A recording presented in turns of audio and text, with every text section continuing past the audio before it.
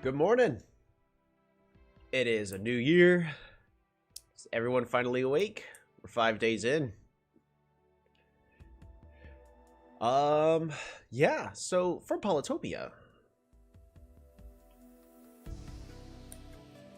we're going to be finishing off our perfections. We have 4 more games before we start replaying tribes.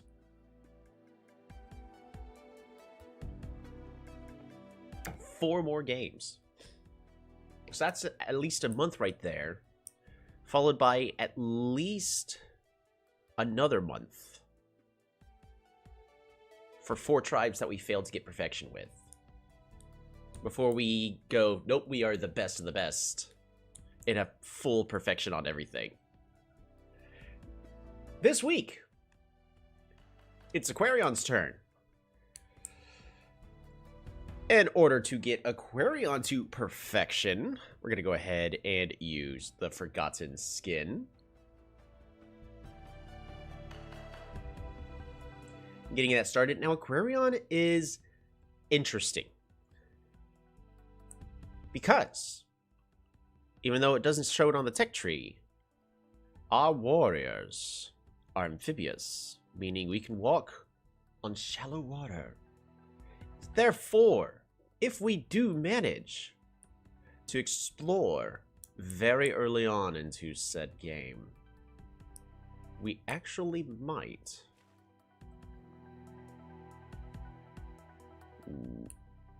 We're gonna try. Ooh, Kiku. Ooh, Venger. Be able to find people.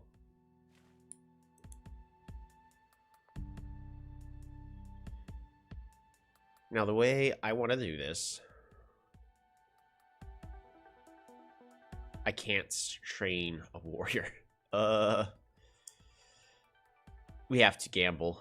Fish. Fish. Fish. Explore. Come on, just keep going. There we go. We found Yadak. Keep going. Just keep going. Don't turn back. There's barter. Fantastic. We got exactly what we wanted out of that. Boom! There's Omaji.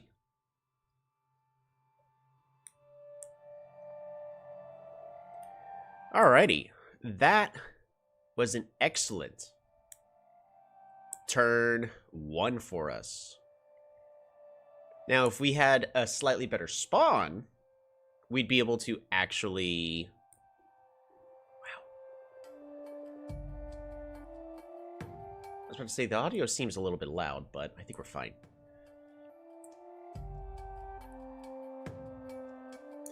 We would actually be able to trade some stuff. Now, I am a couple stars away from being able to get squids.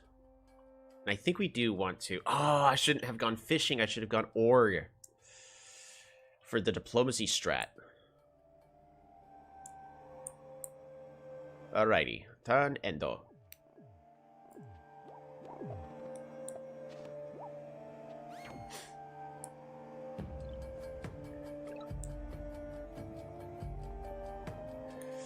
Alright, Org, Strat, and Defender. Pass the turn. And with that, Kiku is now ceasing to exist. Goodbye, Kiku.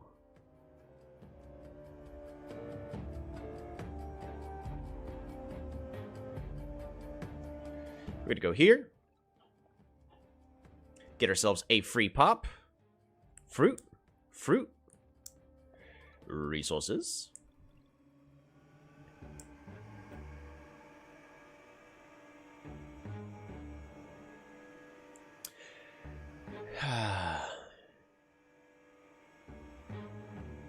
Pass the turn. Maybe I should have moved to the defender out. Goodbye, barter.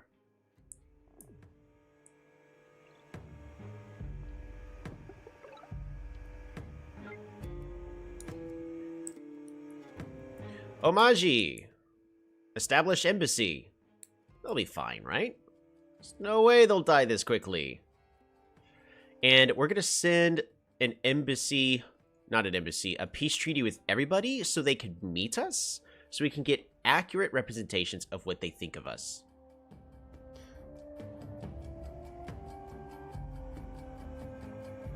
The goal is we're moving a warrior this way to try to get Venger's warriors away from us. Because, yes, this is not looking good for us. Rejected. Rejected. Everything's going to be rejected.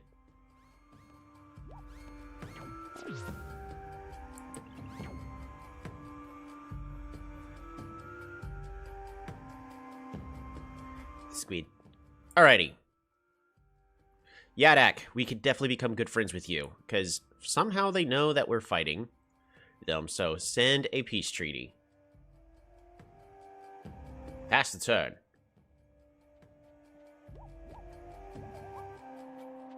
With that, we've got a strong economy now.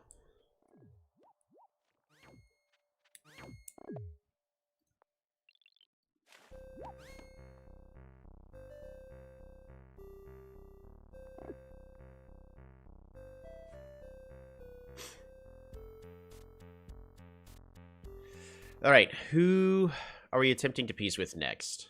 Not necessarily peace, I guess, but an embassy to Illyrion would be safe for the sole purpose that their capital's not going to be gone anytime soon.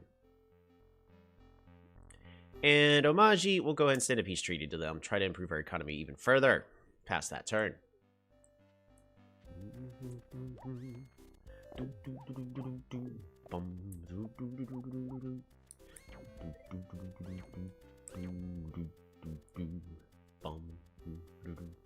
Imperius. Let's go ahead and get that all sent.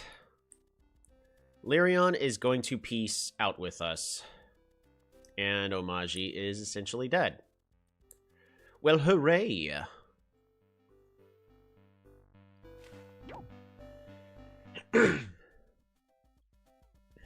Forgive me, I do have bad allergies this morning. We're about to have a pretty big storm.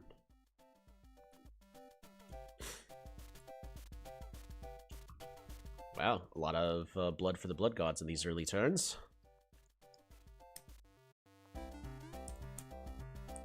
Where am I going to get the rest of my pops for this city?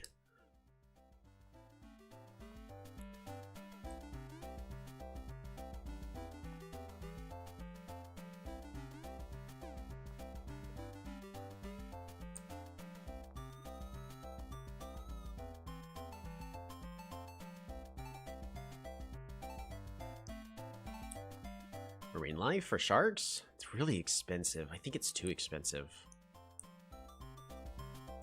I'd rather try to snowball my economy. Let's pick up climbing, see if we've got metal. We do. That's good. That is good news for us. Meaning we can go smithery to get a level up. But we also need just more troops in general.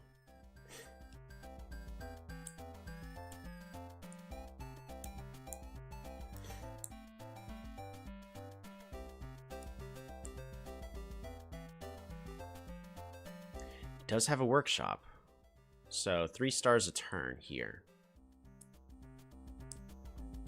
I'd be able to steal 3, so technically I'd be spending 5 stars for 2 daggers.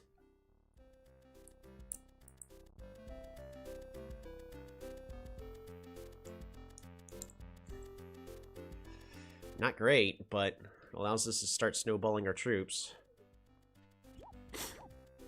Good job, Omaji.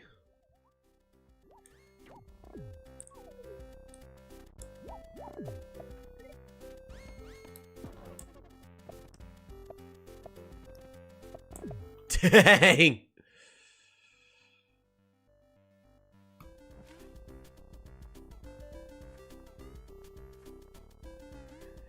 Well, I'd love to keep spamming cloaks, but I can't. So all we could do really is train a squid? Yeah, we gotta train a squid. Alright, train that squid.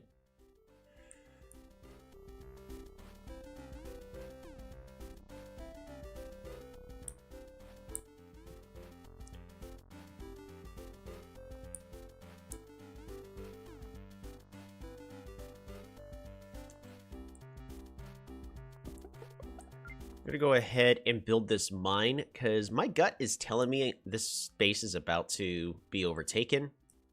And I want to set for smithery next turn. So, this is all we're gonna do on this turn. But that's a lot of swordsmen on our gates.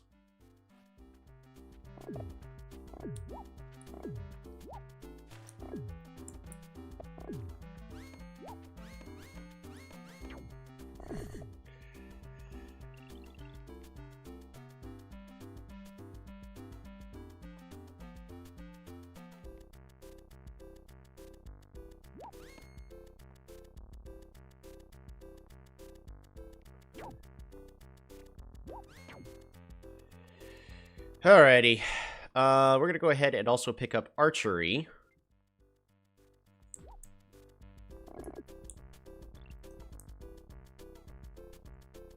Squid. And yes, I did say I wanted smithery, but I'd rather have a defensive bonus for all of our anti-squids. They're called anti-squids, not daggers? Fascinating.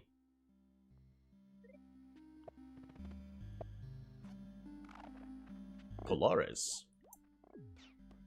The more tribes I can meet, the better.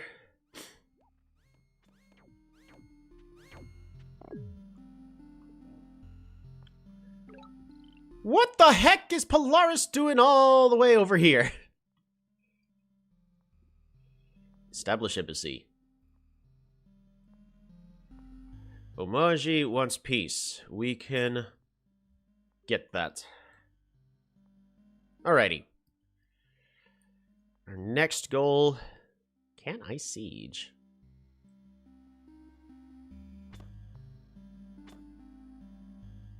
We absolutely can.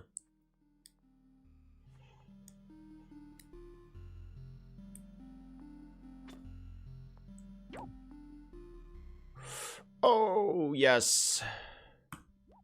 By doing this, they cannot unsiege. Gives us exactly what we're asking for. I should have probably trained a defender there.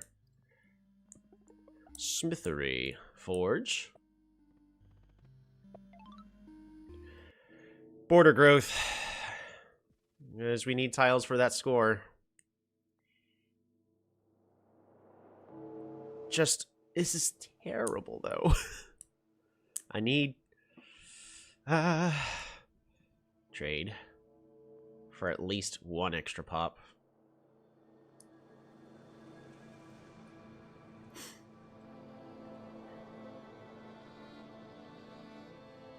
Because we could place another furnace here.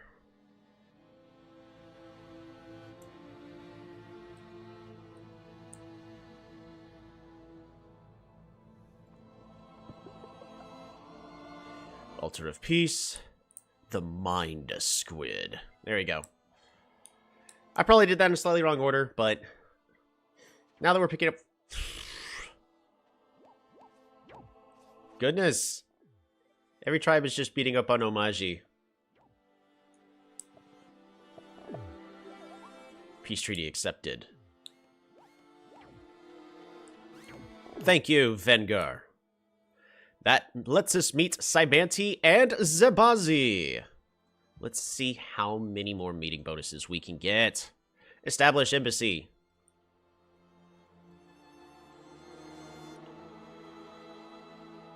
Establish embassy. And yeah, they're gonna hate us. But they might like us. Venger, the heck? It's about to wipe out Illyrion.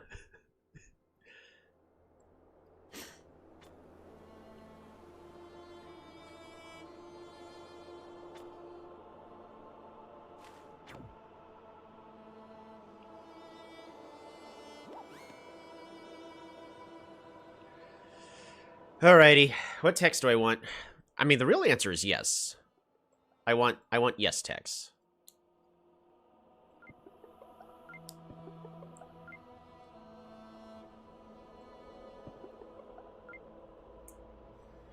There we go. Alright, we can start making... We're going to clear this forest here. We're going to clear this forest here.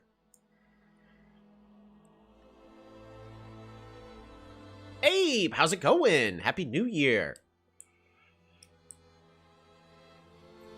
How do I want to do this?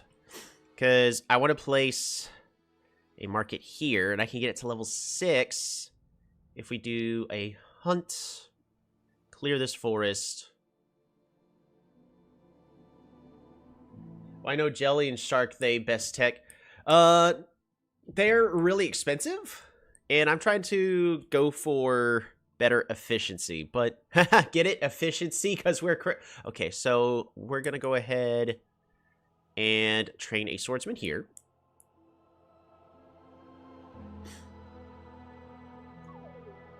And we're actually going to start spamming out cloaks here in just a little bit.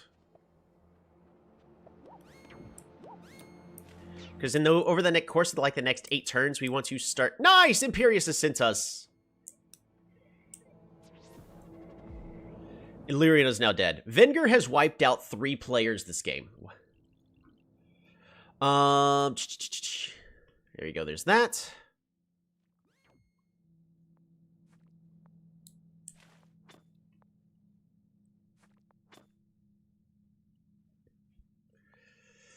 I ain't gonna lie, I don't really need to expand the borders because I'm only missing 1 tile. It's not worth expanding these borders, so we're still gonna hunt. We're still gonna build a mine here. Population growth. Forge. 1, 2. And...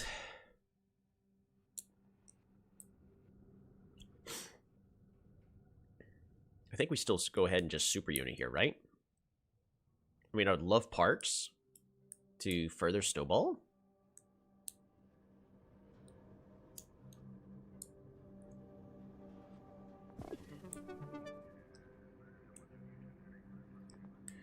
Alrighty, build a market here. Lumber huts. Lumber huts. Oops, I forgot I do have math. Sawmill. Clear this forest. Park of Fortune. And another super unit, right? Try to start snowballing even further out of control. Amphibian for faster expansion. Hudrick has been defeated by Cymanti. Happy New Year, Sparky!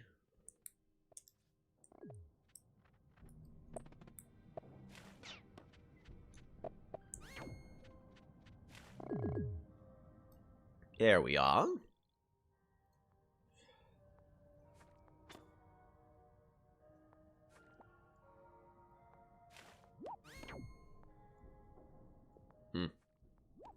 Not the way I want to do things.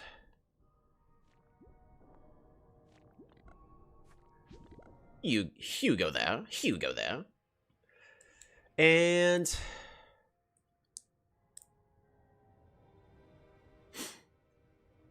I think we essentially just start spamming out scubas, right?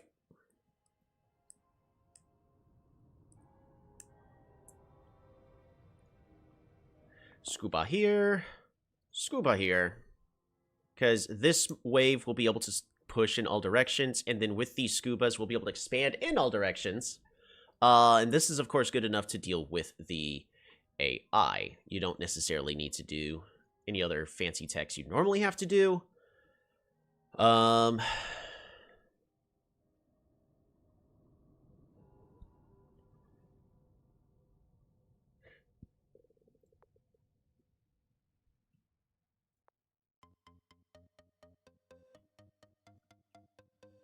We definitely want to expand these cities' borders.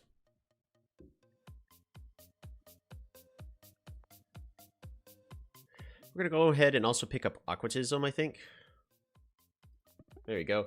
We're playing against bots. We're doing perfection. We're trying to get a 100k score. If I go back to the menu, what our goal is, Abe, is we're trying to get the glowing background for every single tribe.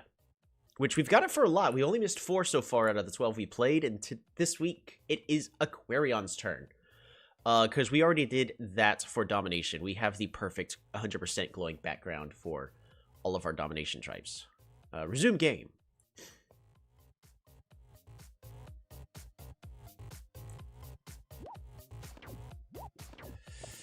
Cymanti is starting to bug me. Because they just killed 2 of my allies.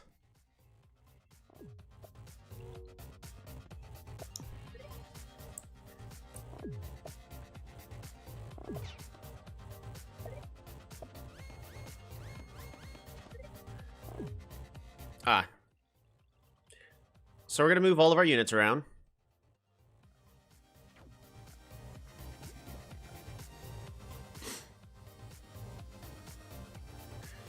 Alright, marine life. Navigation, in case we can find some stars.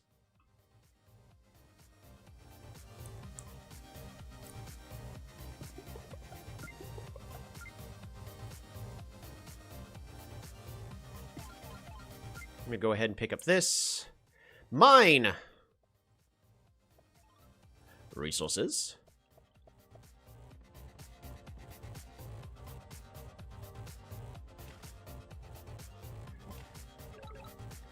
Yeah! Lost City ruins. That is exactly what I would love to see.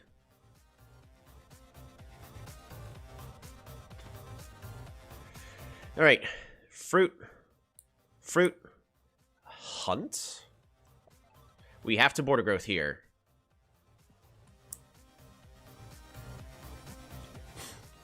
This is the terrifying thing about scubas, is they also get a movement speed bonus from bubbles.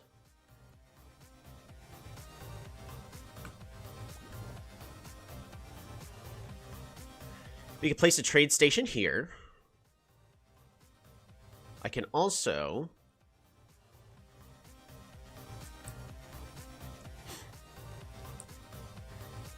place a market here for 2 additional stars a turn.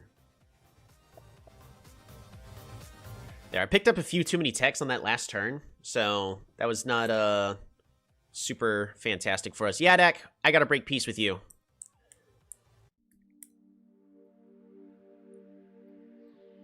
And Polaris, are you considering being friends? You are not. And Cymanti also doesn't want to be friends. It's okay, we don't need to be friends with anybody at this point. We just need... We're gonna go ahead and get a squid.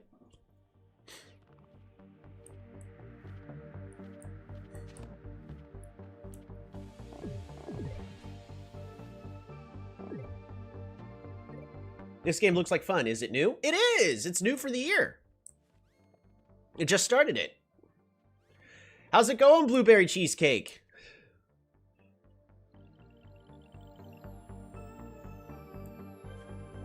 And Happy New Year. I'm gonna go ahead and collect these stars, try to snowball even further out of control.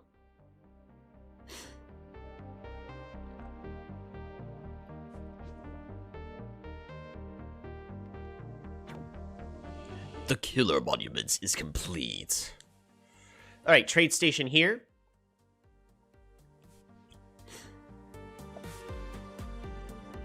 Happy New Year and Happy Sunday. Thanks, you too, Shalom. Alright, this time we're going to get a park.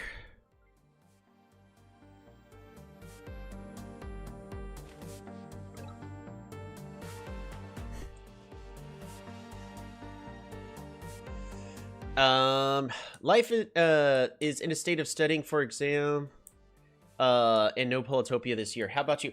Right now, we're just trying to get everything settled and started. Work has been hectic for me, but I just want to start everything with the best possible note.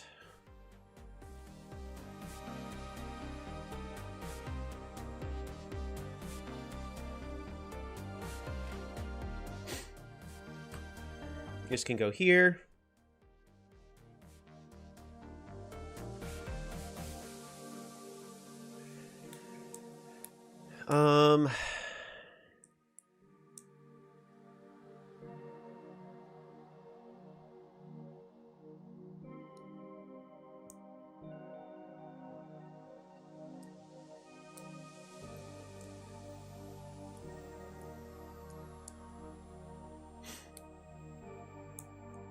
Do I just trade engine here?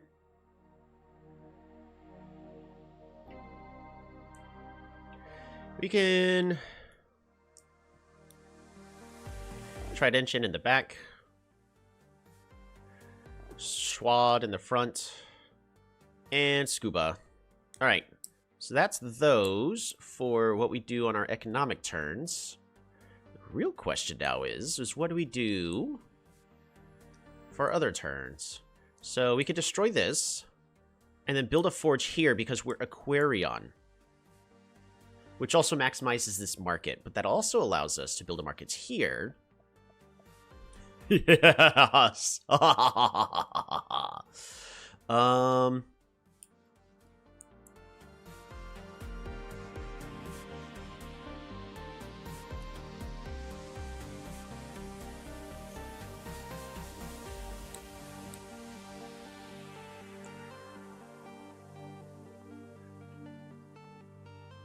Lumberhalt's here. Super unit would allow for faster snowballing, especially since it'll allow me to get water all over the place. Really would like to have Parks. Parks is a higher score. Also means, in this case, 15 additional stars for the entire game.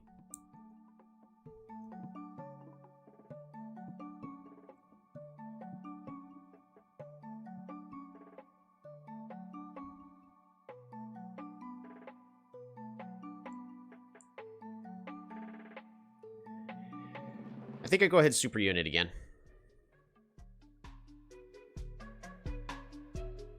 So the reason why it's not letting me in my turn or showing me I can is because this swordsman hasn't attacked, and that's the only reason. Is there anybody I need to break peace with? Not really. And nobody wants to be my ally. But why? So we pass this turn.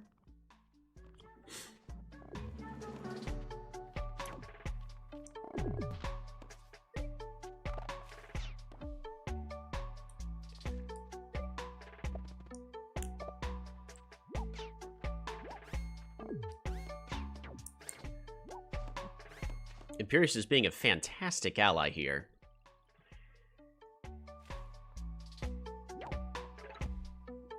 Sorry, Polaris, but this simply will not do.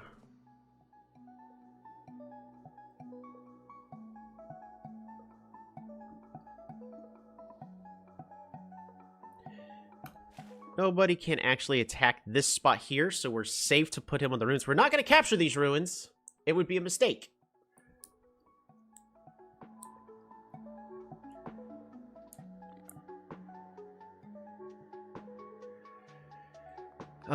I can Bop, safely siege here.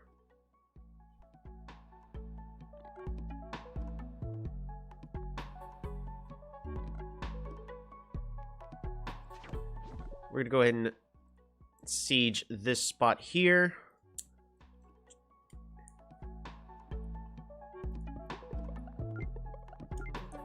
Alright, that's the rest of the text. Fish. Workshop. We're going full steam ahead. Resources.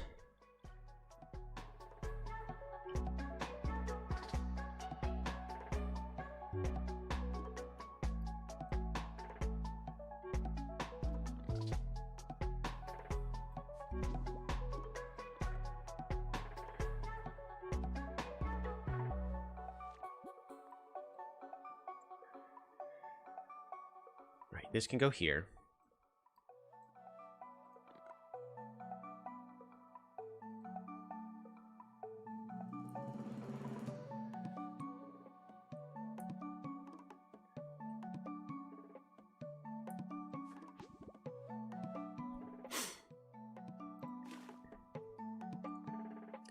I guess the last question is do I collect these stars? We are gonna... I don't think we train puffers. I mean, the puffers can get back to the wherever they need to really fast, but Tridentians are more mobile and better at clearing everything out.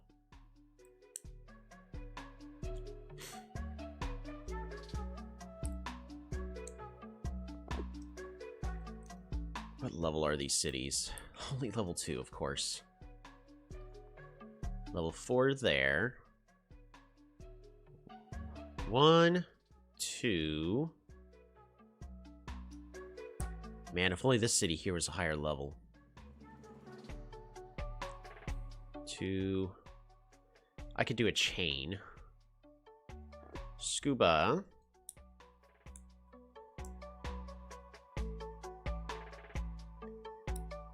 Yeah, sharks and octos are going to be too slow because of how much land is on this map.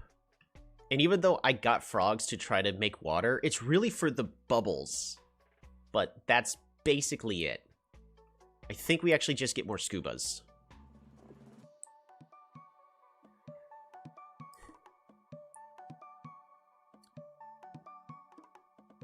I think I will for this turn. Go ahead and... we will collect these stars.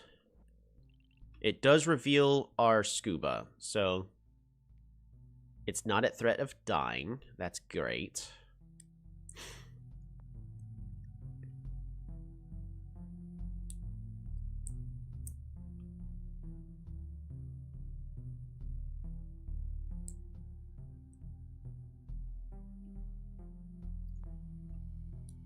I could expand these borders. We fish. And then Tower of Wisdom here in the middle of nowhere. Border growth.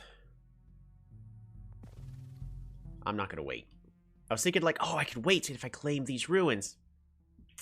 It's not really going to matter. This city here would be so expensive. So, I ain't going to wait for it. And I'm just double checking because we don't have the blue check box, but it's literally just this unit. It says it can move. We're not moving it off that city. This swordsman wants to attack, and this unit wants to get his veteran boost, which we're not going to do. So we... is there any peace treaties I want to get rid of before I forget? No, I would actually like to stay peaced with Imperius for at least a couple more turns. We are not collecting this ruin here.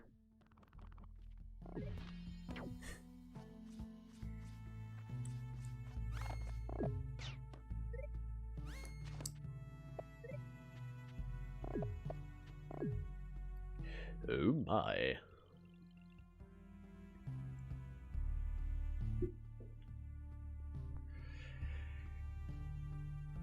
Alright, this scuba is going to go right here. And now he is invisible yet again. There's no reason not to collect this lost city now. Wow, look at that. Like, no resources. Workshop. You go there. You go here. Scuba.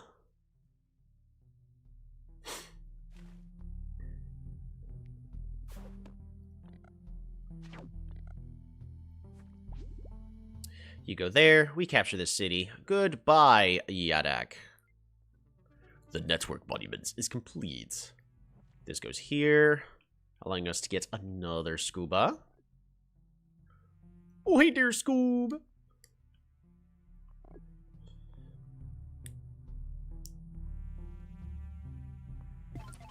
Go and capture this city here.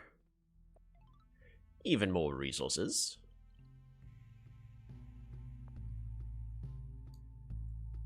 Ooh, this city is tough.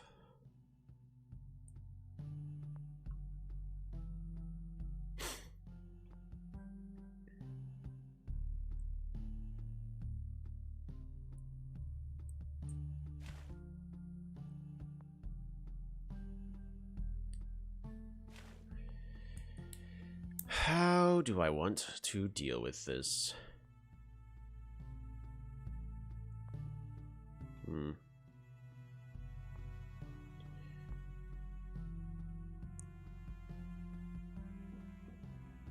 I thought I had sneak.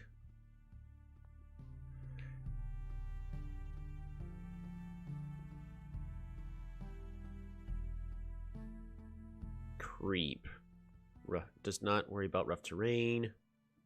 Okay.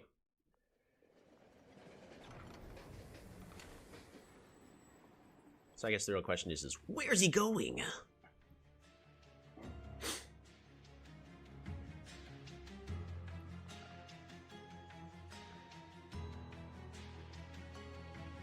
I'm gonna go over here, this way. We don't have to flood.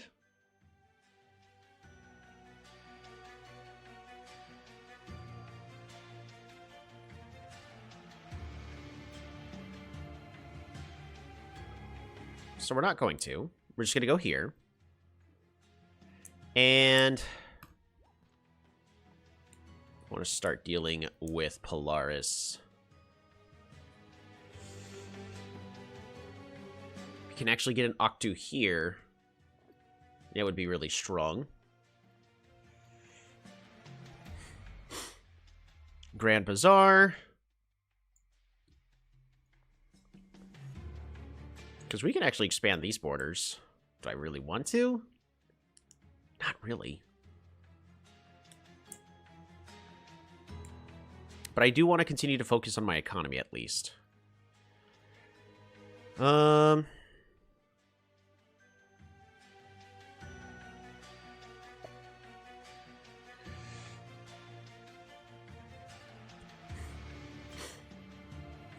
Sawmill.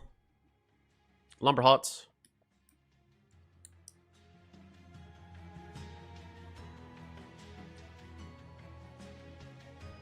Lumber huts. This is going to be a park.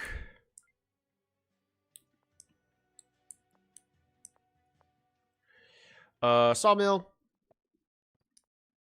Market. Lumber huts. Perfect. Good stuff. Is there any other unit that still needs to move? Happy New Year! Oh man, I can't pronounce that. Alhaz Samonic? Forgive me if I mispronounce that. It's always courteous to at least make an attempt, so that's why I'll do my best to pronounce names, even if I know I'm unfortunately going to butcher them. So forgive me if I got that wrong.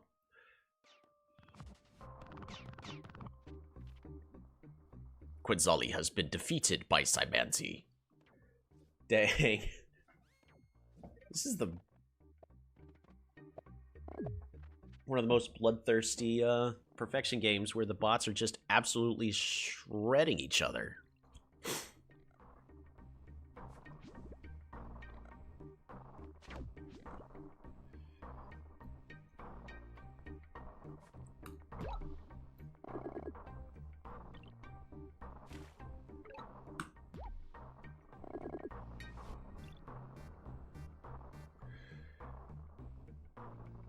If I go here, it's in range of everything.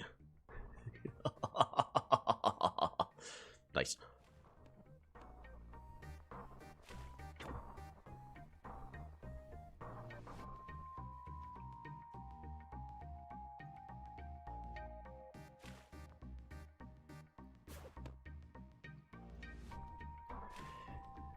One. We're going to continue these chains.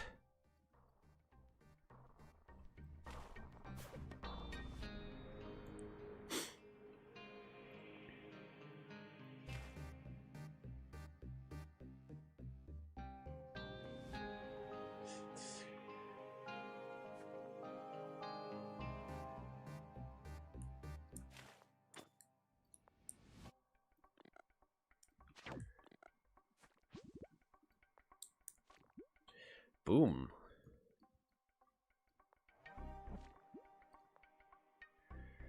All right, you go there. Just keep throwing a couple more units onto the front lines. But we may not need too many more units at this current rate.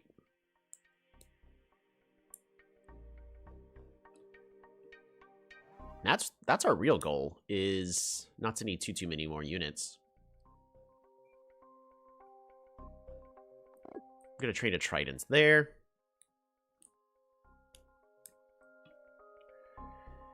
Schwadsman here.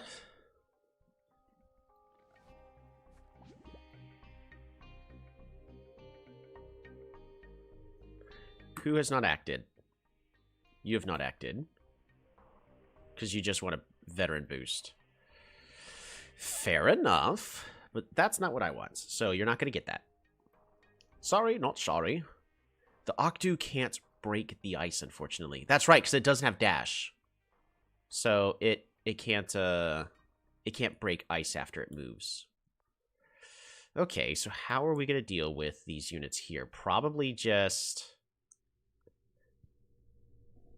swordsman.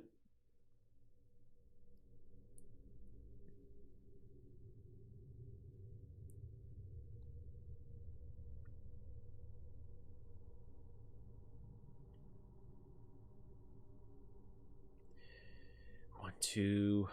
Dang, it's not within a couple turns.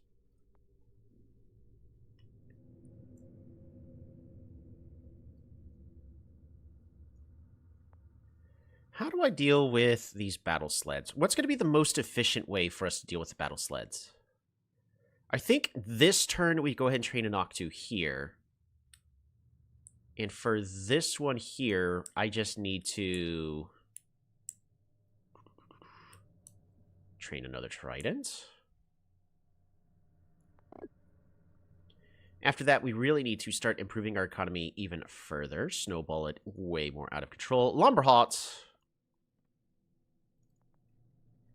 Ooh, better sawmill location technically would have been here, but that's fine.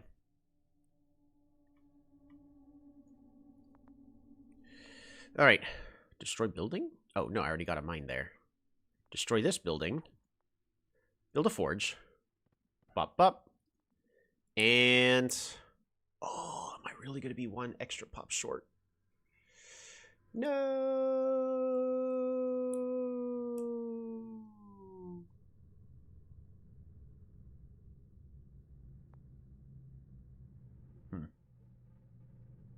Ain't that a shame? I can go through all the extra effort to get some more farmland.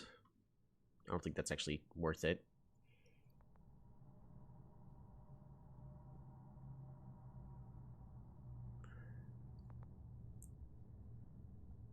I'm going to go ahead and get a farm here. Get another farm here.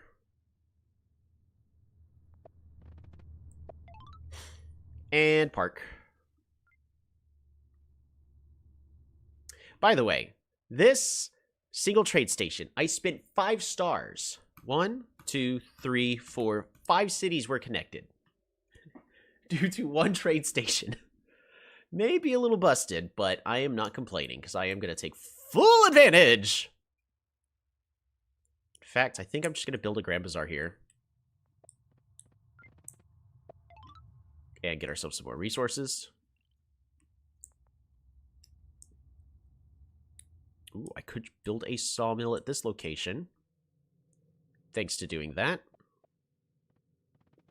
Bop, bop. Get ourselves another park. Even more stars. That's fantastic. All right. And then, of course, we need to break peace with Imperius. Sorry, Imperius. It has to happen.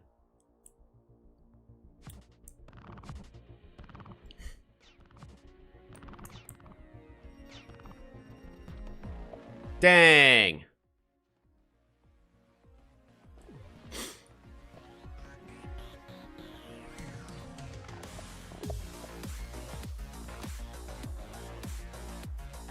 Vinegar has been destroyed by Imperius.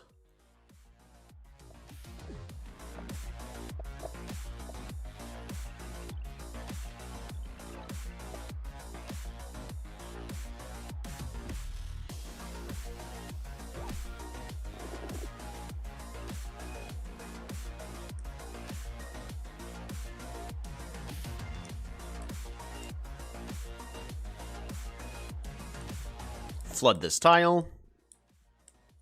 Oh, it doesn't do what I need it to do.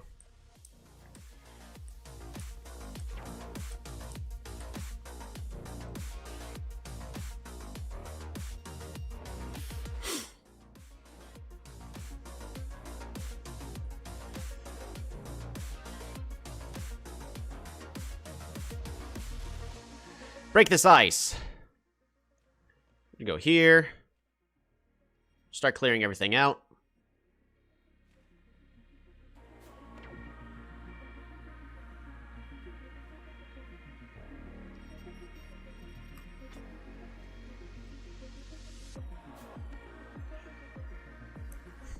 E-Spark! Happy New Year!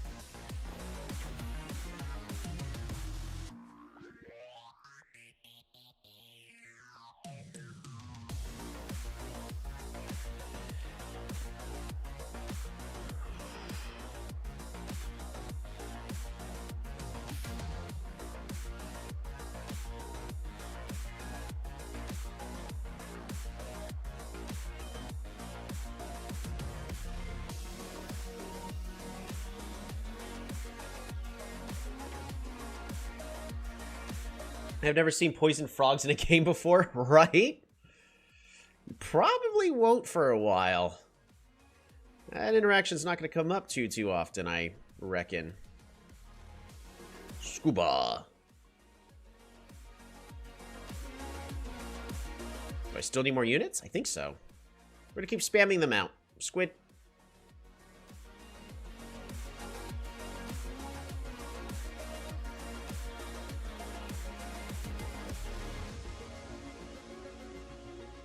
Scuba. Oi there, scuba.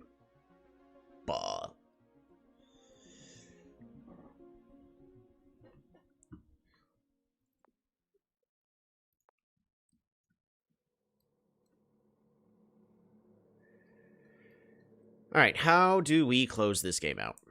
Because we're about to deal with an unfortunate Gami. My assumption is it may end up going to this tile here to start freezing. So what I could do is just get a puffer here.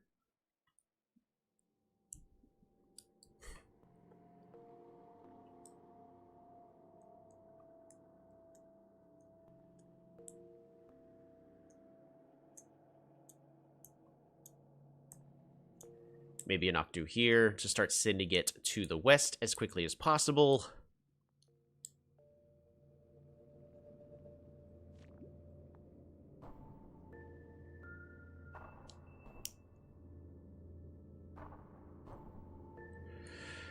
Scuba here, because we'll be able to chain at least land one hit here.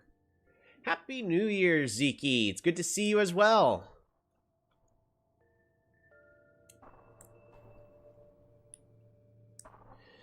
New year, new Polytopia games. I need to start building our temples everywhere. Tricky thing is because I guess the question is do I need to train a single unit in this city now? Because this should pretty much all be dealt with. Because if I overspend on my military, then my economy's going to suffer. So I think I'd rather get a mine here.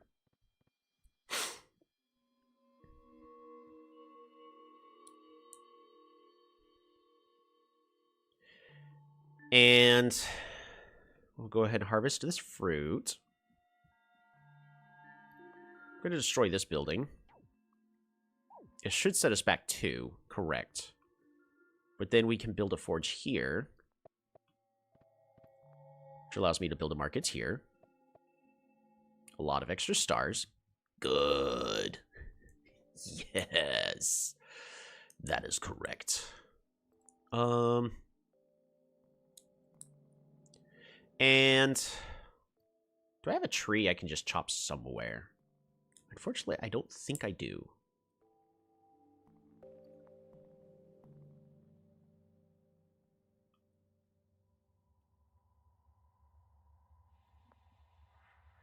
We're going to clear this forest just so I can build this temple. Give us as many points as possible. Population growth.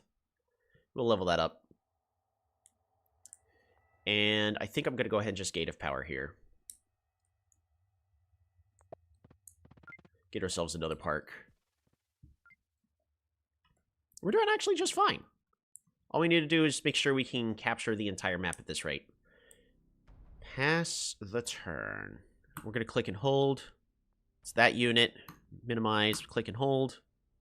Still the exact same unit. Pass turn.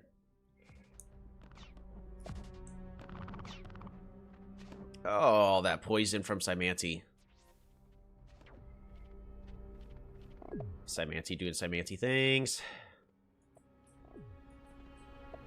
It's amazing that Cymanti's playing... The AI Cymanti is playing them correctly.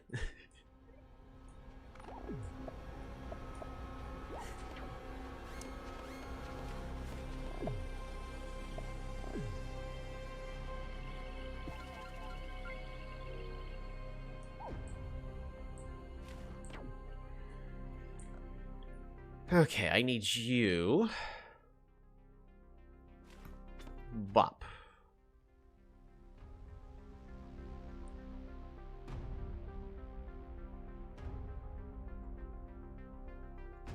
Break this ice.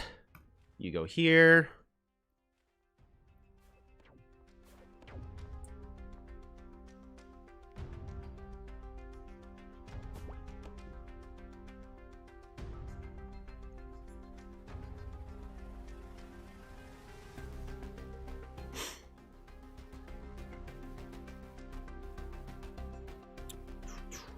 I think the best spot really is to plant it here.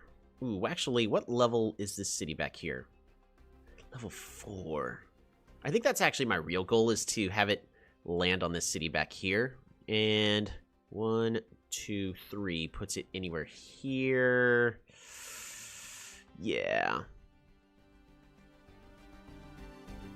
It's definitely going to be a little tricky. You go here. Shawammy.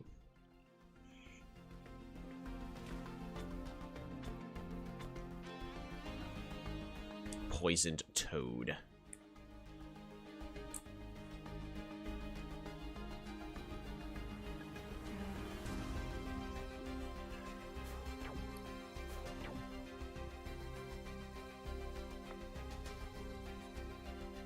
How much damage are you gonna do? 5. This poison toad can finish the job there.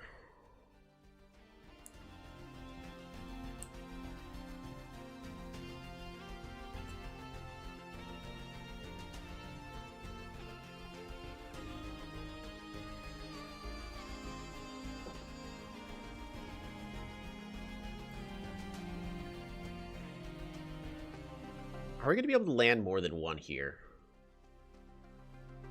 I'm going to go ahead and train ourselves another scuba here.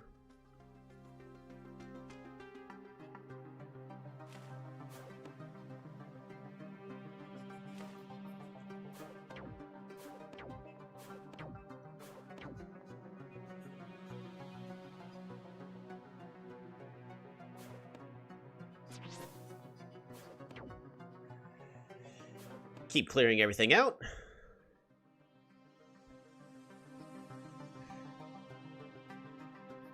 I think the best way to finish out this game is to... Can I get away with... No, I don't think I can. I think if I place this scuba on this tile, this one just explodes and kills it. I don't think it's worth the risk. I would love to land a scuba there, but that's going to have to be next turn. So we're going to place you here. Place you here, place you here. Keep chaining. Keep throwing these tridents forward.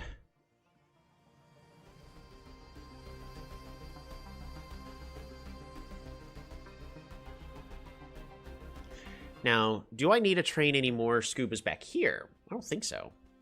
This poor swordsman. It's in a bad spot. I'm going to go here. He should be able to finish things up in a subsequent turn.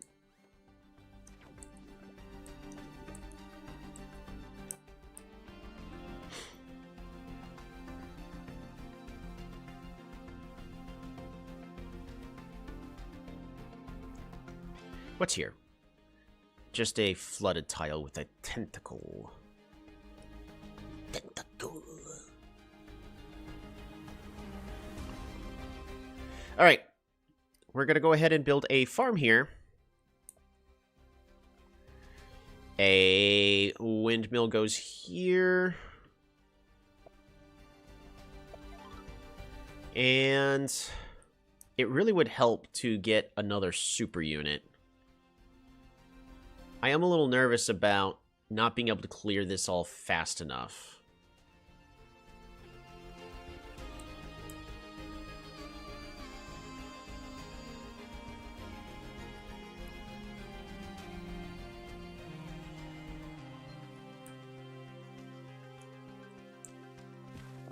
Yeah, we're going to go ahead and get that placed there.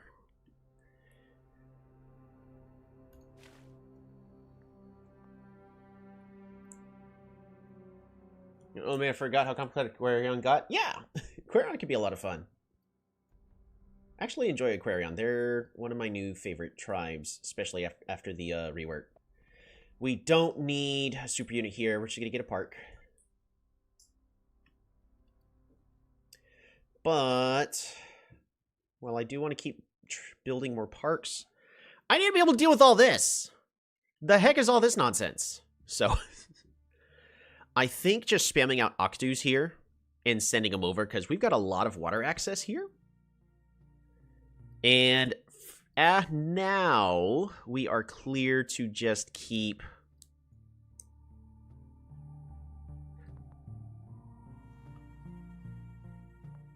building more things. For instance, I can clear this forest here. And then build ourselves a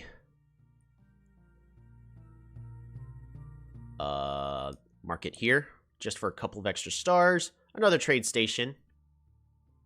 Helps get everything connected, even though they apparently already were? How? Huh, interesting. And do I got another tree somewhere? I'd like to, but I don't think I do. And I'm 3 stars short. Which means I'd rather be, even though it'd be great to save, we need more units on that front line. Pass the turn.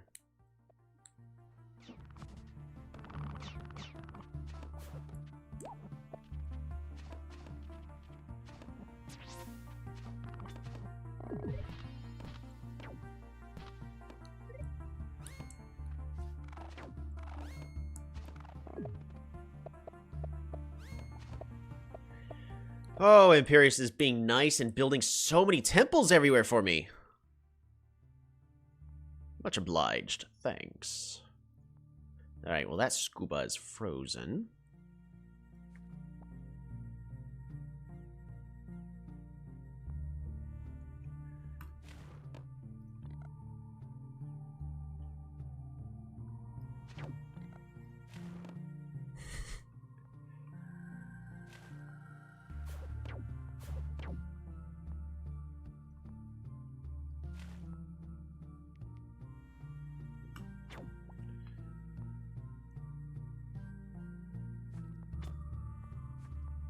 This one's already poisoned, so you can already go here.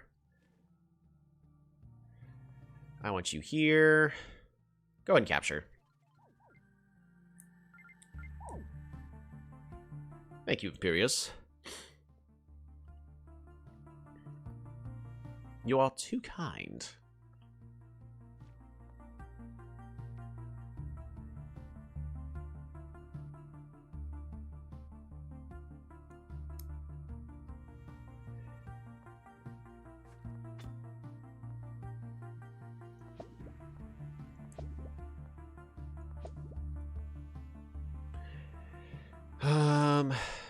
You go there.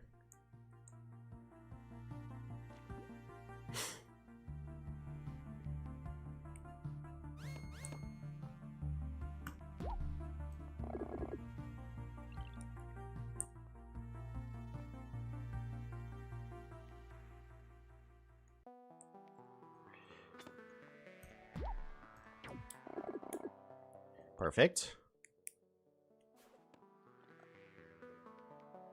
How much damages? That's a lot of damages. There we go. Imperius is now dead.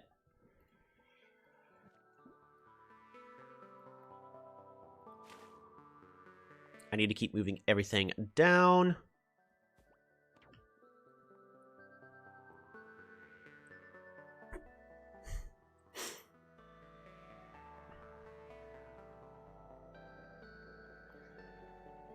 How do I need to retreat you just a wee little bit.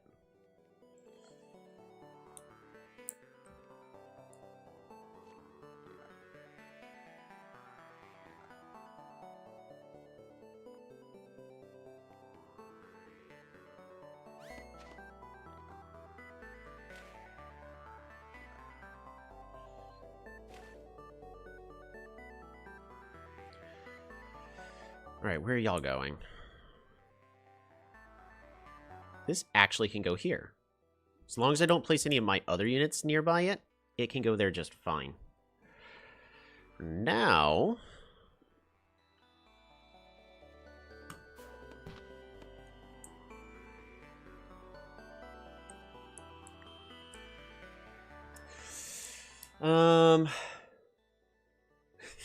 Thanks, Seb. Do you think Aquarium is more viable now? Aquarium is absolutely more viable. They're probably a little bit on the stronger than they should be side, but they are definitely viable now. Before the update, they're considered pretty lackluster. Yeah, they were almost unplayable. And I'm typically a person that likes to play all the tribes and give everybody equal representation. But unfortunately, Aquarian was, like, just not playable at all.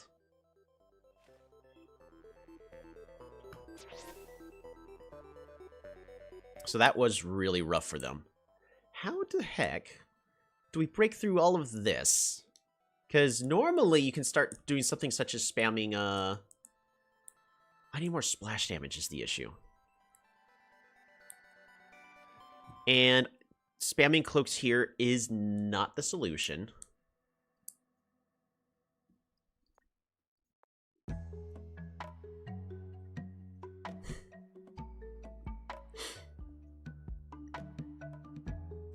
Maybe it's just sharks now?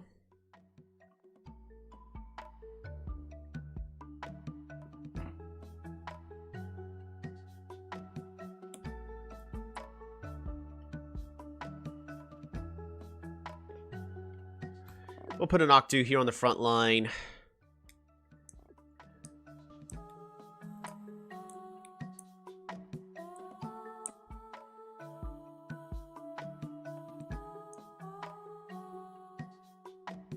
Maybe it is shark. Let's get a few sharks out.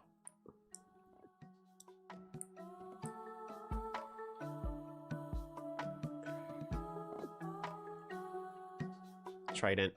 I am spending probably too much on my military.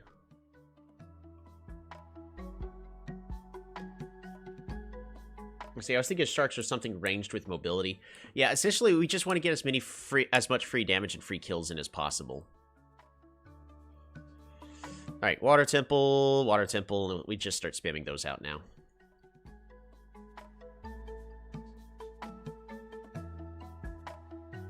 I think that's it when it comes to units. Let's double check that we are actually good on all of our units. Here we go. They will unsiege this city this turn. But that is fine.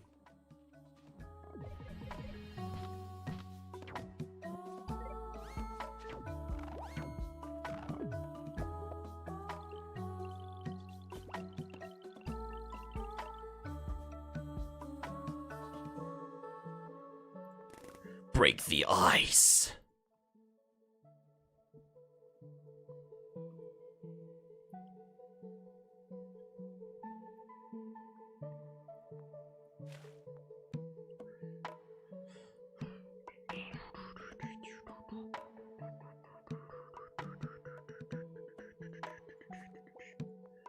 Break the ice. Really?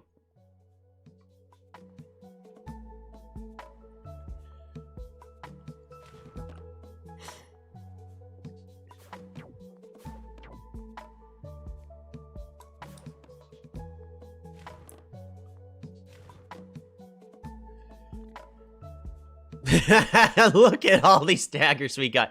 All right, we're going to disband this toad. This toad's not doing anything for the next, because it has 5 health. So let's just get those 8 stars back. Capture this.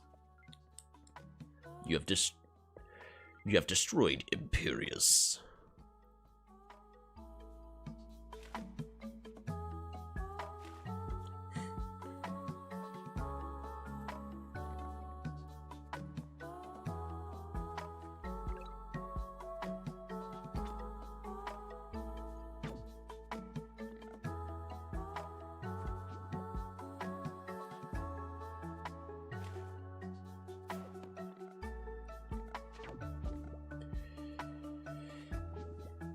Move this back here.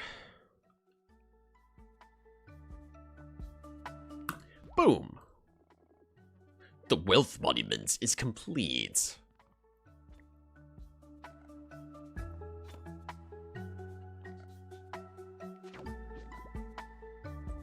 This unit's already poisoned, so we're just going to place it here. Move this unit here and get a free attack in.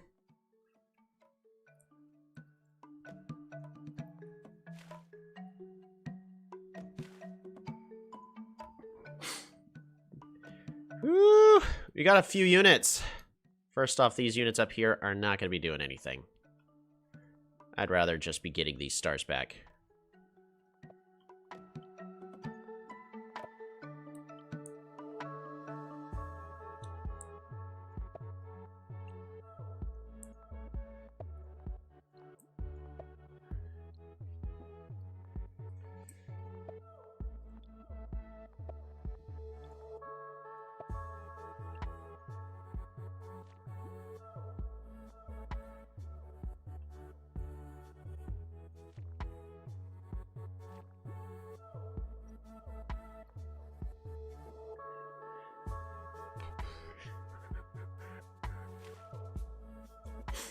All right, this one goes here.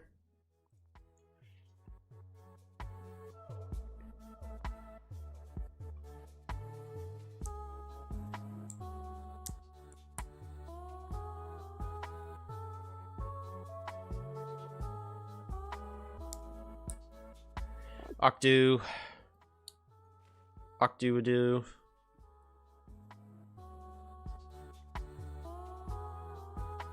And then how do we finish closing out this game? I'm going to try to use this veteran swordsman. It's probably not going to really do anything, though. These units will. They're just enough on the front line. All right. So next, how do we break through this? How long has it been? But Shark hits once, deals 10 damage, it dies. Maybe. But if you get enough free damage in, it don't really matter. They get 10 damage in, and then they get 10 damage in next turn. We do have this massive wave of units. It's just... they're slow. And we don't have knights like we normally would. Best I got is I can just spam out Tridentions. No. Because I think this... we gotta find a way to break through this. No units back here are gonna do anything. A unit back here will. And I guess a unit back here will. It'll deal with these.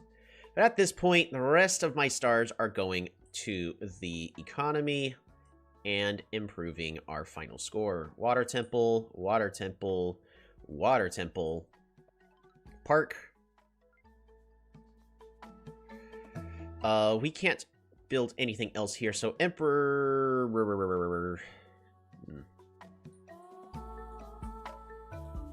Dang. Let's get this leveled up, I guess. Aqua Farm. Aqua Farm.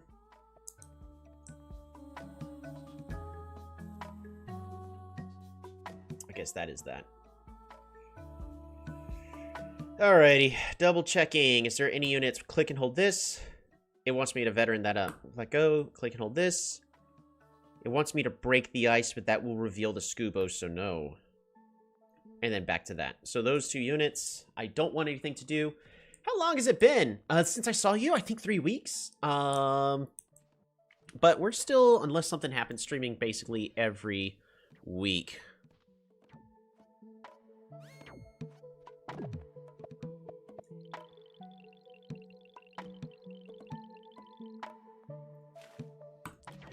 Nom.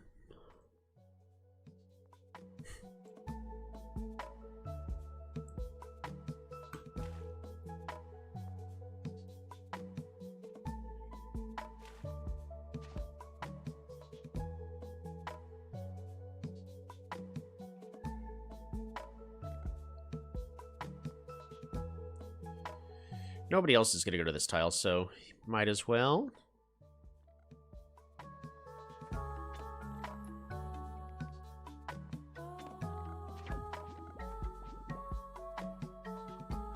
Fantastic. Capture!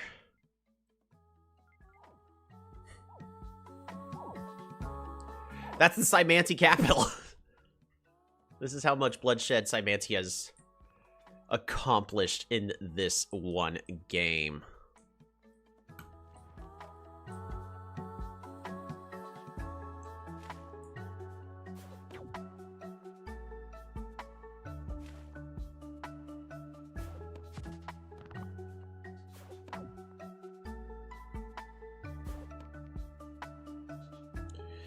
We gotta promote you.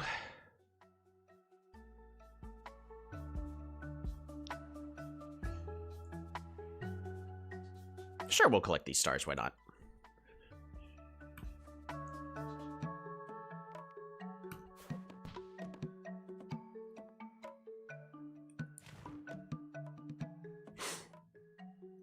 Alright, so how do we... Oh! Don't mind if I do. Thank you.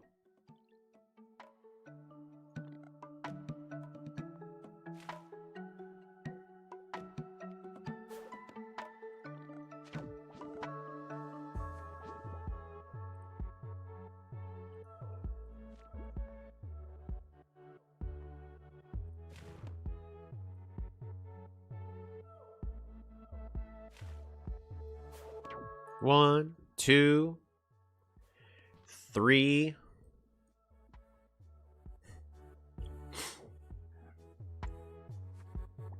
They could probably figure out where that cloak is, but that's not my primary concern.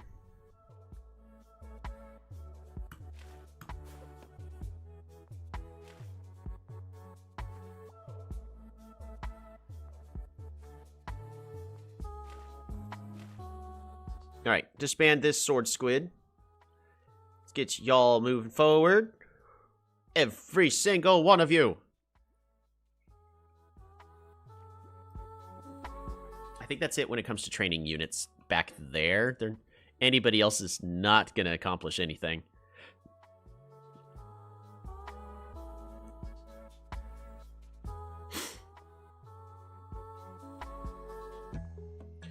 Forest Temple. Park. Forest Temple. Forest Temple.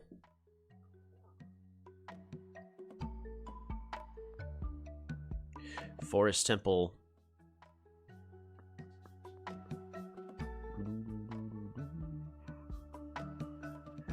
Oh, sure. Emperor's 2. Why not?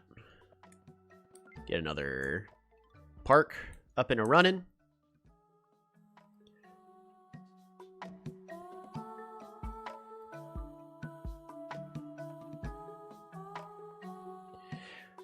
So how do we deal with these units now? Because it's going to be slow. And that's the unfortunate bit. Just more scubas?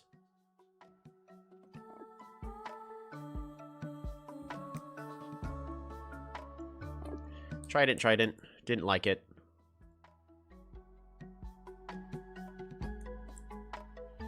Trident again. Farm.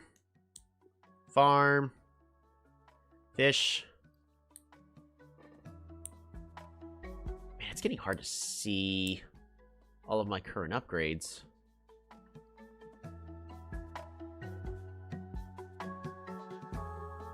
We're going to train ourselves another trident here.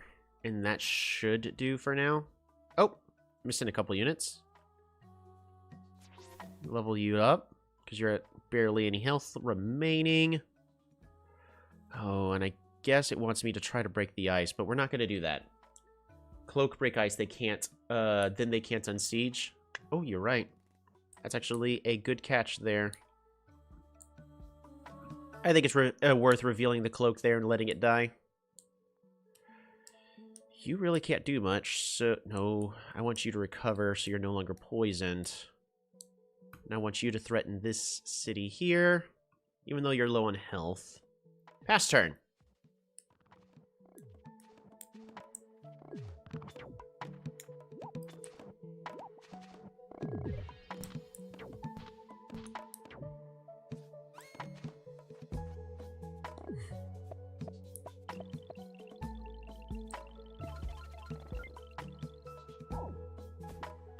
Boom.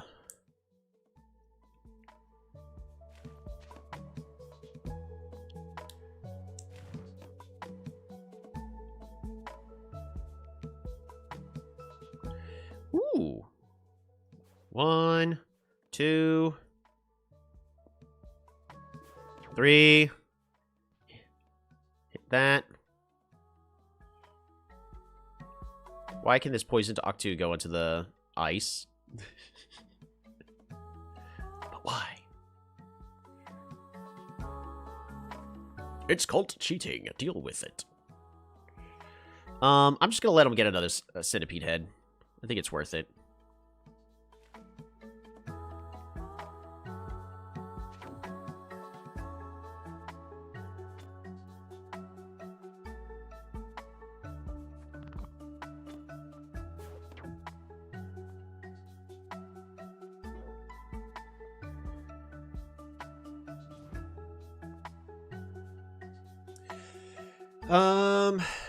What are we doing next?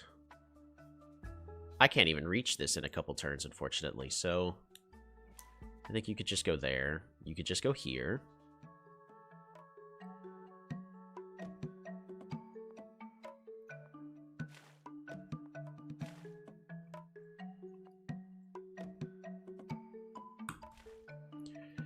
Sharks were not the right play. Or at least in the area way far back.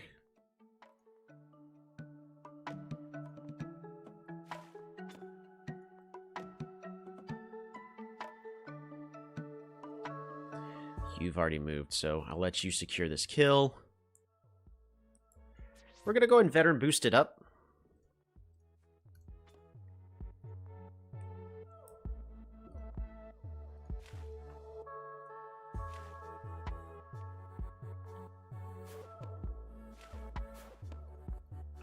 That's ours.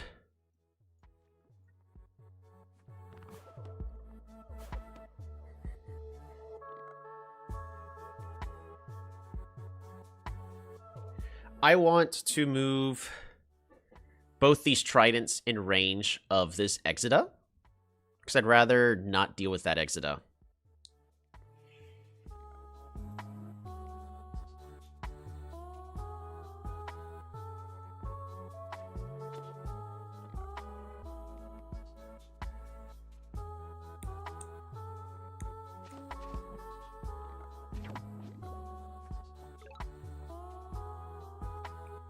Dang it. Misplay. Oh well.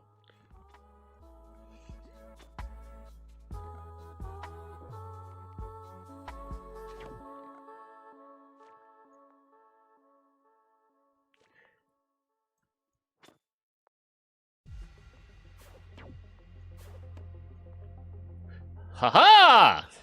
It is possible, you foolish fool.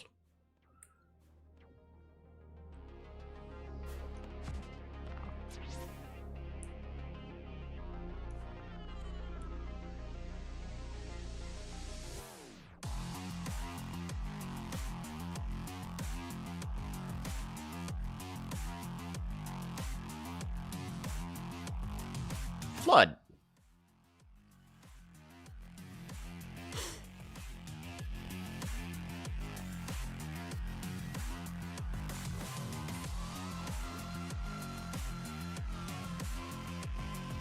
Alrighty. So, we're gonna have to... I believe we're gonna have to unsiege this city next turn.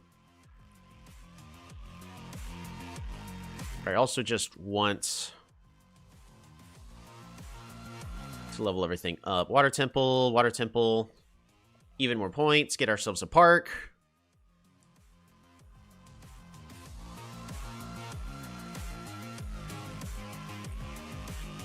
Should be good enough here.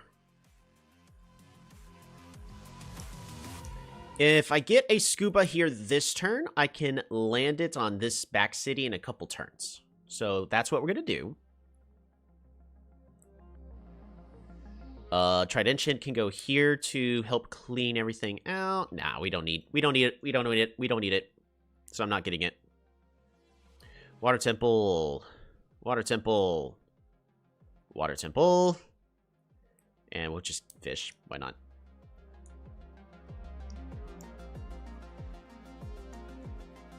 Should do it. Pass the... Let's double check to make sure everything's moved. Ooh. Yeah, might as well break ice. Pass turn. No reason not to break the ice.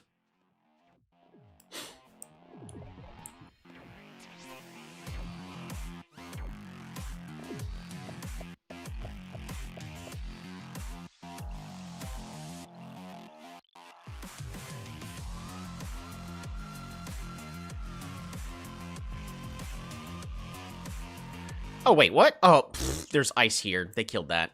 That's rude. Why would they do that? Look, just because it'll let me win the game, that doesn't mean they should do that.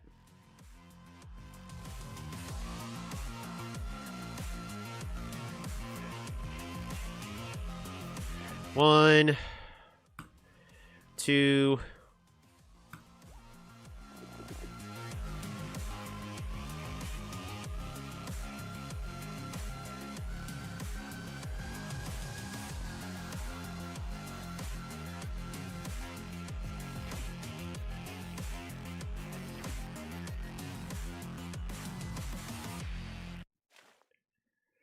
We're going to break this ice, so that way you can move here.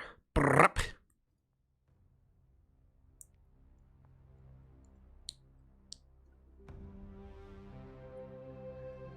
Go ahead and capture.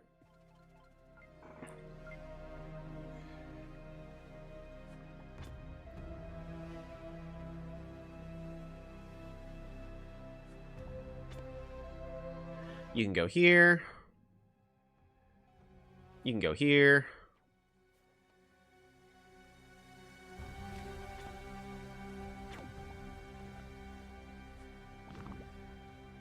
Okay, so now we just need to figure out how to deal with Polaris, because at this point we clearly have everything we need to take Cymanti out. Which is good. They're bugging me. I will keep using that until the new year just deems it unnecessary. And I will not apologize.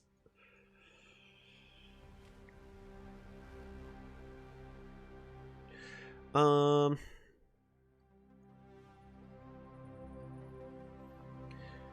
mean, I could flood these tiles just because I want to. I shouldn't. I should just disband them earlier in order to get those stars back. Flood. But I kind of just want to flood a lot more tiles. Why not? You are invisible but no longer bubbled. Which means if I put you here, you'll be able to land on that city here next turn. Short squid. It's short of a squid. This shark can go here, I guess.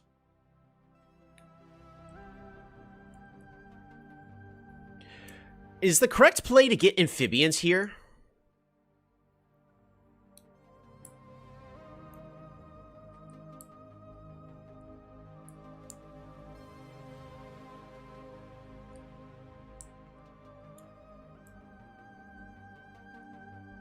I think we still just go tridents.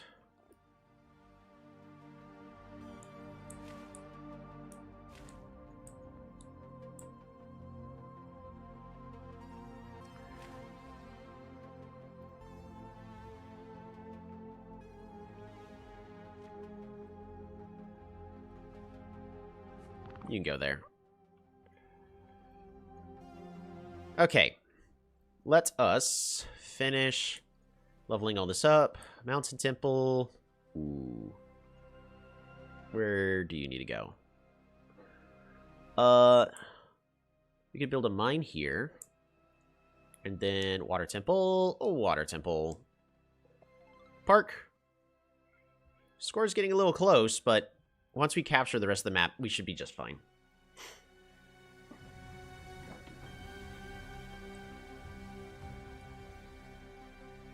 Polaris is really good at slowing things down is the issue.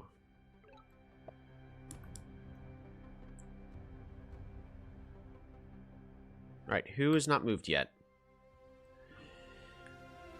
I don't want you to break the ice. So we are going to pass the turn.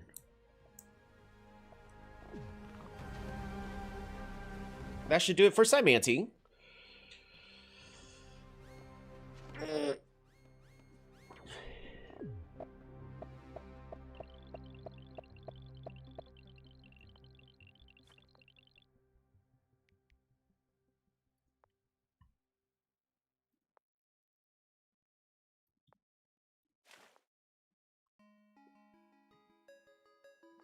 Break the ice. Dang it. I should have done something else first. I wanted to put this Octu right here. That's the whole reason I was doing that. Mistake. Break the ice.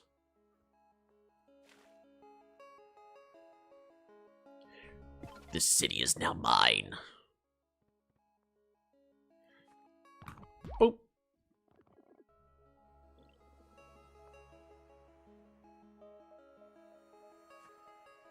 That is not the right unit.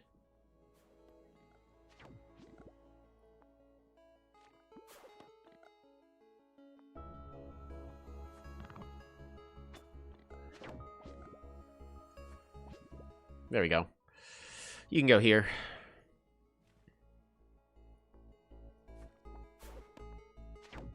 Siege there.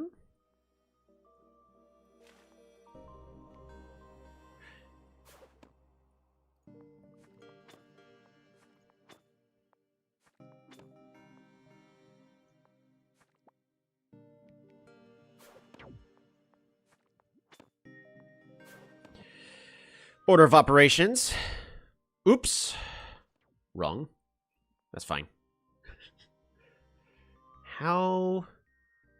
I want this swordsman to land on this tile here. So we need to kill this unit first.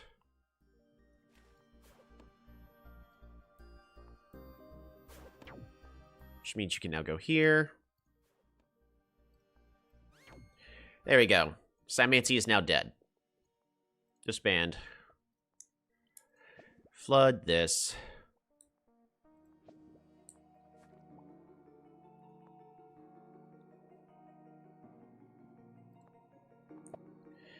Disband you. Mine.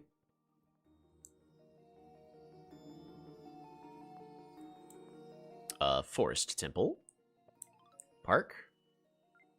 Alright, and then we need to continue clearing everything we possibly can out. Which, unfortunately, we cannot. Because of that misplay. I would have actually been able to. I wouldn't have been able to siege it, but alright. We also failed to get the Peace Monument, so we do miss out on a few stars. We're going to go ahead and disband this. We'll keep the Octu. We'll disband it next turn.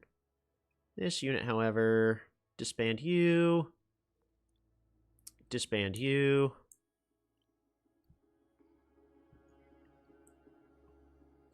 And let's continue to level our cities up. Ooh. We can build a forge here. Is that worth it? Forest temple. Mountain temple. Destroy building. Oh, it's fungi. Yeah, if we water temple here. Wait, wrong. Ha! No, other way around. But let's pretend we didn't spin those stars. See, that's how you pretend. All right, forge here, and then water temple here. There we go. Much better. Park. Yes, I did waste stars. That's fine. It's not the end of the world. Water temple. Water temple. Park. And we can get ourselves another water temple here. Pass turn.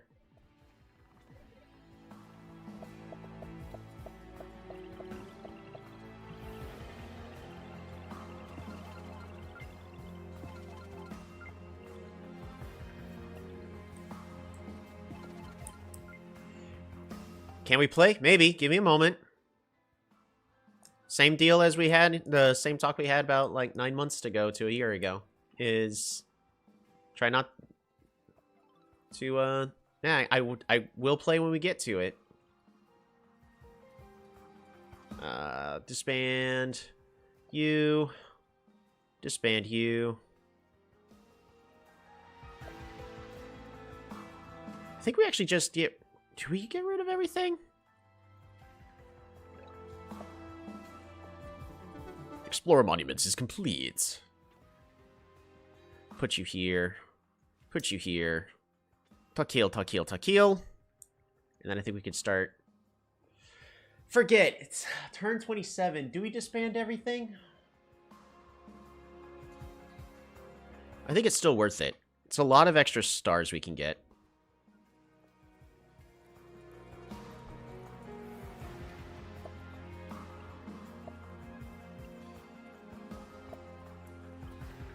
I forgot how the math works out. Think we're fine disbanding everything and just trying to maximize our stars. Not our stars, our points. Because don't forget, we do technically lose stars when you disband units. Disbanding is 50% stars. It is more like 30%.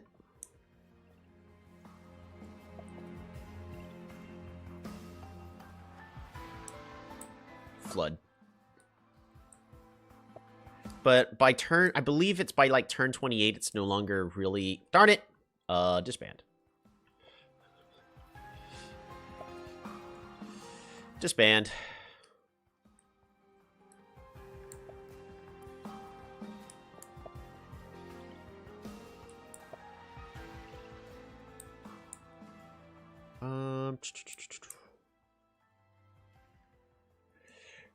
Though it might be okay for force temples, right? I mean, I got a whole bunch of force temples we could spam out everywhere, which is the nice bit. Force temple.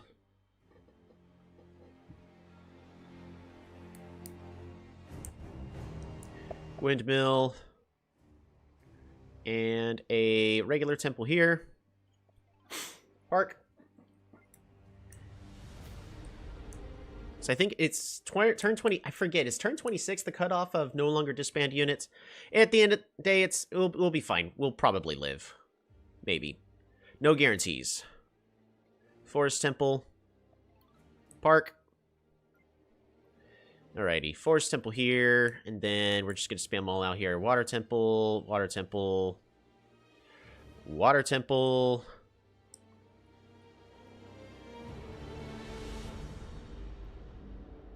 We're going to go ahead and get that Eye of God here.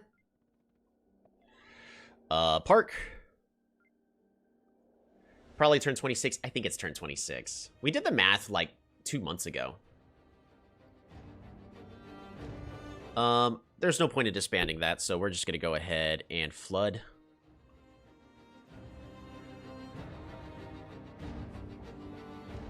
And then... There we go.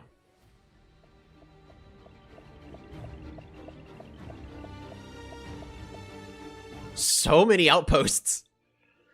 You have destroyed Polaris.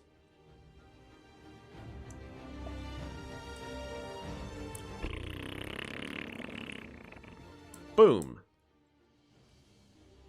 Fish. Workshop. Aqua Farm. Water Temple. Resources. All units have 5 points per star, and temples have 5 points. Yeah, we can do the math here in a little bit to really try to min-max it if we want. I mean, you guys know me. I am more than willing to put in the hard work into that kind of stuff. Flood.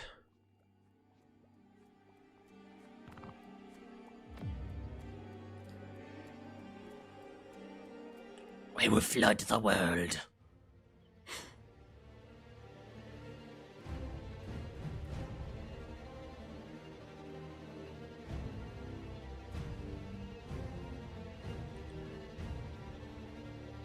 Trying to see if there's any way I can level this city up. I don't think there is a way for me to level the city up. There is! A farm here with a windmill here. Park. Yeah, we definitely met our point threshold. We are good!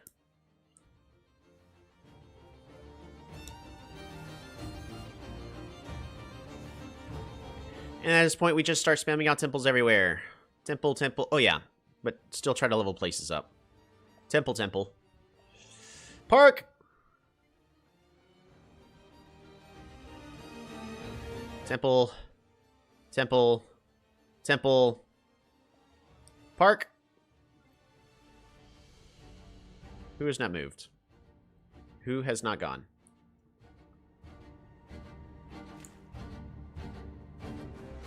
Who still has not gone?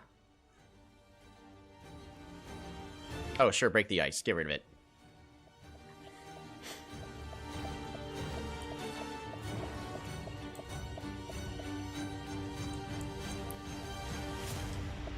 We're just gonna flood everything.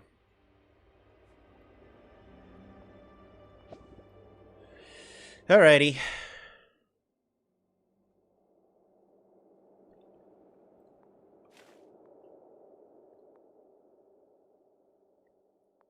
Oh, we barely can't make it to this tile. Ain't that a shame?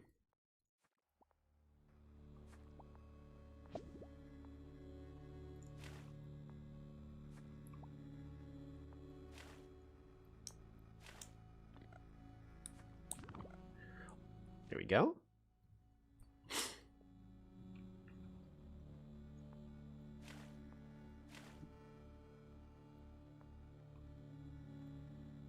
Do I have any monuments? I do not.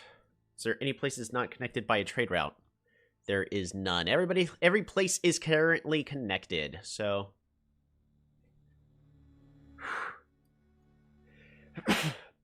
Sorry about that. And we're just gonna put temples wherever they fit. If I see an empty tile, a temple goes there.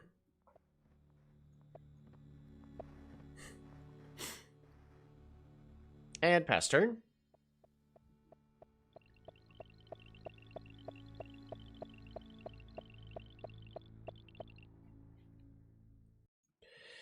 And literally all we're doing is spamming temples in order to maximize our points.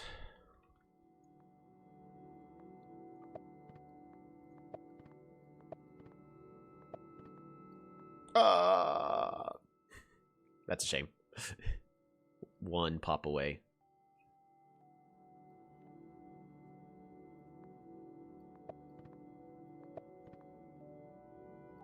Temple, temple, temple. Temple.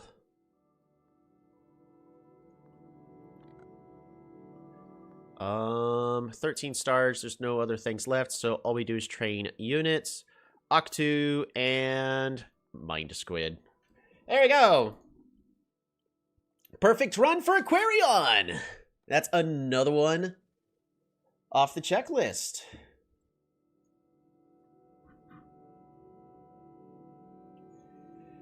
Go ahead and get this started.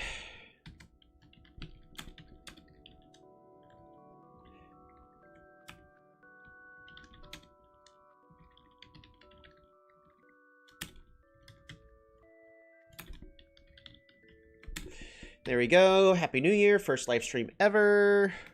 Aquarion Perfection 107 581. points. Boom. And that puts us in 35th place. Not bad. By disbanding units on turn state of 28, you get 4 points per star, and it was initially invested in each unit, not counting parts.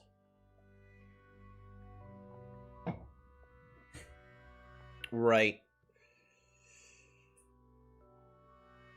Because I think the real question is would you be getting enough points to warrant disbanding the unit?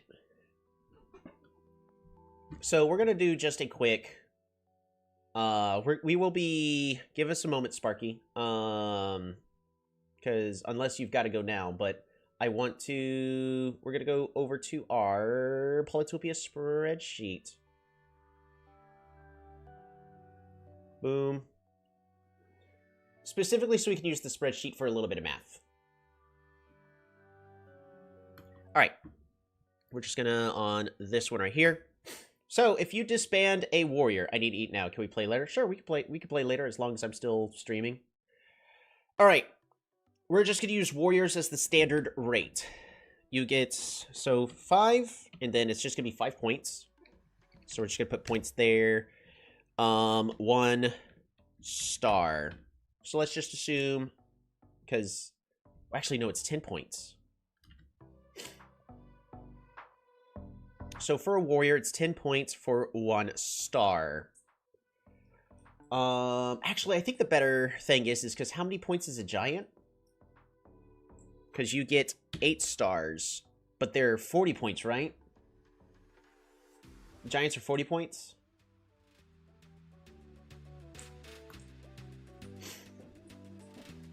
We can look that up really fast. Polytopia Giant. Because I know you get 8 stars. How many points are Giants worth?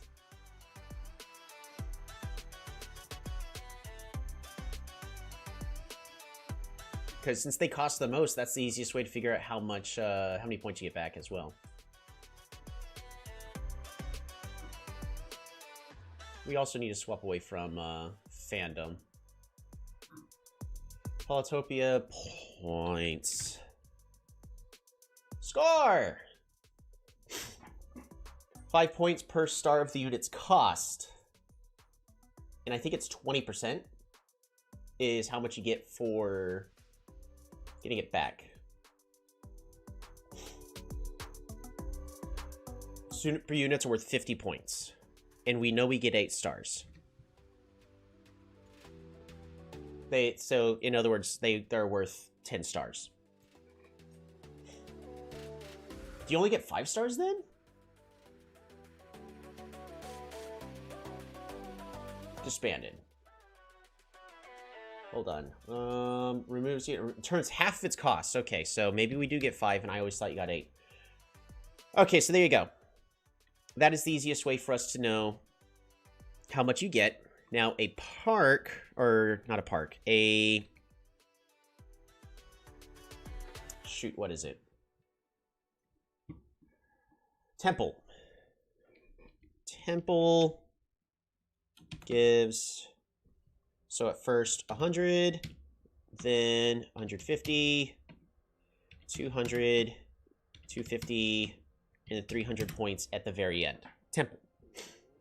50% rounded down. So, in order to say, but a temple also costs, we're going to use the base 20.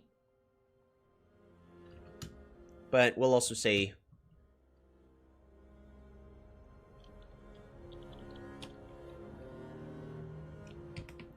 So they're worth the same amount of points. You know what? Temple, forest, temple. We can easily do this math. We could do this mathematically. So we're gonna go ahead and just delete that. Let's go ahead and capitalize T for proper titling. I don't have to, but I will.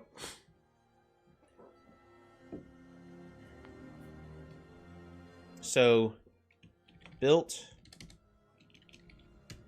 2 turns, 4 turns, 6 turns, 8 turns.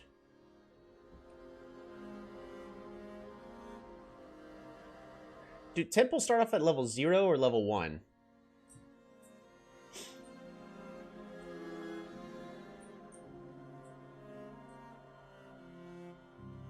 Because they only go to level 5, right?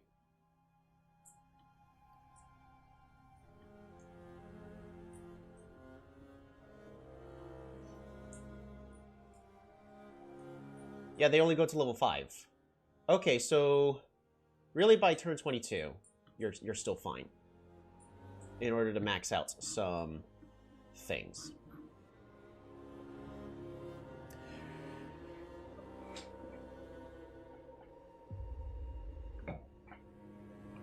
All right, so equals you spent. We're trying to say how many. So it's equals to that divided by that, I guess. What am I trying? Okay, in order to get the math right, we gotta ask the right question. Which is the question we're asking is how many points would you be getting per star? So you're getting 5 points per star, which is really, really good.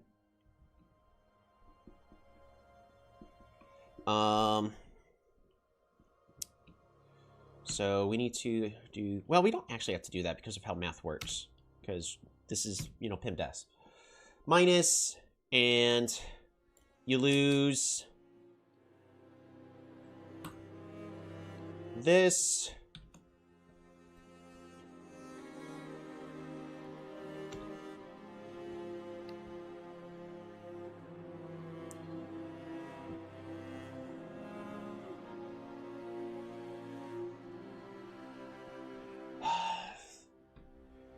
Just how many giants you need to sacrifice. Right.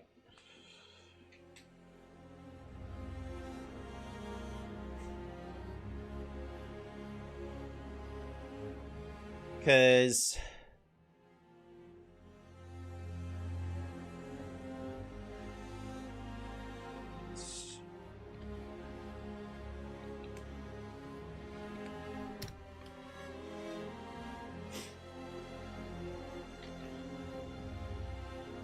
Oops. I mean, so maybe we could do it... That's because you put it there. Yeah, the math is wrong.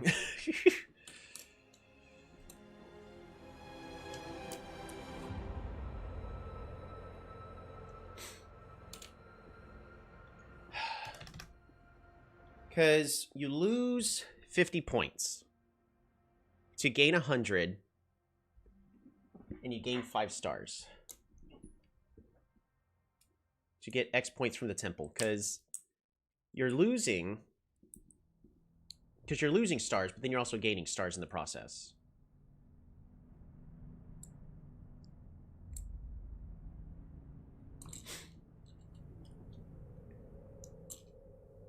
Okay, so potential equals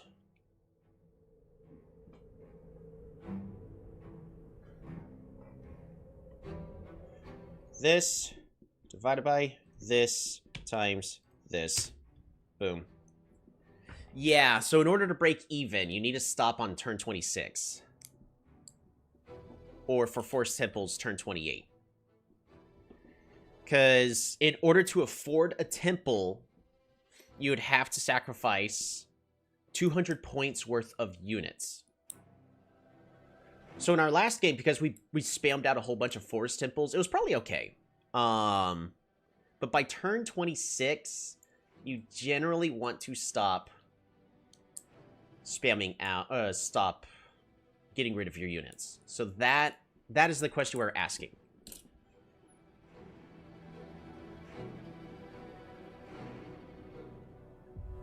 Because, let's see, it's equals... Yeah, this divided by this times that, right? No.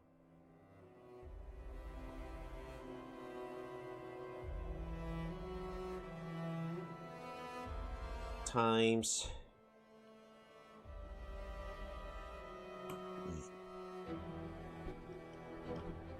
that, right? And then it's going to be minus, and then I need to click that. There we go. This is the math we're looking for. H needs to stay the same, so $sign there. The number needs to stay the same. And this one, it just needs to stay as the exact same cell. And this needs to stay as the exact same cell. There you go. So there's your math. You break even on these turns. But on other turns, so on turn 26, you want to stop. Generally on turn 26, turn 28, you want to stop disbanding your units. Because you would actually be getting a higher score. So if anybody, similar to how a lot of our games goes, fails to finish killing off all of the AIs, this is when you when to disband or not to disband. So there you go. That was the question we wanted to ask.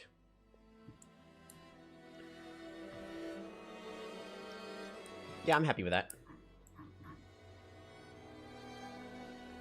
Using math! Alright, back to Polytopia. Okay, well actually, before we go back to Polytopia, let's swap away. I am... but boats, I want to do specific skins. But boats should be disbanded later as well. You are correct, because boats are generally free. We could probably do the math on that as well, but yeah, boats are, for the most part, going to be free. But Aquarion doesn't get boats. So yeah, that's a bummer for them. Also, Justini has been playing against really high ELO opponents. Alright, but let's look at those play counts. Is there any tribes that have 0 representation? There is! There is! There is! And that is Ragu. Let's fix that, shall we?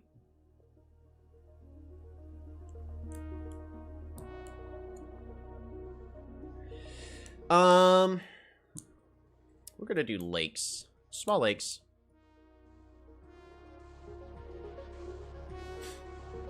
Ragu. So have a nice day. Gotta get back to work. Yeah, thanks for tuning in. I hope you enjoyed the stream and found it relaxing. Or, in this case, educational for how to maximize your perfection games. But now we're going to be doing the exciting stuff, multiplayer. We're going to do Ragu so we can get some information for our spreadsheet.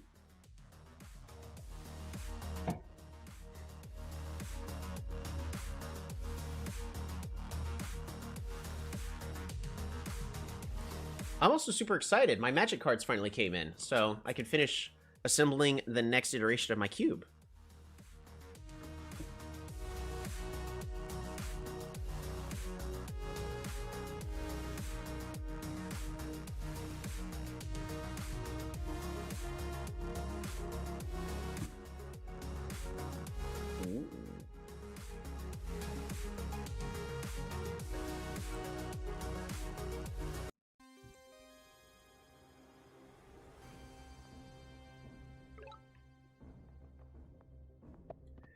Fish, fish. Let's get that workshop a-rolling.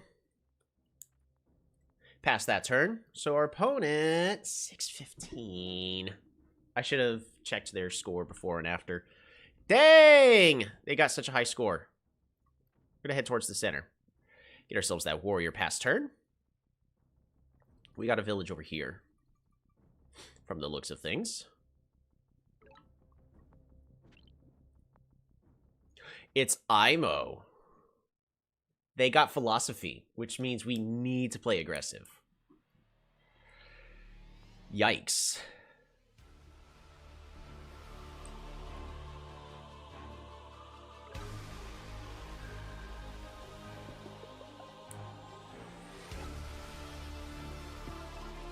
And they also spawned here in the western corner. You can tell because of how the map generated. Explore, please. Yes. I found you now.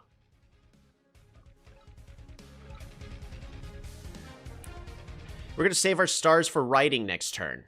Pass the turn.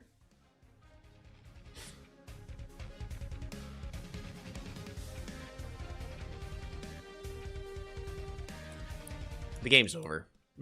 Oh, actually they had a warrior all the way over here. Okay. It's still basically over, but...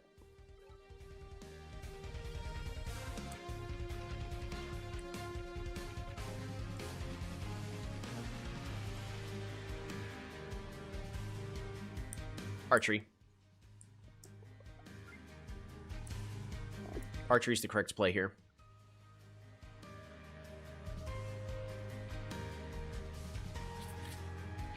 We got so many forests everywhere. Archery's going to give us a massive defensive bonus, but we also get to take this city from our opponent. Also, if they try to rush a giant, we get to do something about that.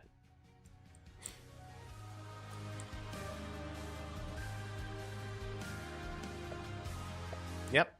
There they go, leveling up the city. They get a workshop.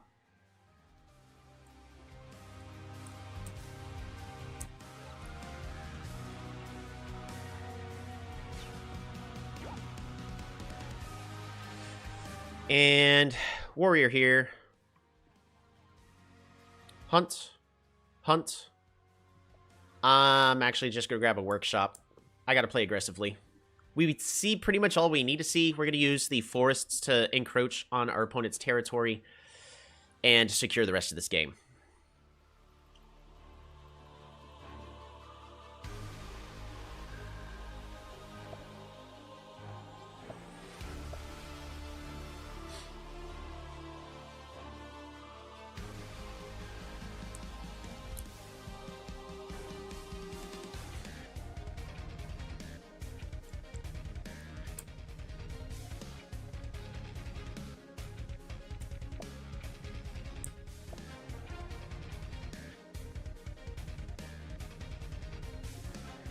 They are drastically improving their economy, which is good.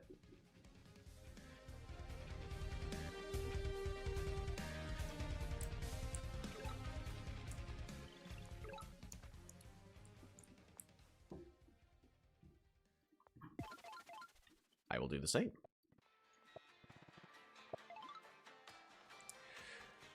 Workshop.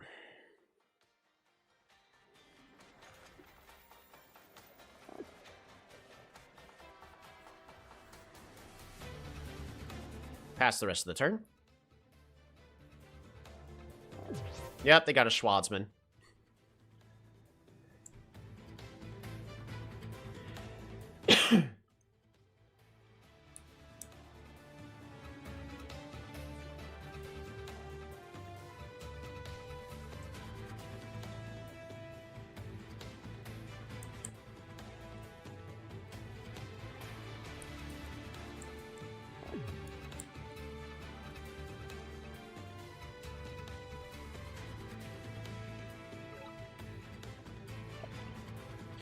Alright, hunt, fish, and fish. Resources. I'm passing up an opportunity to level up my city. Alrighty, but Archer goes here.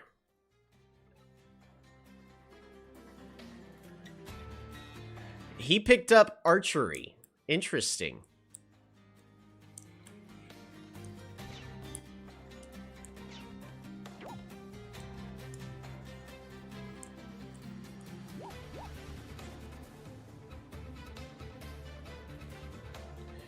We are going completely on the offensive, and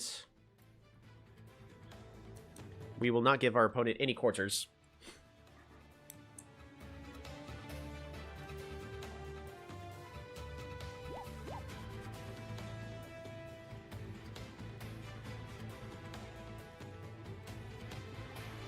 Press this assault. Give them no quarter.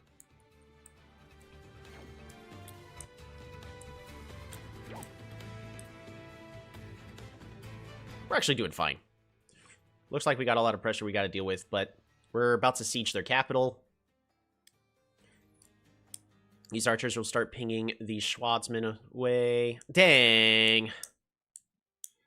Well, we'll set up to siege the capital next turn.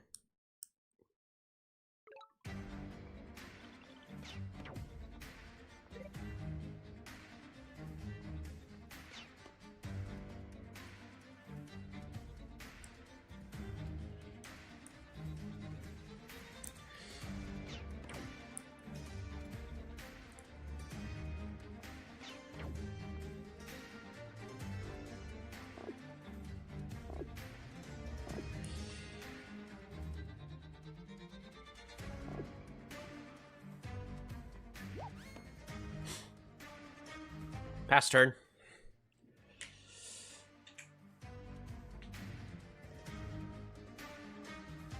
I'm considering roads, because it's really hard for me to connect all of my cities. But essentially, I'm just trying to get enough units spammed out to deal with this Schwarzman, which we basically got. It's also in a very... Yeah, actually, I should have put my warrior here. That was a misplay. Because now I can't train an archer here without threat of my capital being sieged next turn. Oh well, not the end of the world.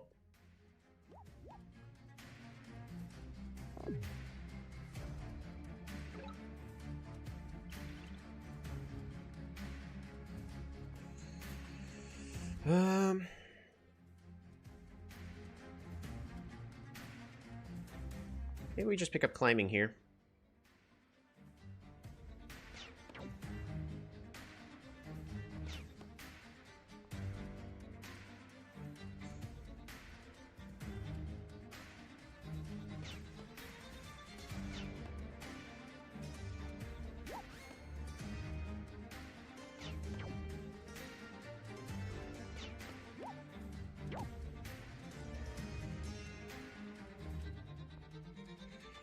Alrighty, and that does that. We don't actually have to train any more units. We pass the turn. Yep, and he quit. He's not even going to resign. He's just going to quit and waste my time. Oh, Imo's flawless streak.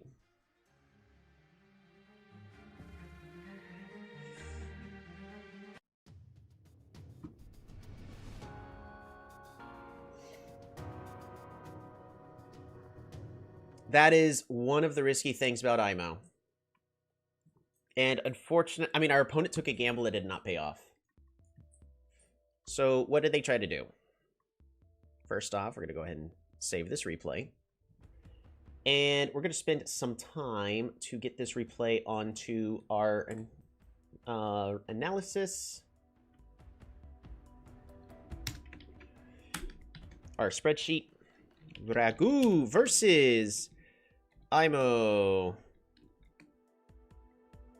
Small lakes.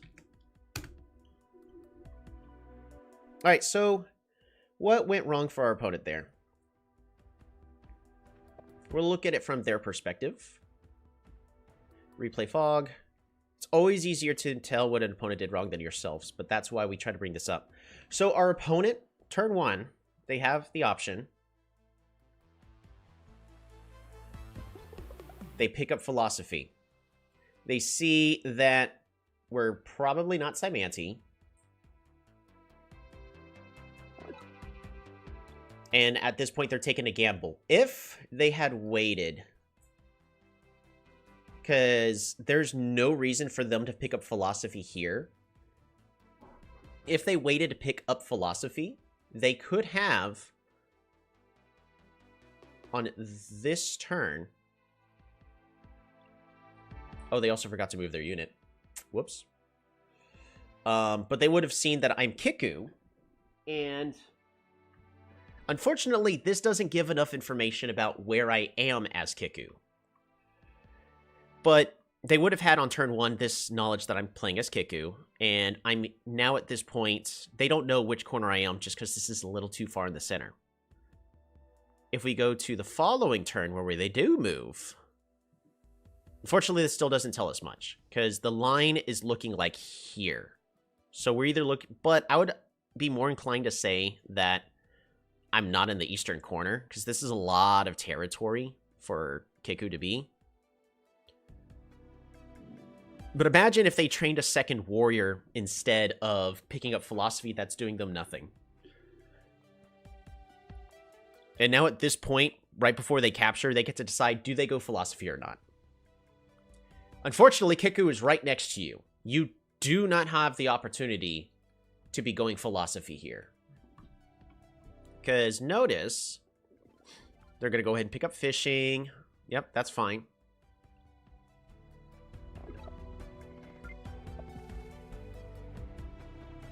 Right over here. But they would have already had this city if they had trained a warrior instead of philosophy. So it's just, they pick up the tech instead of training units to expand. That's really what went wrong there. What we're going to do is go on to our next game. Polytopia general chat. I'm going to go ahead and put up a vote. Go ahead and copy our ELO.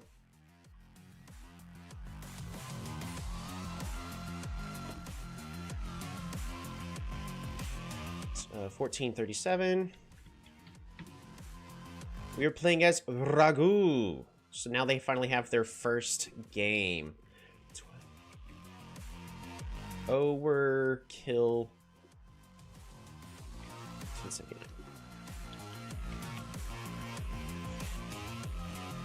12:45. They were playing as IMO. Boom. Yellow gain. I ended up gaining 9. Who was first? Player 2 in this case. Game length. 10 turns. I'm going to put it as 9 turns. Because turn 10 was literally skipped. Map size is small. This is lakes. Might. Villages per turn. Hi, Justini. How's it going? We're filling out a game. So it's going to be 1, 1, 1, 2.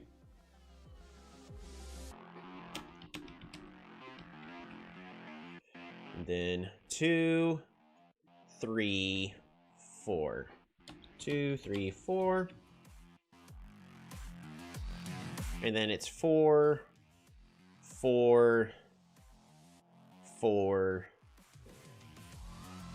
4. 4, 4, 4, 4. 2, 3, 4, 5, 6, 7, 8, 9, 10. Can we play now done eating? Let me finish getting this taken care of, but yes. Stars per turn.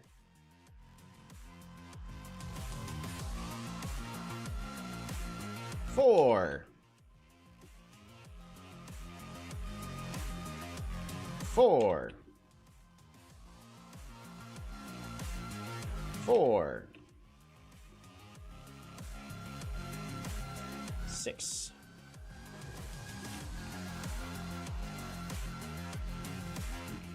6.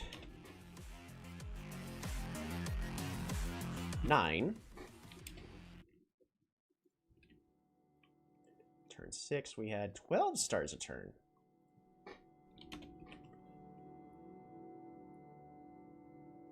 13. And I think it was just 13 and 13 again, right? 13, 13. Text per turn. So fish on turn 0. Whee.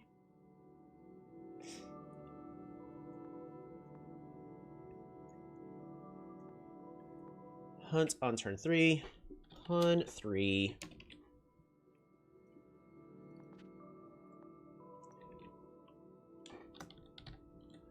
Arc. Not arch. Arc. 4.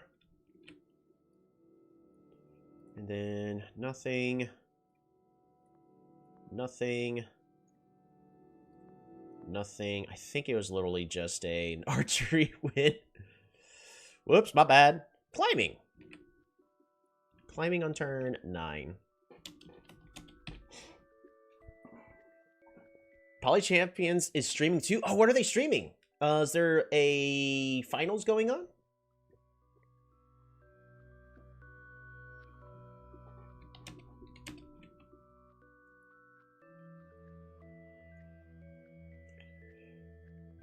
Zero, 3. No playing with Polychamps. Ooh. 2, 3. 2, 3. And then 8.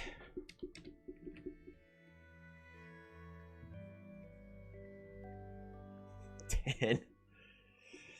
Yeah, this was literally just a rush. 0. Next, we're going to fill out the information for our opponent, just so there's an extra IMO game. Sorry, Justini. Killed the massive IMO win streak as well. My bad.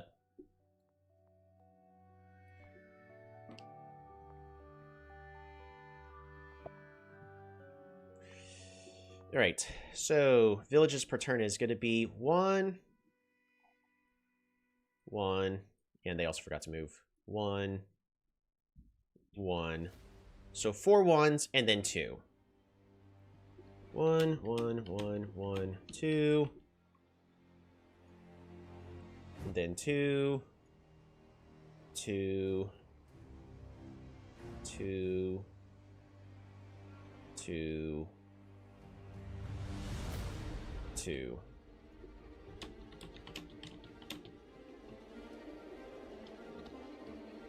One, 2, 3, 4, 5, 6, 7, 8, 9, 10. I'm gonna ignore that turn 10. That was literally them just surrendering. Player 2 stars per turn. It's also not that great. 2. Still 2. 2.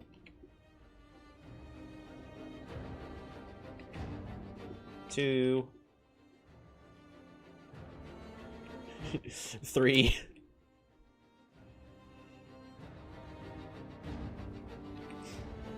5. 8.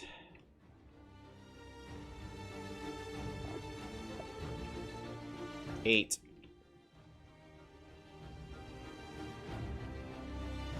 8. And 8. All right, text per turn.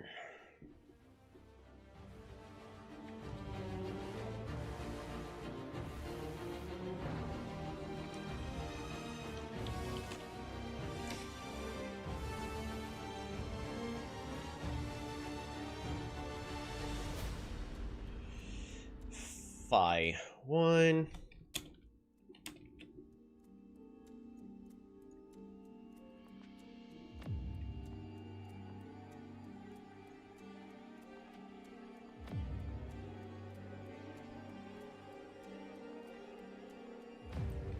And then fish 4. Fish 4.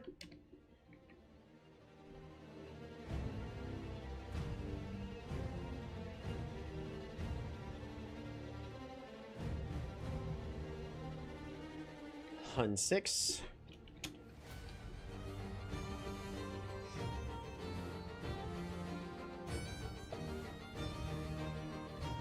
Arc 7.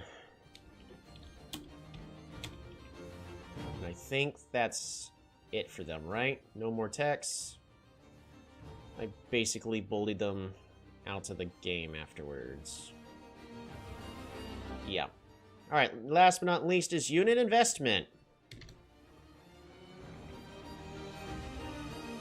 0, 0,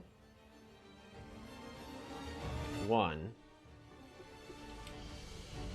Well, 2. 0, 0, 2.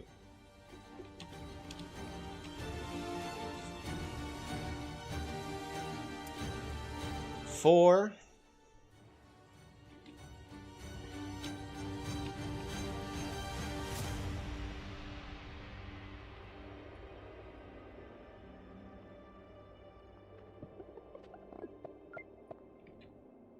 Two.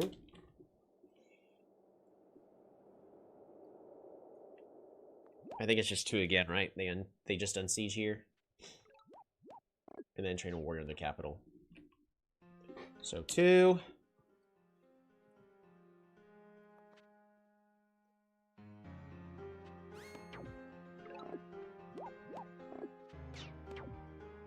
And then 4. Submit. Alright, there we go. So that is another game submitted, and now Ragu has data, and they were the last tribe that did not have a single game. So there we go. Sparky, if you're available, I guess we can go ahead and play a game. Ooh. These are our available tribes. It's a small lakes. Let me see. I'm gonna go back to my spreadsheet really fast and see what else still hasn't played. And I could just go to tribe evaluation. We could do get rid of all except for small. And map type is lakes only. Tribe play count. Imperius has not played at all. Oh wait, but I think Imperius is banned. Yeah, they are. Of course they are. Alright, what's next? I'm gonna check the winning votes. We have Urkaz and Shinshi. Let me see if Urkaz has a single game on this spreadsheet yet. I'm gonna turn on specific skin. I don't think Urkaz does.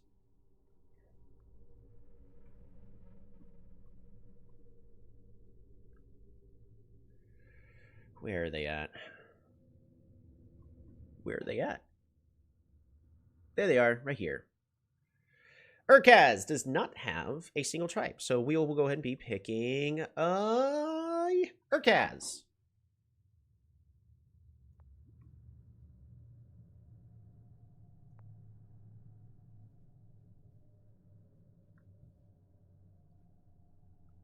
Oh, and I need to close the fandom wiki.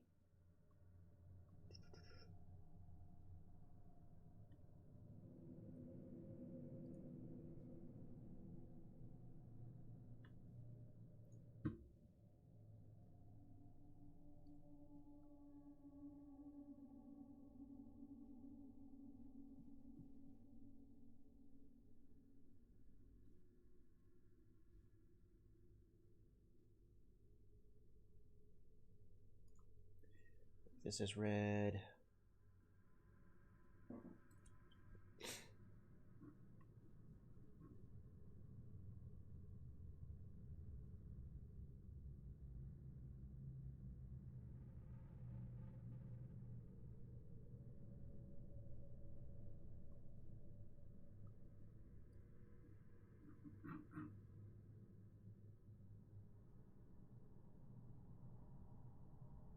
Maybe we'll join.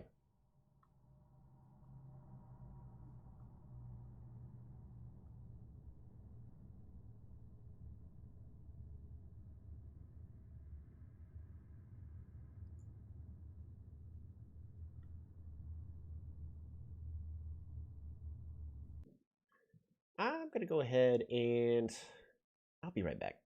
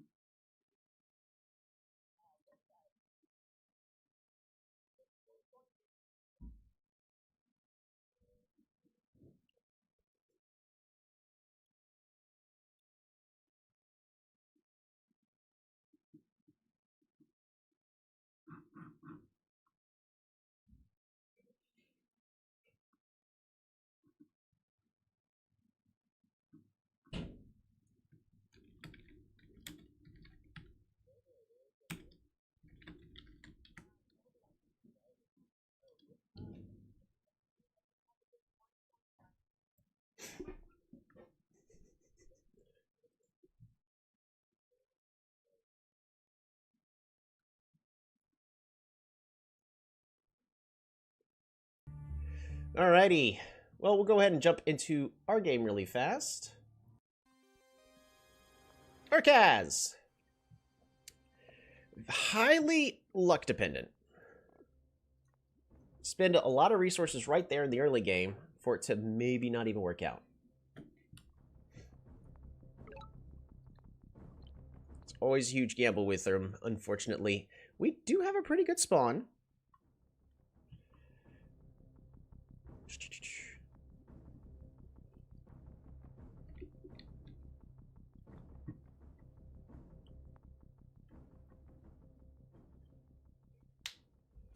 Organization we are cooking? Yeah, looks like it. I always prefer the hunting route, but yeah, we'll be going organization more than likely here.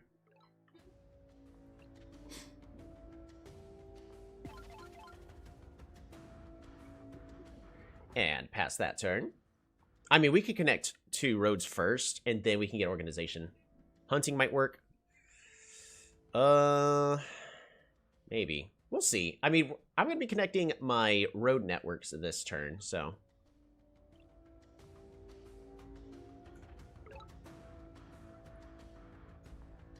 Road?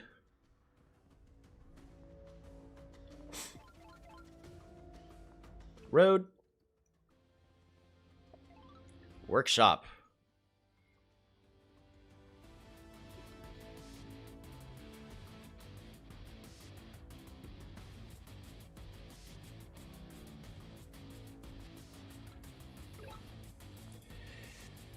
We can't technically go hunting.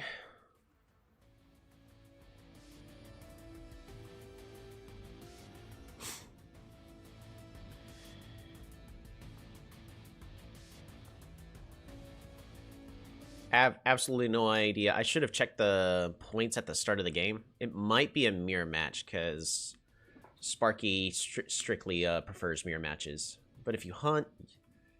If I hunt, I can level up my capital the following turn. Well, not the following turn, but I can level up the capital later. It also leads to potential archery. I don't really see a lot of places for farmland, so I think we're going to go ahead... Oh, wait, no reason to pick up hunting this turn anyways.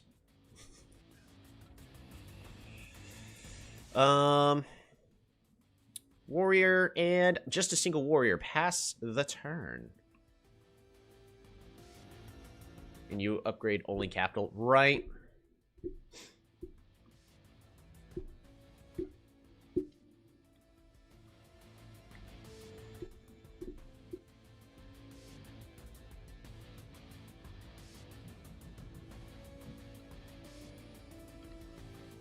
This one's a little bit of a tricky one. All right, we're gonna move back because we got a village. We don't have a village back here. Well, we'll get that lighthouse. We're gonna move you here.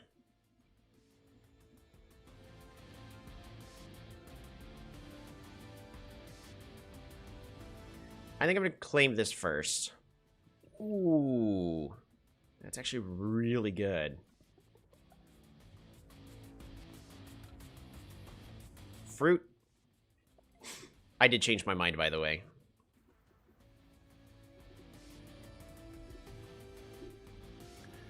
I'm not seeing any signs of my opponent. I'm going full greed. I mean, I wouldn't know unless I actually explored, but next turn we can level up our capital without having to pick up an extra attack. And I can also pick up... Do I want to grab writing here?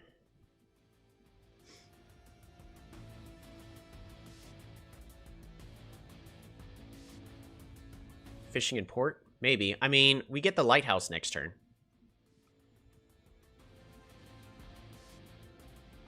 I kind of want to get writing here. And just get a writer in this location.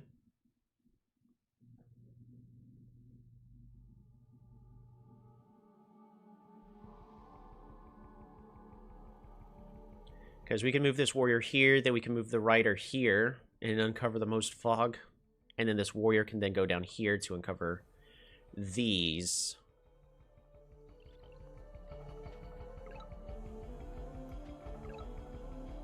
Shinshi, and then there's the southern corner. See, if I explored, I would have known that. Fruit? Fruit? It's fine. Resources.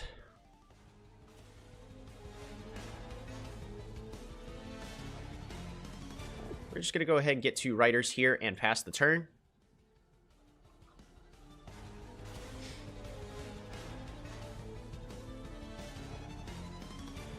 Shinshi's in the north? What?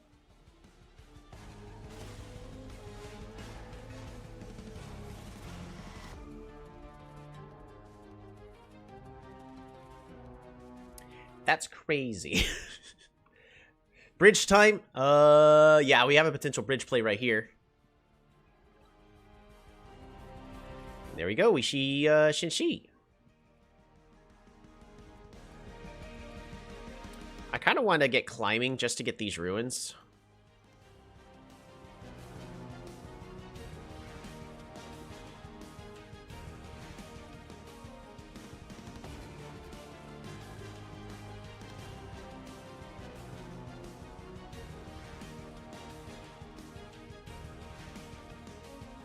Tell you what, I'm gonna get hunting first, just so we can continue to level up our economy. Fruit, because now with farming we get a giant.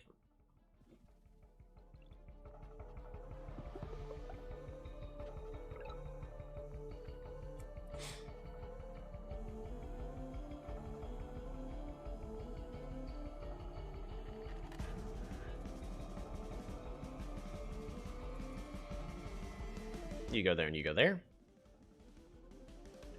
Pass turn.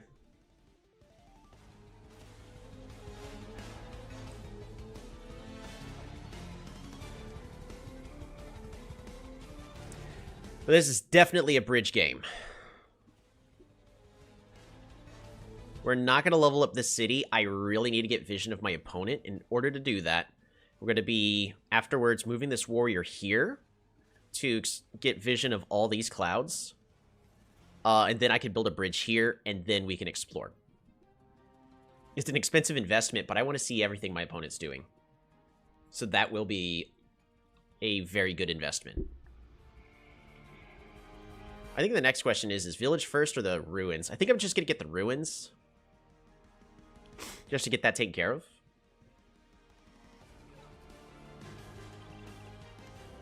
More resources? That's disgusting.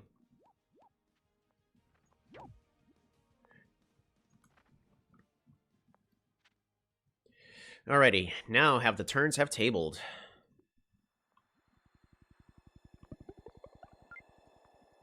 Farm. Farm. Border growth is even more giant potential in economy.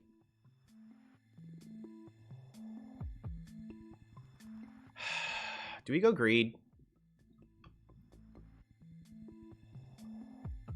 No. It's too early to go greed.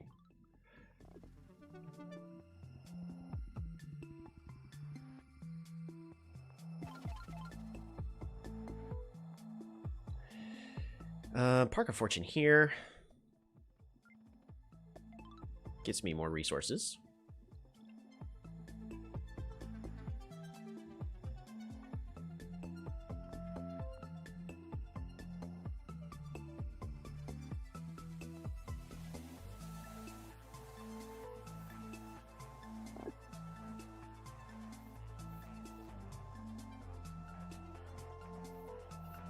We save our resources past turn.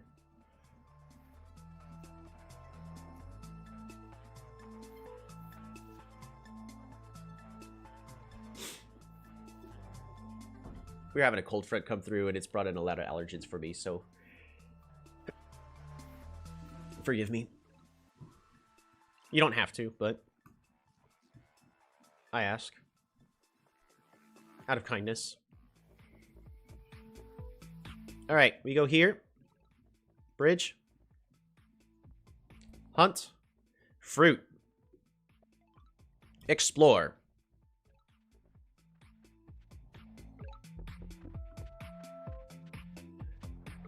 Yes!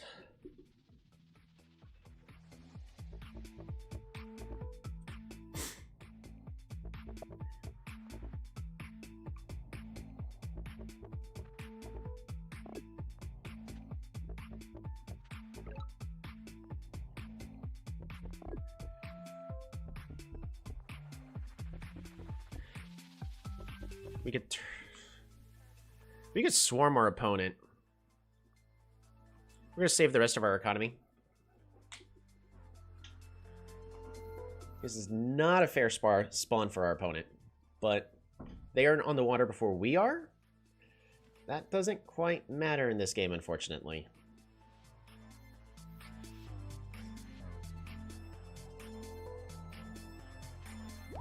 Bop-a-da-bop. You might be able to afford some archer spam in the near future, possibly. This is a river game, so archers would be very good in this map. We have full control over the bridges.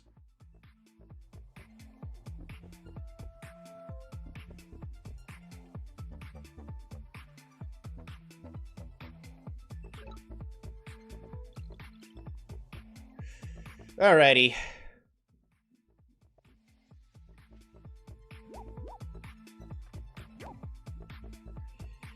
And we'll go there for a body block. I can also go ahead and pick up fishing. So we can level up this city. Fish, fish, fish. Resources.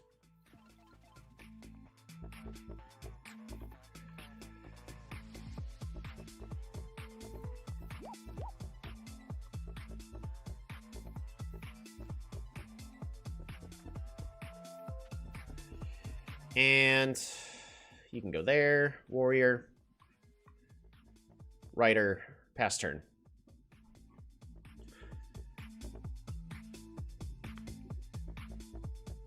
Yeah, this is not a fair map.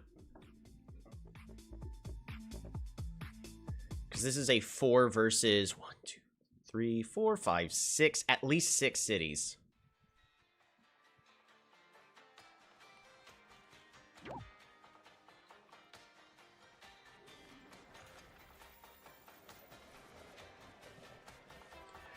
In theory, it might have been possible for them to end siege, but it would have needed to build a lot of roads.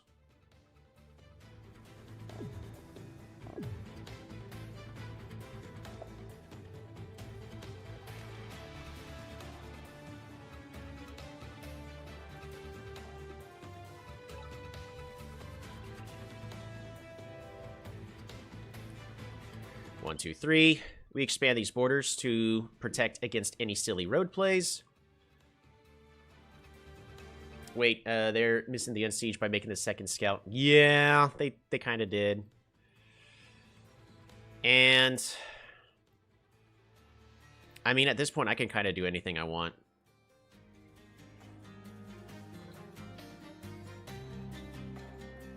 I'm just going to capture.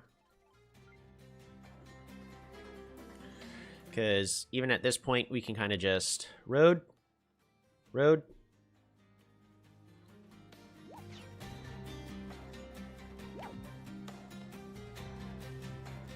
Uh-oh.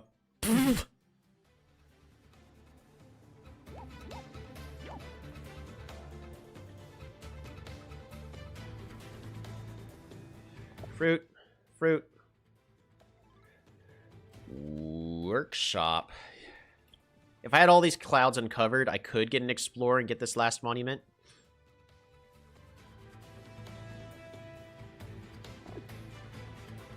Fruit.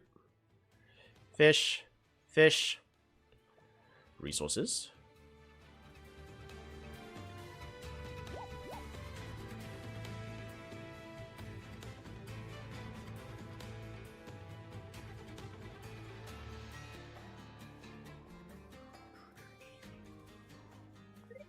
Just get in the way. Pass turn.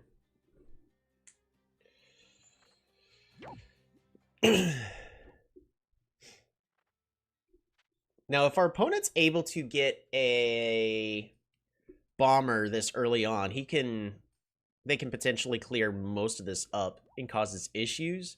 Our response is we pick up archery. That is our response to that.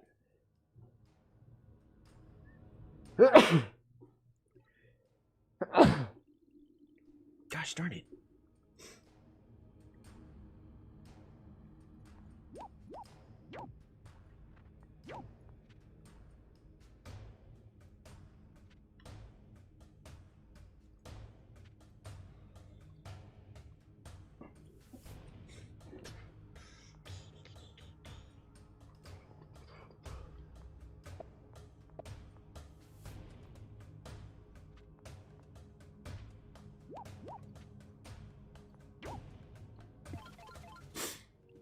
There.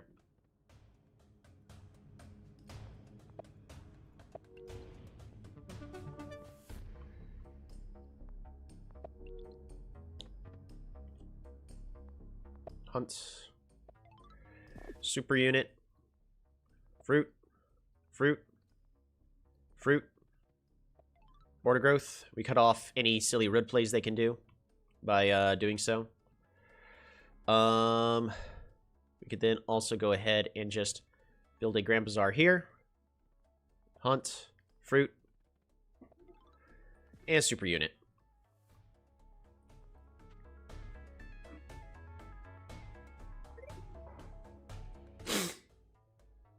I think they lose anyway. At this point, they do lose anyway.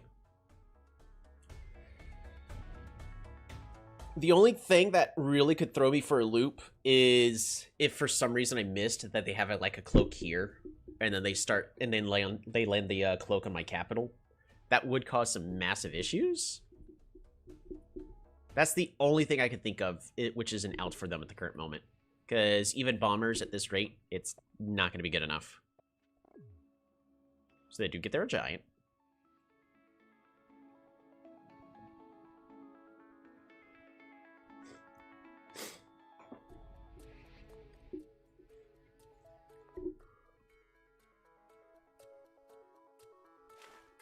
Yeah. Alrighty. That was a horrible spawn for our opponent. Again, Midgy1, this is not what we mean by mirrored matches, because it was... Again, let's just look at that map.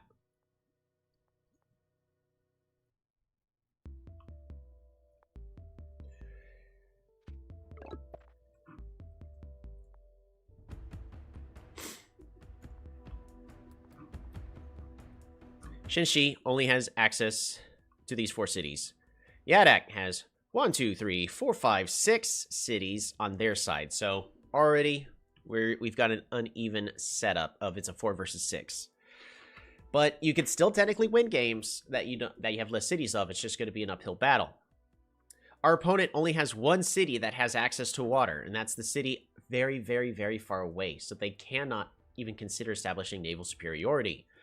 We have 3 cities with water access. So we have the potential naval superiority.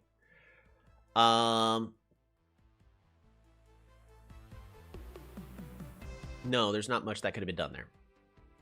That was just a... This is one of those map definitions of... It's a map win, which is unfortunate. Alrighty.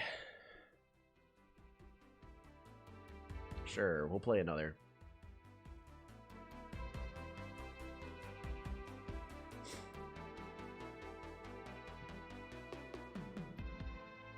Alright. We're gonna go ahead and... Yeah, because... So the thing on Polychamps is you gotta be invited in. Well, you gotta click a invite, and it's 1-point tribes. Let's see. Copy text. We'll go ahead and get this repasted in.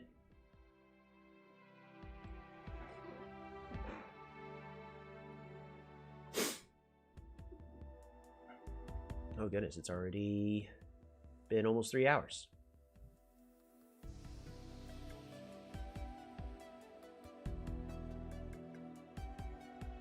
If I were to download the game back, I would play some mana against you. Fair enough.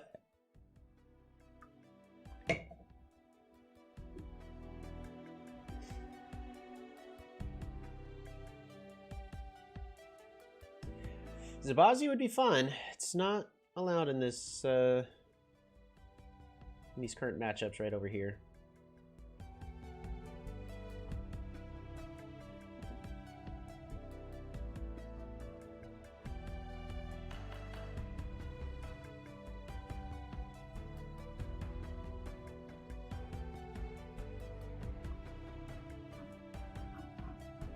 Alright, I'm gonna go to the spreadsheet, figure out what tribes don't have any games. I could play Anzala.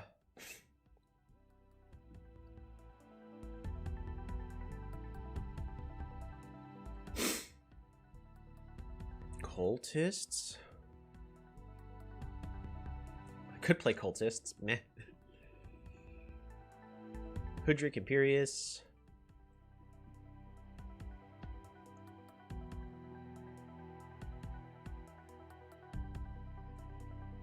Could play Hoodrick.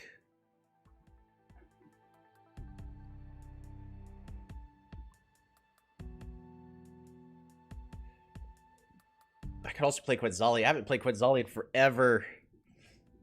You know what? I'm going to play Quetzali.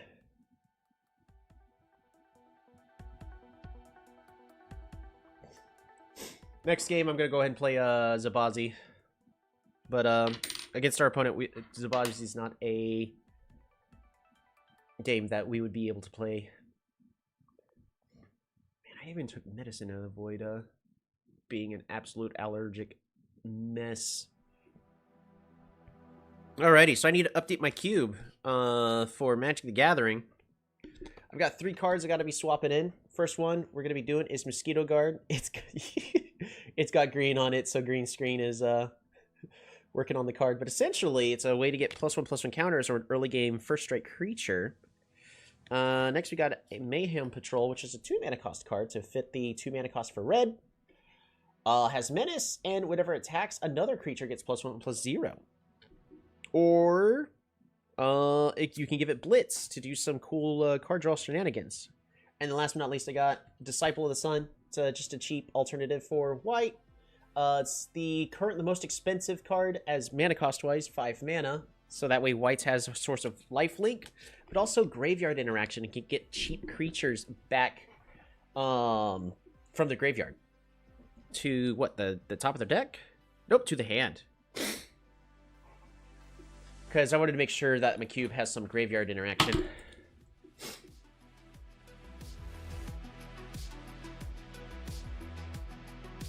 Gonna give it a little bit longer before we go ahead and move on to a different random game.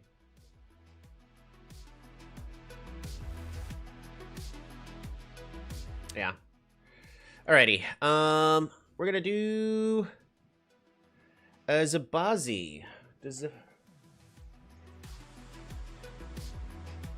Tribe evaluation. Alright, Zabazi. Zabazi does have multiple games. What about Anzala? Not a single one. I'll play as Zabazi, but I'm going to do Anzala on Small Lakes.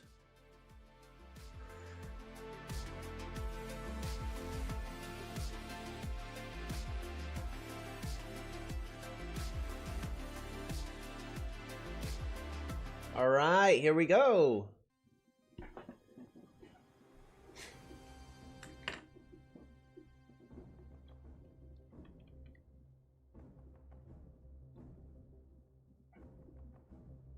Oh, I need to figure out who my opponent is playing as. 540. That's Samanti, right? No. Alright, farm. Get ourselves that workshop. Follow the farmland and pass the turn.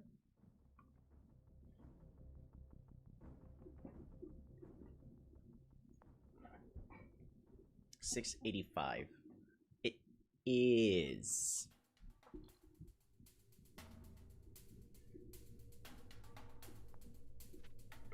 I'm gonna follow my more aggressive version of pick up writing next.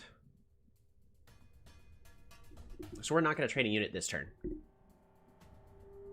Because it's going to be a while before I can even get back here anyways. I will be checking back here for a village.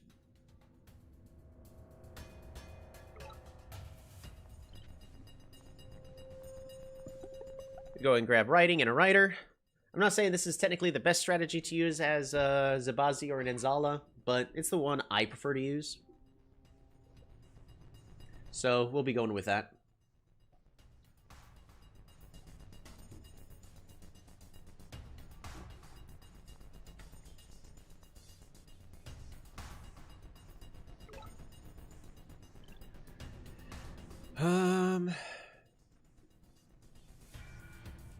Not cool.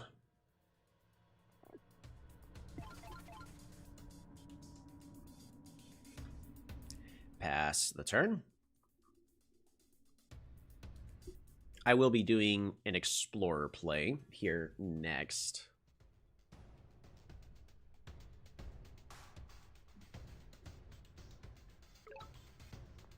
We're going to go to here. Farm.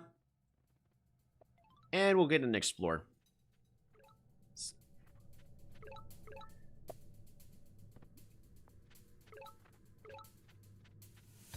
Illyrion. Fascinating. Oh, man. Pass the turn.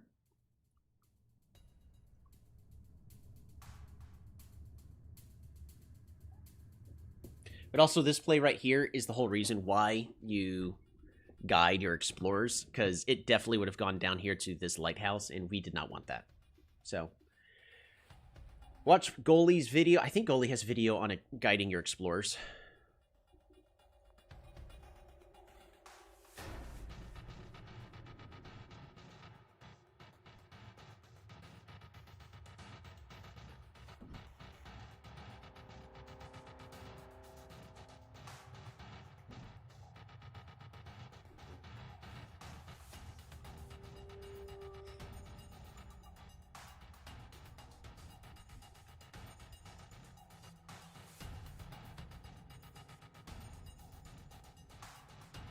I need to be focusing fully on my economy at this point, as our opponent will, unfortunately...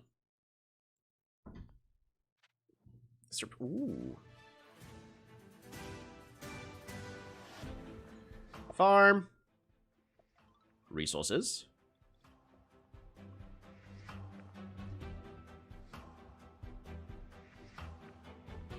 I'm going to train a single warrior.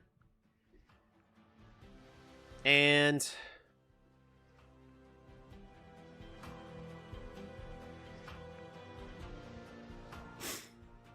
pass the turn.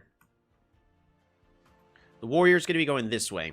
The last thing I was pausing on is, do I train another unit to potentially grab these ruins? And I think the answer is currently no. I need to be saving up for construction and then roads.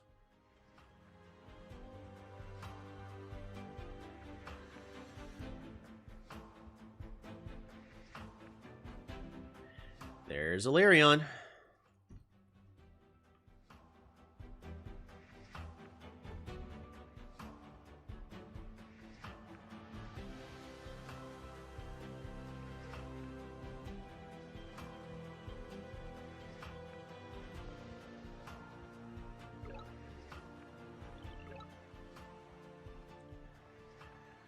Lovely.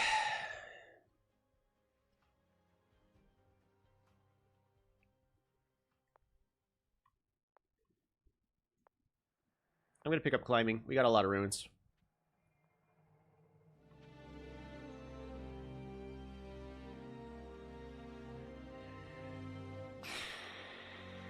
Pass turn. Forgot to bribe Midgie one. Right? Yeah, this one's going to be a rough game. It's fine.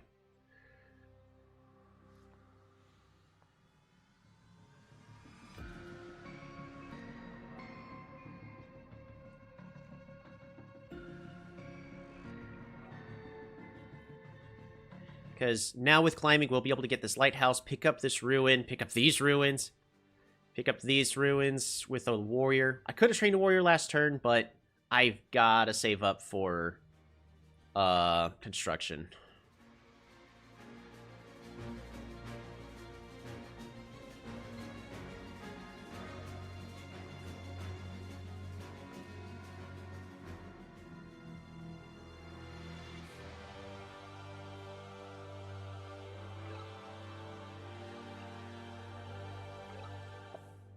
Mm-hmm. Oh!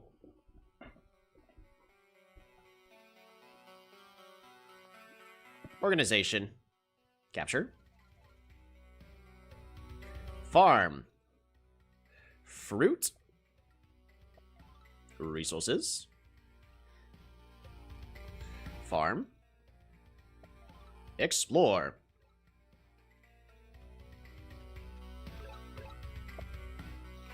Yikes. Alright, well I lost that race. It's fine. Fruit. Windmill. I have to expand these borders. That way we have some water access over here. That's rough.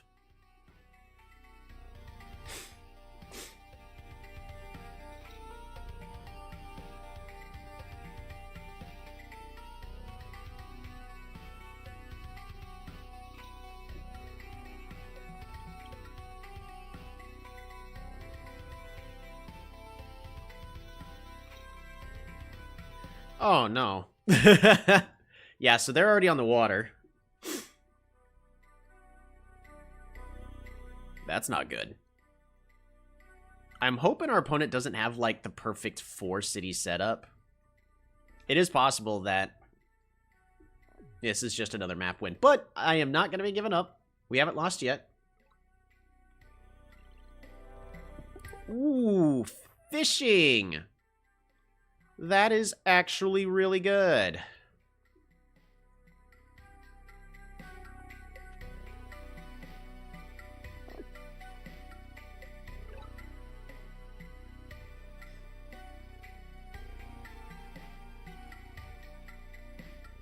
Just 2 stars. All they're going to do is pick up this ruin, and that's probably all that unit's going to do this game. So, yeah. Pass. No. I need to start getting warriors onto the water here. Pass turn.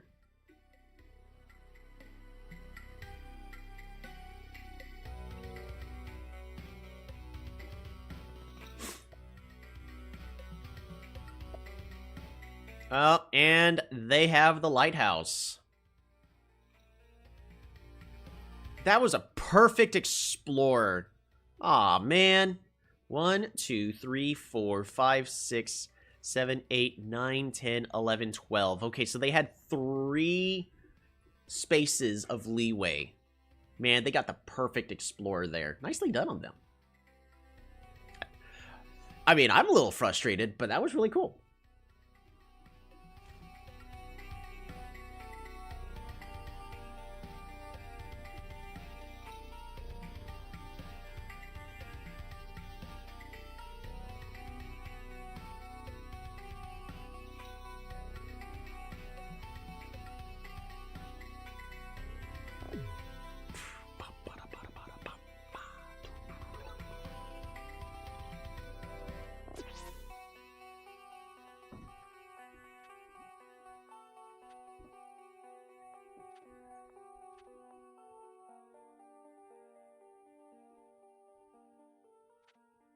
If they want to road forward, they may.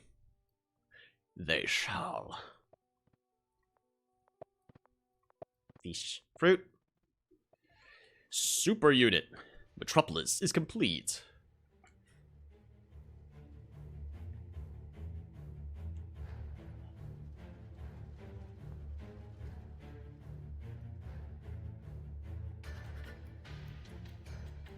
Pass turn.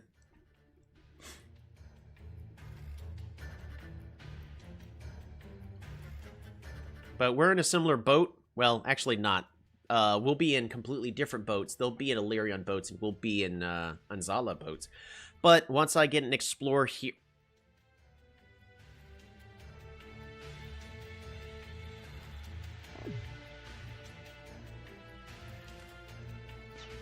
Alrighty.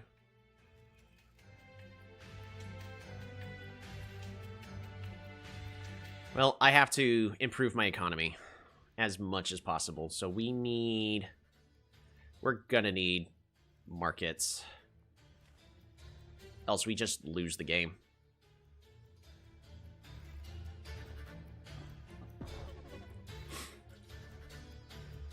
So yeah, they're already spamming units onto the water.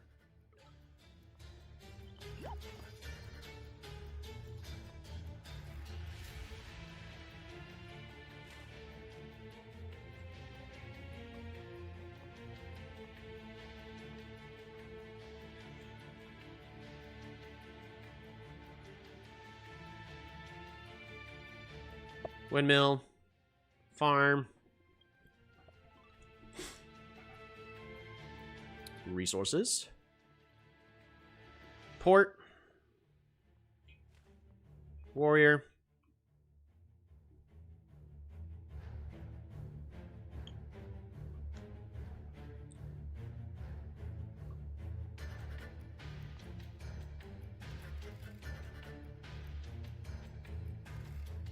Pass turn.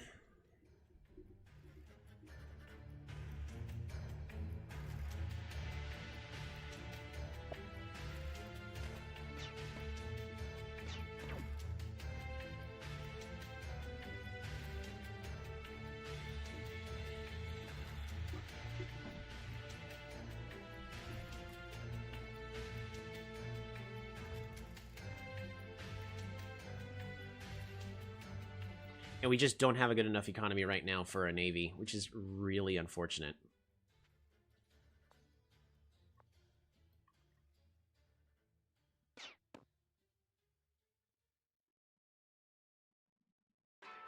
And then I gotta go to archery.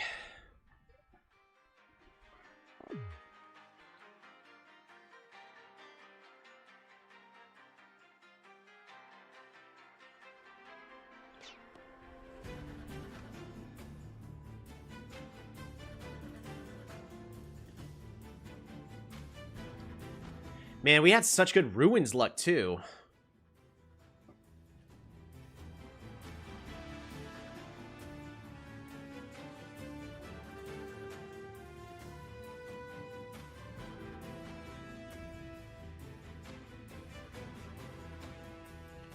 There's no text I can pick up this turn. Well, I have to pick up roads. I have to pick up... Yeah, I have to pick up roads.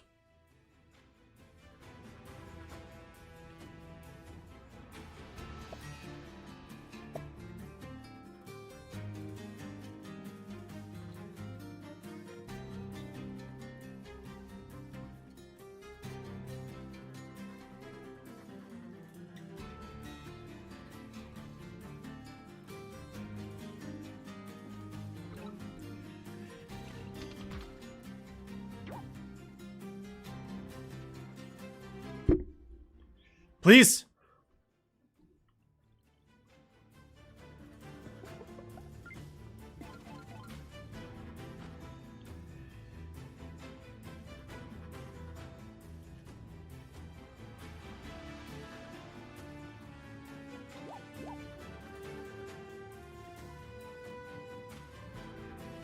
Road.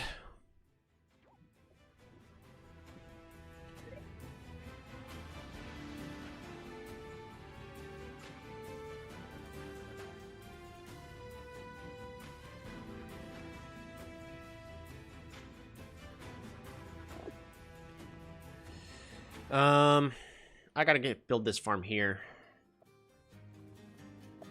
We have to expand these borders, which is unfortunate. But I have to. And Rider here. Pass turn.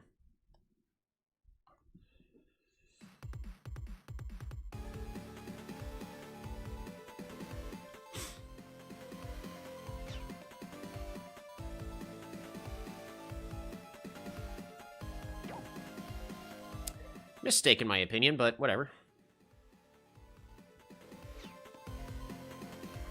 I mean, he's doing everything he can to keep me off the water, which is good.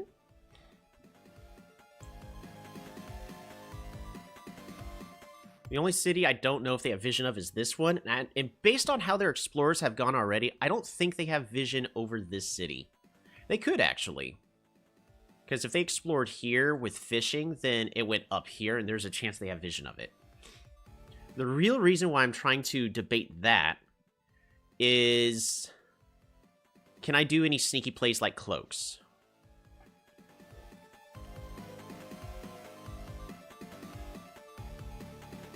Illyrian is the naval and economic powerhouse of sanctuaries. Yep. Exactly.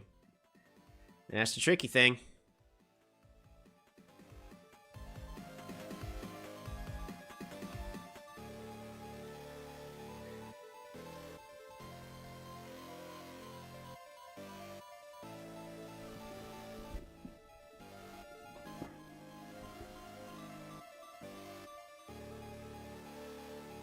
Alright, so what we're going to be doing is siege this, or try to take the city with the swordsman, which we can easily do. We're going to take this city with...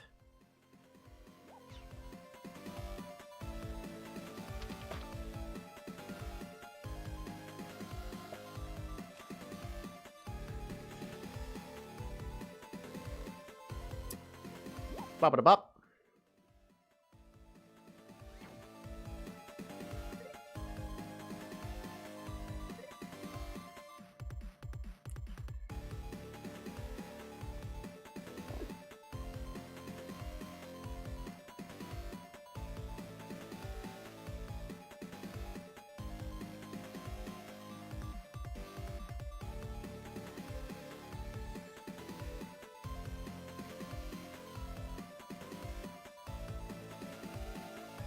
Warrior, Spark of Fortune, Fish, Fish, Super Unit.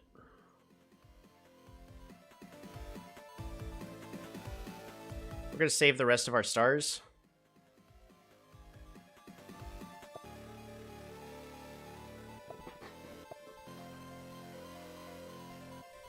Based on how much time they're getting, I don't think they have too many more cities than we do. We used most spawn luck last game. I didn't try to. It just happened that way.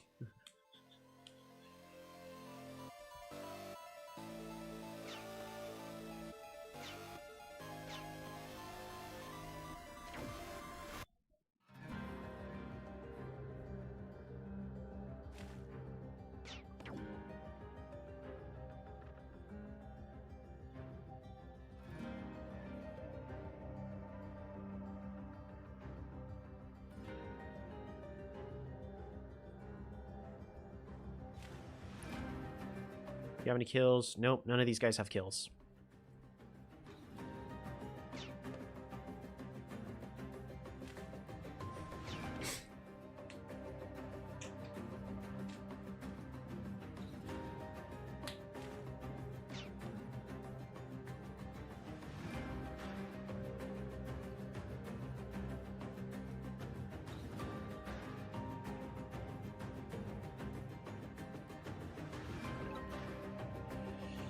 I'm not picking up sailing yet. No reason to.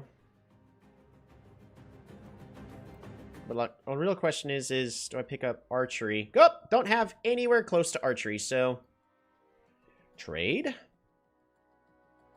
The best thing I could do is pick up trade.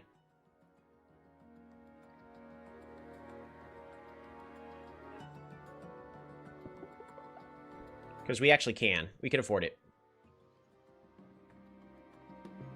Fish. Explore. No, go down, down. Dang.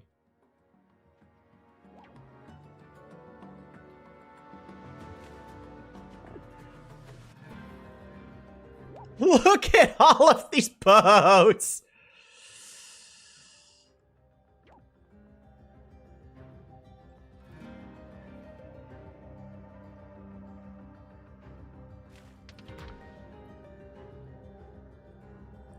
We need archery.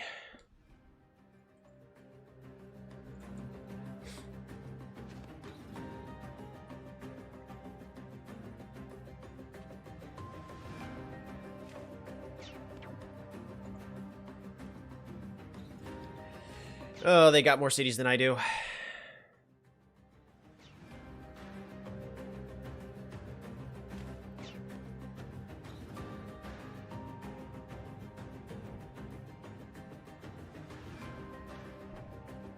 All I can really do is just keep buying as much time as I can, unfortunately. Buy as much time. I mean, I don't think he should have expanded those borders there, but whatever.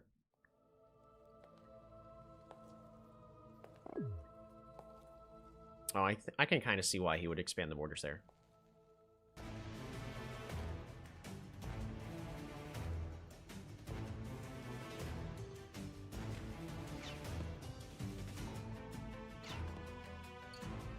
But We need our own spam of archers.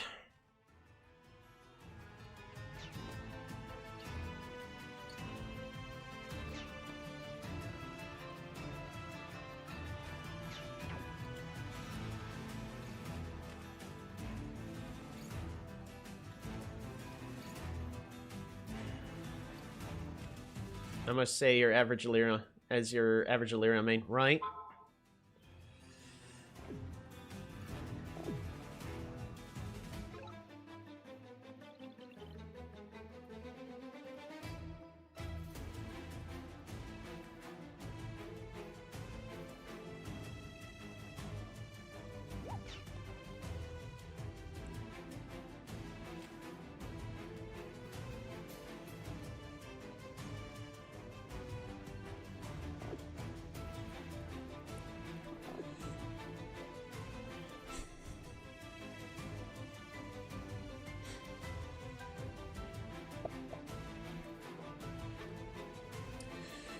Windmill. No!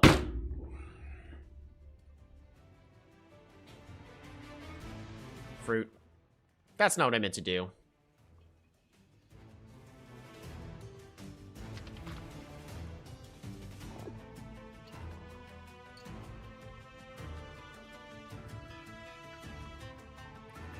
Man.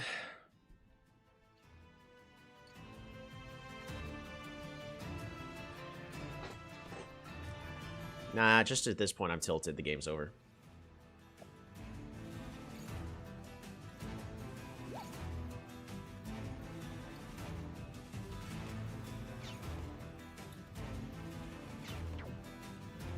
You still get archers, but it's going to be tricky.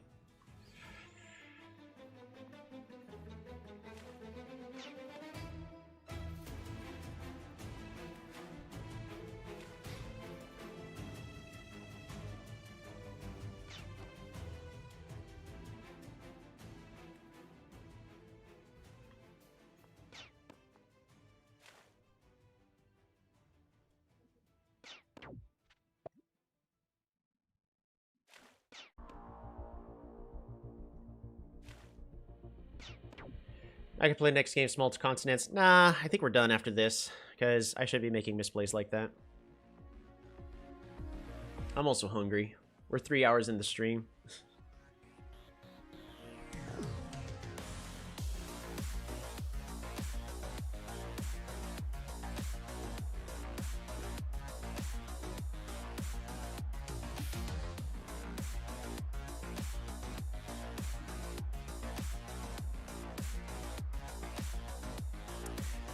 Unfortunate with the luck about the Explorer, though.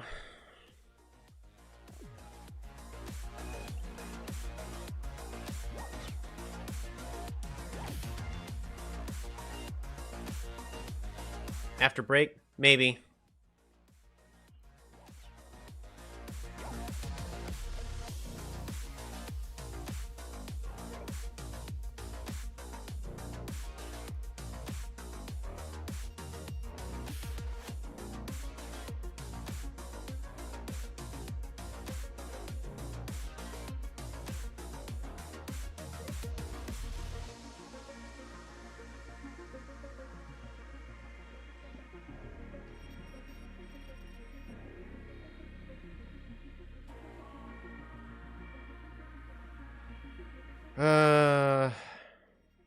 Wish I had 3 more stars so I could chop these trees.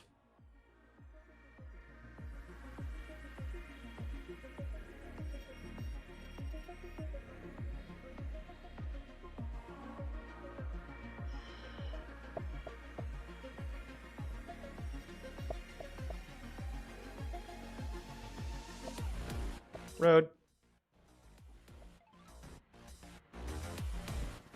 Population growth.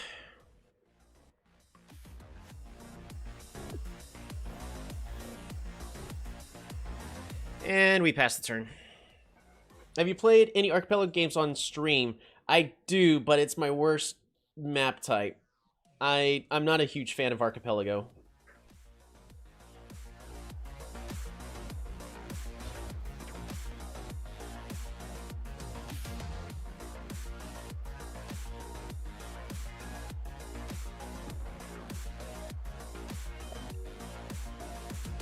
Better at Waterworld? No.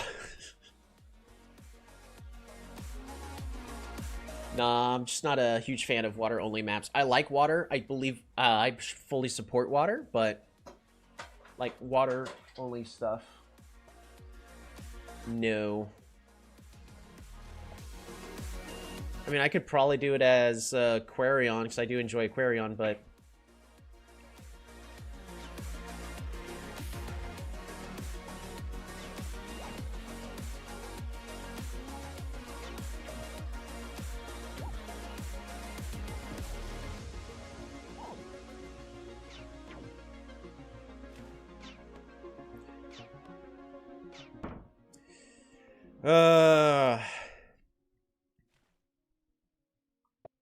I should have had archery long ago.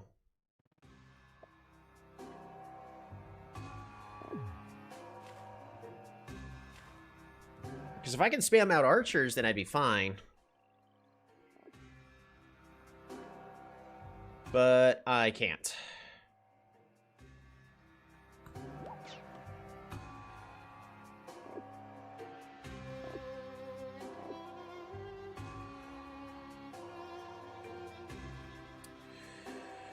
Not in this case. Road.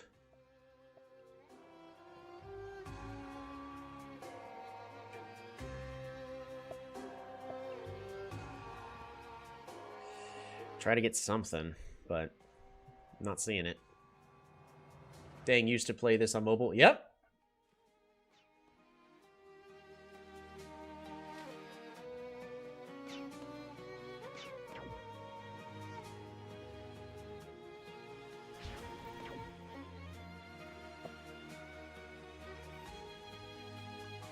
Dang, I'm really going to be one pop short, aren't I?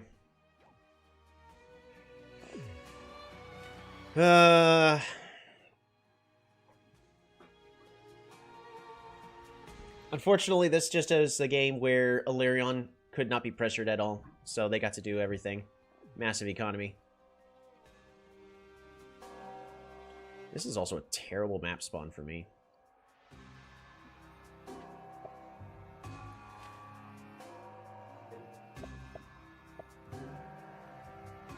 I maybe should... The only thing I really could have done differently is trained a warrior earlier here to pick up this city. That's the only other thing I really could have done differently, but... Can't say, I didn't try.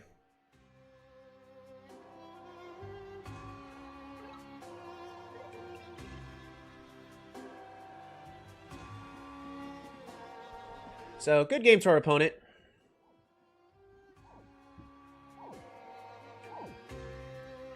That is unfortunate.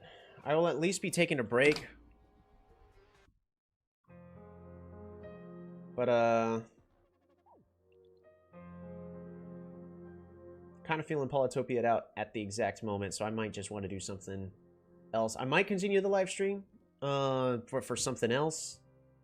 But at least we have 3 hours of a stream for today, so... It's a good game, though. I should have trained that warrior sooner and sent him down for faster expansion. That's the only thing I can think of that I could have done there. Oops. Before it starts to play that theme again. There we go. Alright, let's get that replay saved. And that is Anzala versus Illyrion Small Lakes. And we'll get that one added on into the spreadsheet as well. Wanted revenge. You still got a higher win rate than I do. When is the P-Tech tutorial dropping? I mean, I kind of just go through it every single time anyways. So P-Tech. This is the spreadsheet that we are doing a continued effort. Right now it's on every tribe just to see who has what kind of win rate. But this is to try to give us, make it easier to give a guide and tutorial about what tribe does what on what. As well as whenever, because I am planning on making some more guides in the future, but I want to have like actual data to support any claims that I have. Such as this tribe is fast to expand, like this fast on expanding, or so on and so forth. If you want to play on this, if you like this map, these are the tribes you want to play in. Like, actual hard, concrete data. Just because I mostly play Lyron and Cymanti. That's just because I mostly play Lyron and Cymanti. Yeah, but that's fine. I mean, they are... So if we go ahead and turn off specific skins, you can actually see, like... by the way, Justini in the chat is one of the main guys putting in all the data, and I have Python installed, and I'm going to be trying to find a way to automate, like, putting in a replay, and then it goes, okay, here's everything that happened in the game. So that way we don't have to manually put all this information in. But right now, this is just a whole bunch of hard work and manual labor. And you've got myself for all the coding for the spreadsheeting, and you've got Justini for playing a ton of games. So, like, if we go here and we're literally just, okay, all the game types, every single one of these. And just in case people are ever curious about, like, how they do, you know, we're including player names. But if you look at Justini, he is responsible for 146 games worth of data. Or if you divide that in half, because we're not including, like, showing only wins, because it would... Oh, it does go to that. So, Justini has, with his hard work, put in 73 games worth of information. That is a lot. That is starting to get to the point where this is going to start showing us some actual data and information. Also, just in case, I switched it to where we're not showing the 104. But like if we do, then we have 160 games worth of data. Ignore the final turn is mostly for just some game information. But yeah, we got like 80 games right now. It's still not enough. But you could go show only wins, because in theory, only games that are winning are games that are worth going, oh, I should follow that strategy. Even though, like, if you're watching the pro players, you know that's not true. Like, a pro can lose to a novice, but they still do everything right, and the novice just had a much better map. It is possible, but the pro can still win.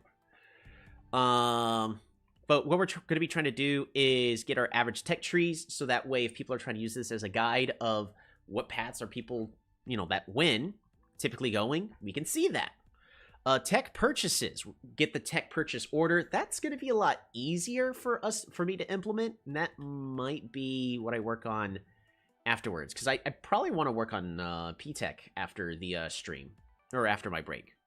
Tribe stats, which we're kind of getting there now. We can see, like, how on average how much ELO a tribe wins, which would be easier to basically, like, how good or how bad are they. And right now, this is showing that Cymanti is currently the worst tribe, because Justini knows how to play against Cymanti and destroys them. Same thing with win rate. Is Cymanti against the tribes on average? It's just the worst. Here, we're gonna do this. There. So there you go. We can just see right here, like, how good each tribe is. And currently, the tribe with the best win rate is Polaris.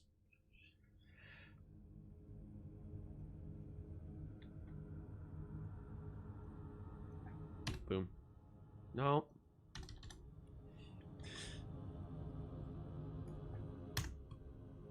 Yes.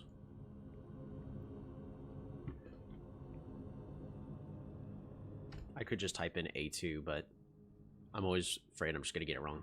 Alrighty, but yeah, so we can just see right now, like, Cymanti on average loses the most ELO. Imperius currently gains the most ELO. Cymanti has the worst win rate. Polaris has the best win rate. And the current most played tribe, based on our spreadsheet, thanks to Justini, is Aquarion, actually, with Shinshi having the least amount of played games. And for, if anybody's curious about, like, well, what about with specific skins? Yes, we also include that information. That is indeed included.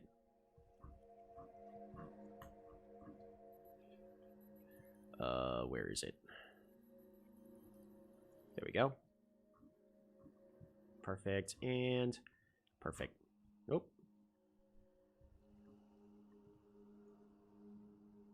There we go.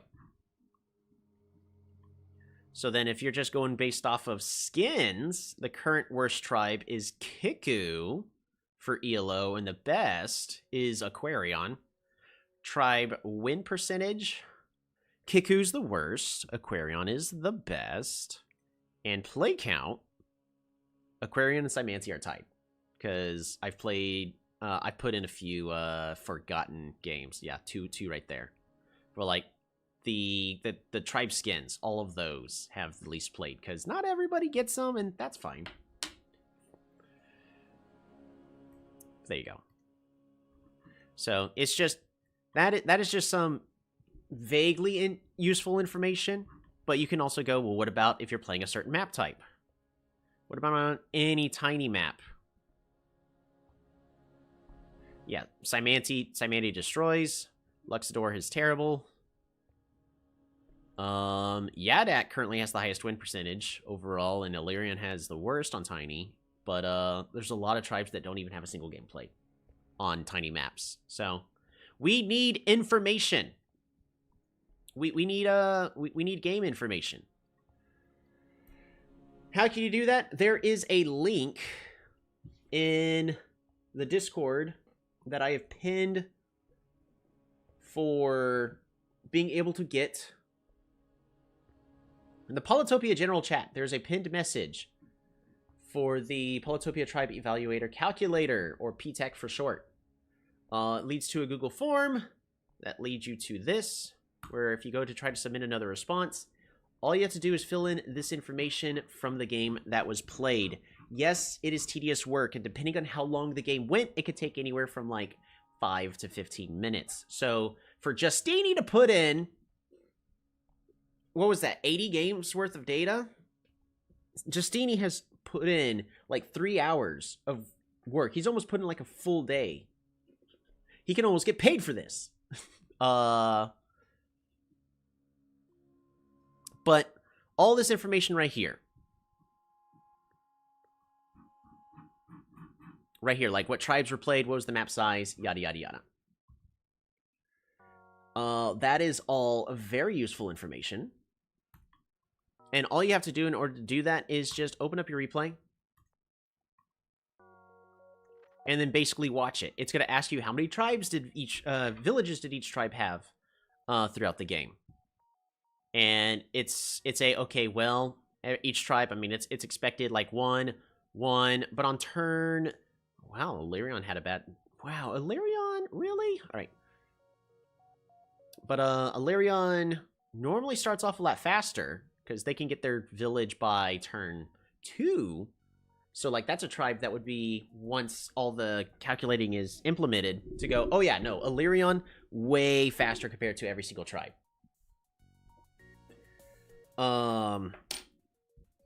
And that's our goal, is I want to be able to give, like, a star-based, like a point-based system to say, hey, like, Illyrian's the fastest when it comes to early game expansion. This, these are the tribes with the best early game economy, and here's the information to support it, as well as tribes with the best, like, mid-game economy. Because late game, it's all depending on the map, but by turn, we're going to say, like, turn 10, that's really when you want to know, like, how well a tribe does economically. For instance, like Illyrian, 23 stars a turn. And, oh boy, we be struggling at 12, because this was just a bad map spawn, but you could really tell one tribe does a lot better with that early game economy, or the mid-game economy, than the other. Whereas, at the end of turn 1, Zabazi, 2 stars. Illyrian, or Zabazi has... Come on, auto. Has 4 stars worth of production, and currently has the best economy. Whereas Illyrian kind of is mediocre, but they've got very powerful economic potential in the mid game. I'm excited to see your super unit potential with tribes. Yes, that one actually is going to be some interesting information. Because we also, when we go to our PTEC,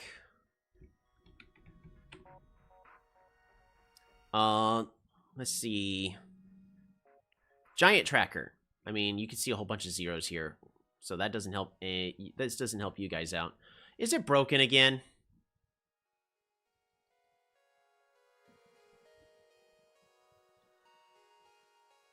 I think it's broken again. How does the giants keep breaking?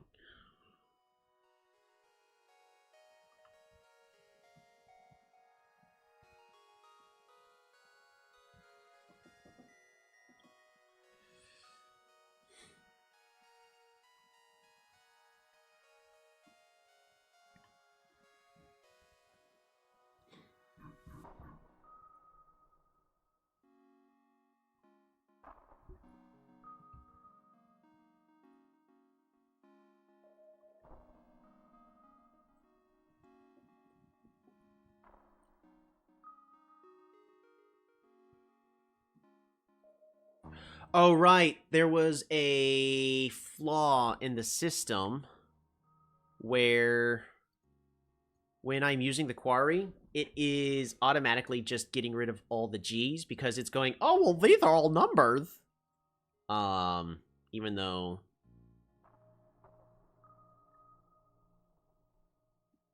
Even though it has no reason to be removing the numbers. But, like, you'll be able to see there's not a single G in here.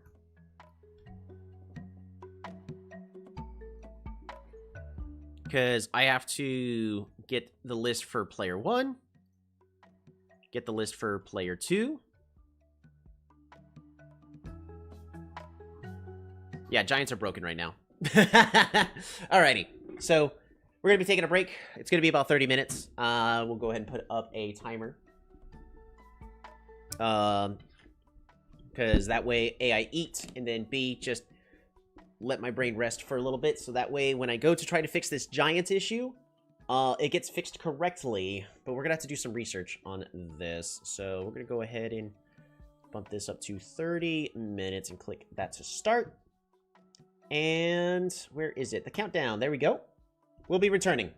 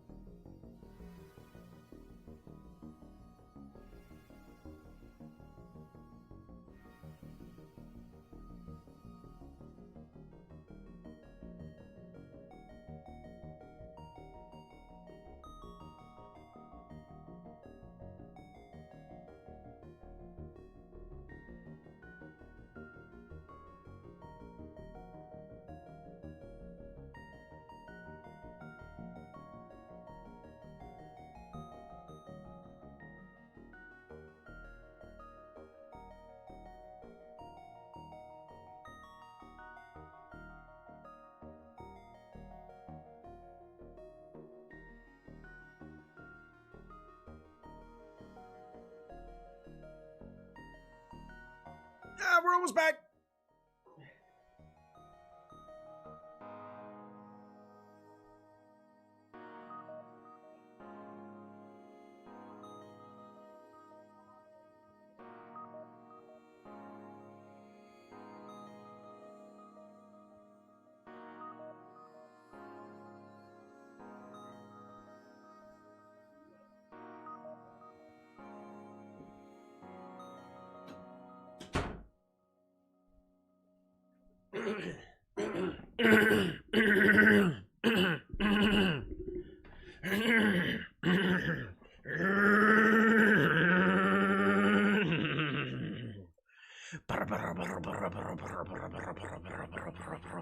Purrs.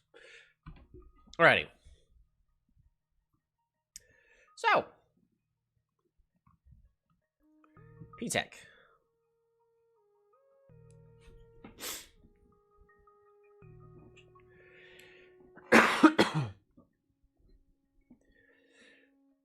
The storm really has come in.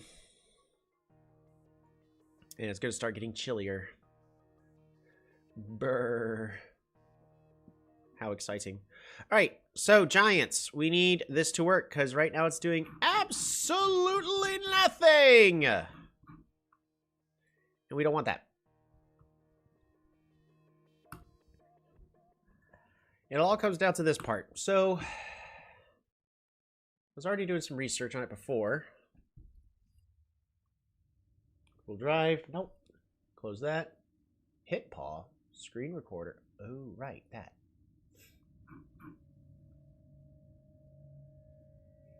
That's join and excluding blank rows.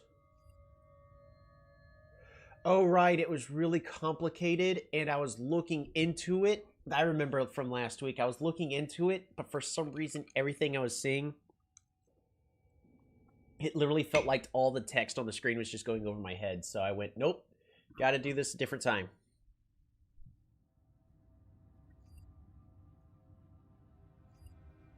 I'm closing a few tabs. Give me a moment.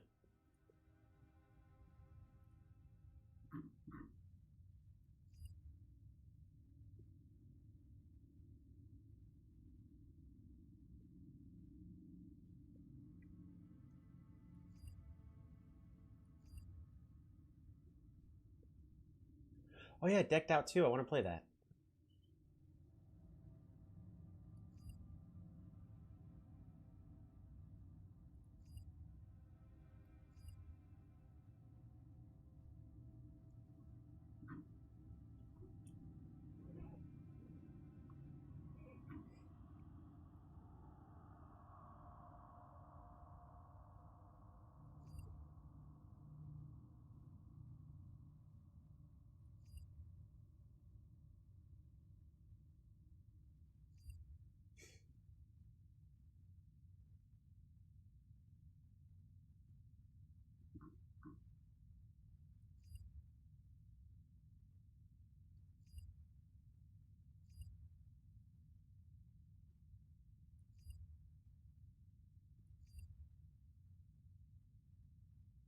I'm still closing tabs. Give me a moment.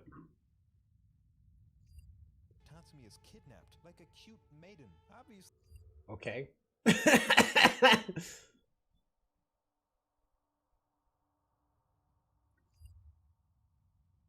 I remember why I had that open. It was for a video. What video was that? Oh yeah, it was for an Elder Scrolls one where an Elder Scrolls video where my queen had finally died. He's dead. No. Oh well. Reign of Nether.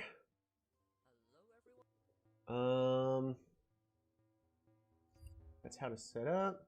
Ooh, that's Justini's channel. That's Justini's channel.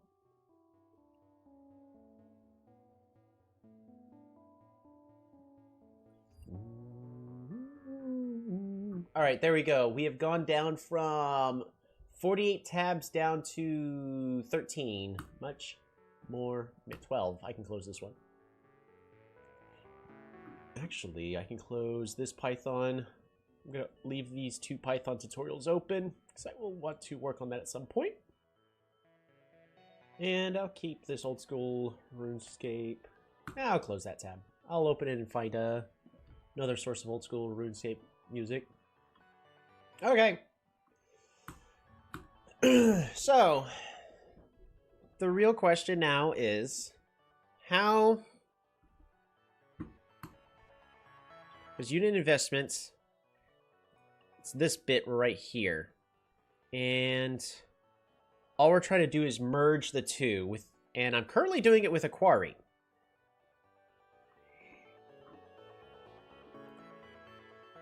The issue is everything I keep finding to have the quarry actually work in a different way, it doesn't. All right, so Google Sheets query omitting letters. Alrighty.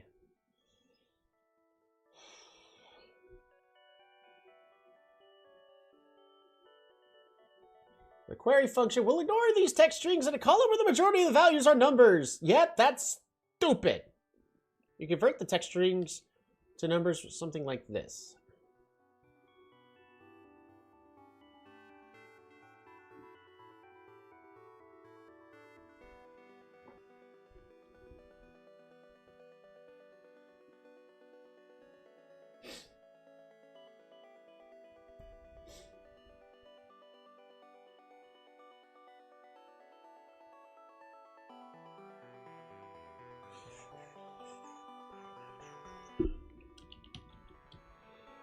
Array formula. We're gonna try this.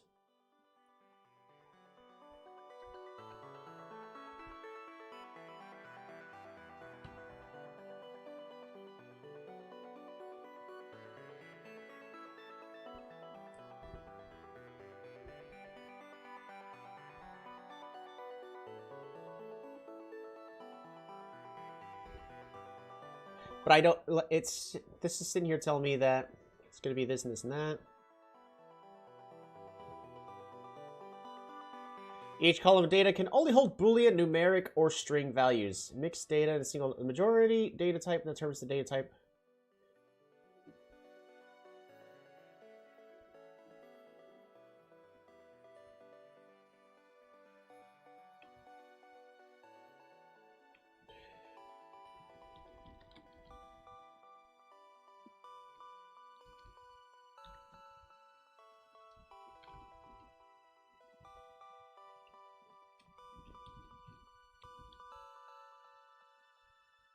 Allows use of arrays.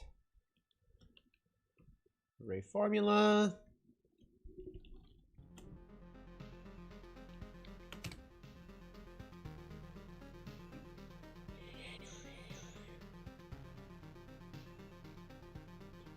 This thing lied to me.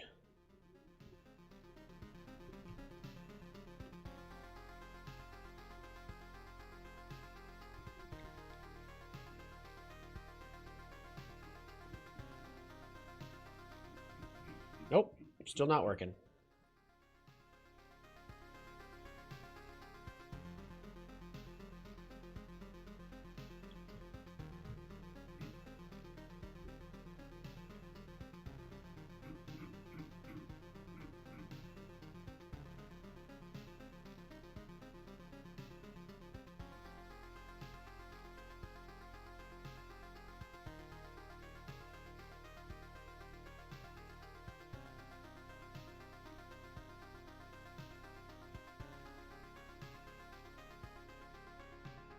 Use replace instead of query, or inside query.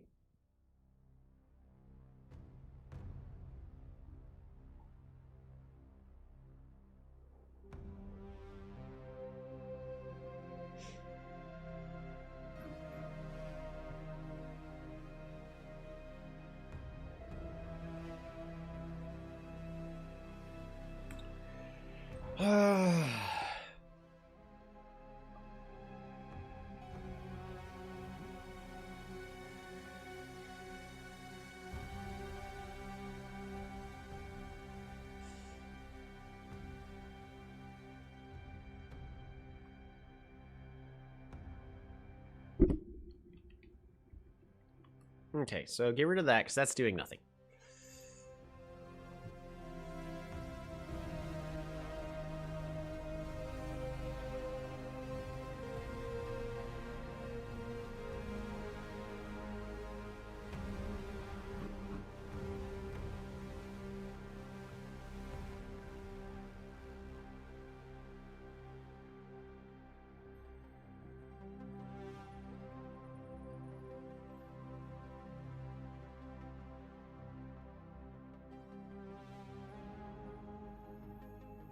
Stupid piece of lettuce. I guess I'll eat it.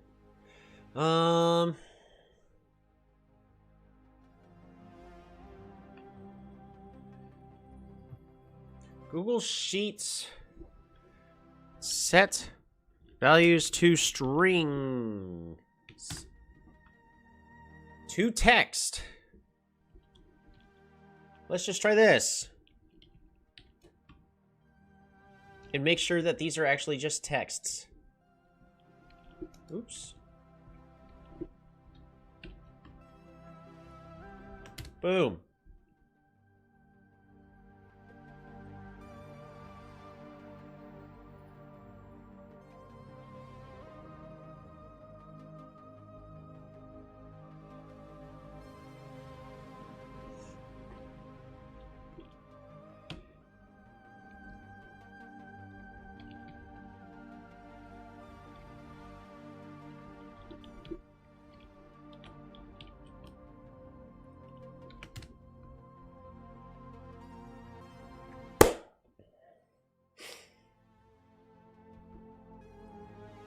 Look at that. It is now treating them all correctly as text strings.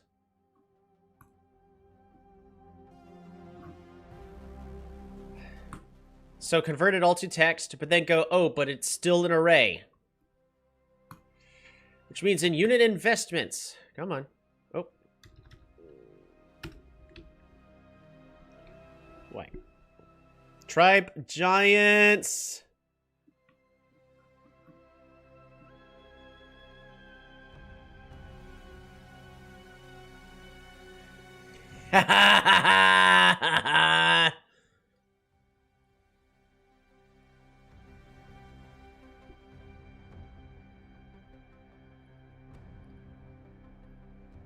There we have it. Giants are now working as intended.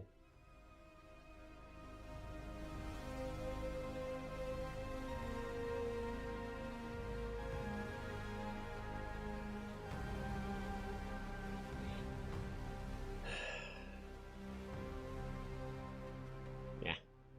There we go. Look at all these giants that are being made in these games. Which means the giant tracker is now starting to show that giants are being made by Cymanti as early as turn 5.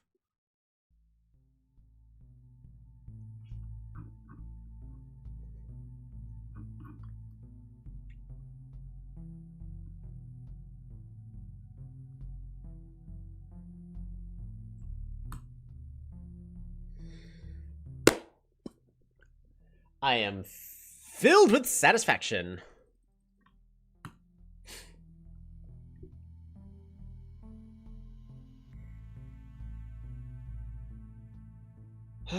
Alright, so the stats that we were wanting to get for the tribes. Also, guess I'll move this out of the way.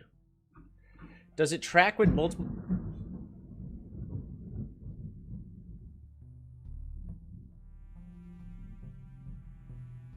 That was a terrifying kaboom. Does it track when multiple giants are made in a single turn? Yes, it does. It does correctly track that. Because we can see 2 right over there. And we'll also re-verify it. Tribe giants, boom, 2, 2. So it is able to correctly identify when multiple giants are made in a single turn. There's that nasty Cymanti game where giant was made as early as turn 5.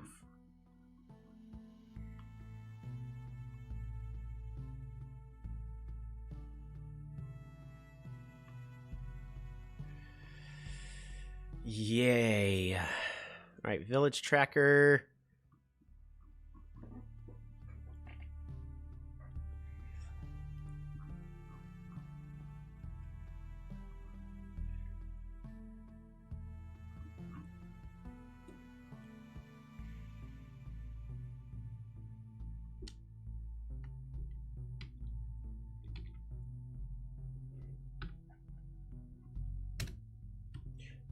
I'm sorry, but there was a problem. Please try again later.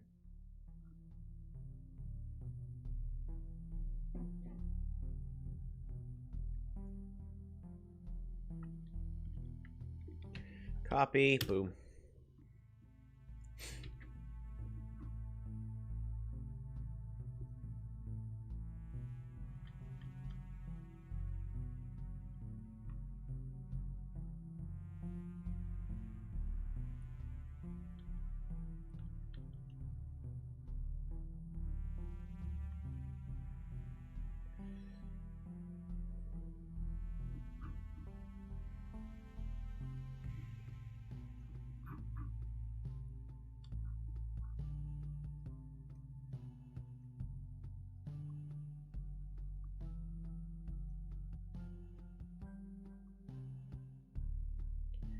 Boom.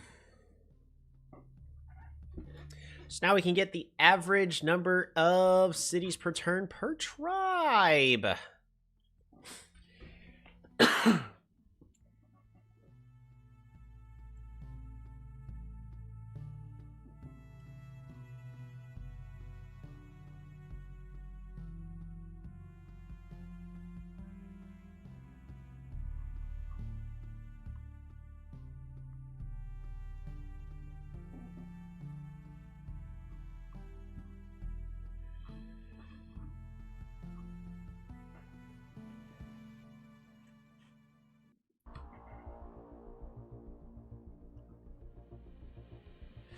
So, what would be a good way to actually track? I'm going to insert one column to the left. Equals the sum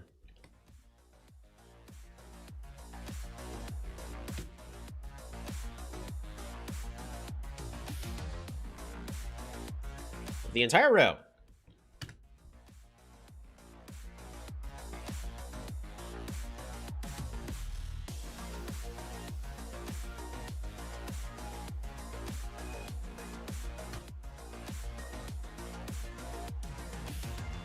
If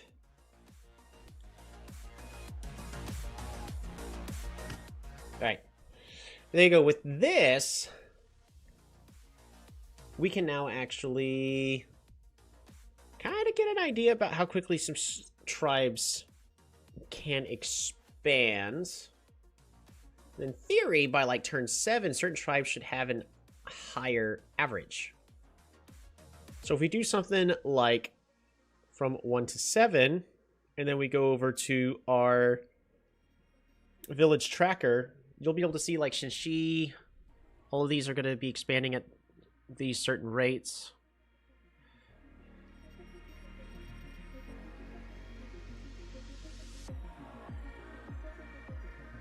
Semanti does not expand quickly, really? I'd assume they'd expand really fast by turn 7. Well, it's just because of how those games are set up.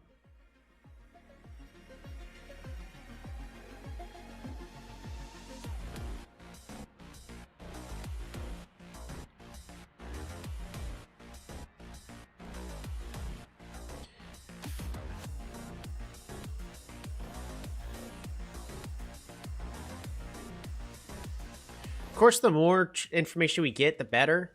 But what's going to be a good way for us to actually set this is the tribe that expands the fastest versus the slowest?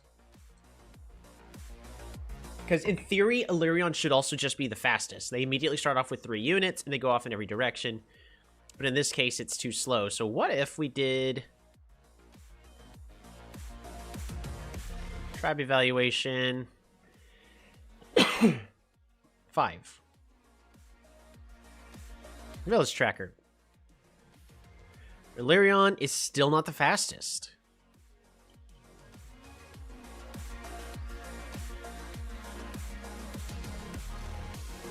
This is definitely we need more games. Because apparently Polaris is really fast too.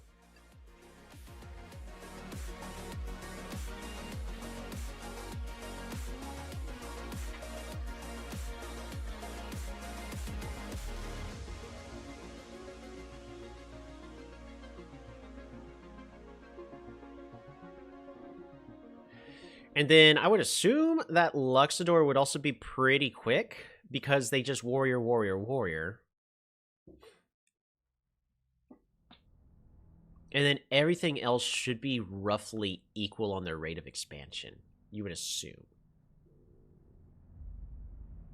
You know, Omaji's fast too.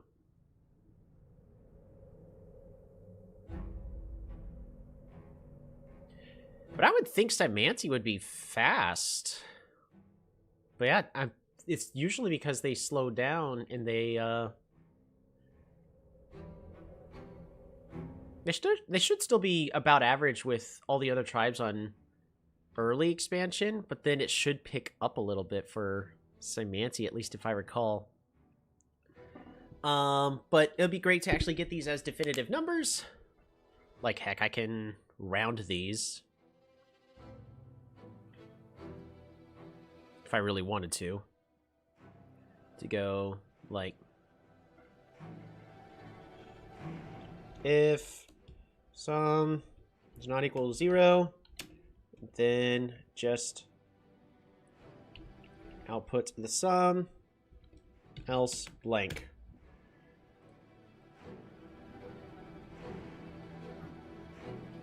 And then, better yet, we can round this.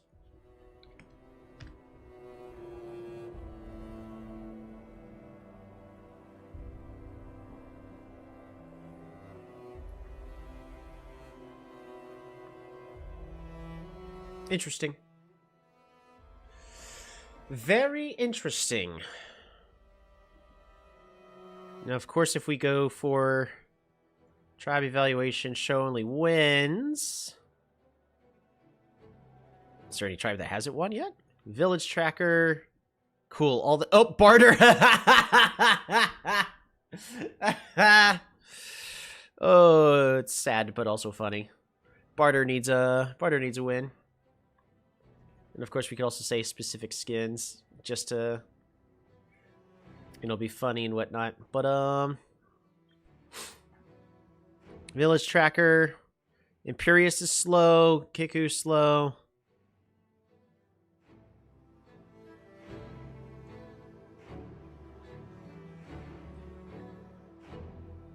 This is we don't have enough data to actually get real averages.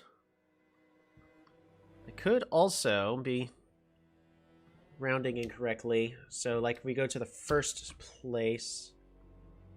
Oops, not that. So that'd be like 9.5 there. And you'll get a vague understanding about how each of them do. But then the real question is what defines as, like, how quickly a tribe expands? Because for me, I would almost say, like, I mean, by turn 10, all the tribes should be equal, right? If we go to Village Tracker, more or less. Heck, even Cymanti's still slow. I mean, Lyrion's fast. Aquarion is slow. Yadak is on the slightly faster side. I can still actually set this to 0.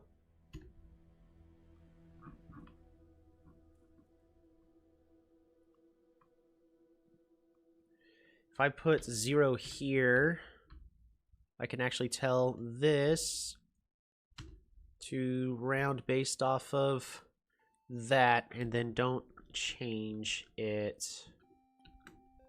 Boom. So I can tell how far we want it to average everything out. Like Omaji is, well, not surprisingly, the king of rapid expansion. Followed by Illyrion, based on turn 10 statistics. Polaris is really fast. And then we have Kiku and Yadak tied for like the next fastest. But something like this, like in order to get a final score and then go, okay, from a rating system of like 1 to 5, how well does each tribe expand?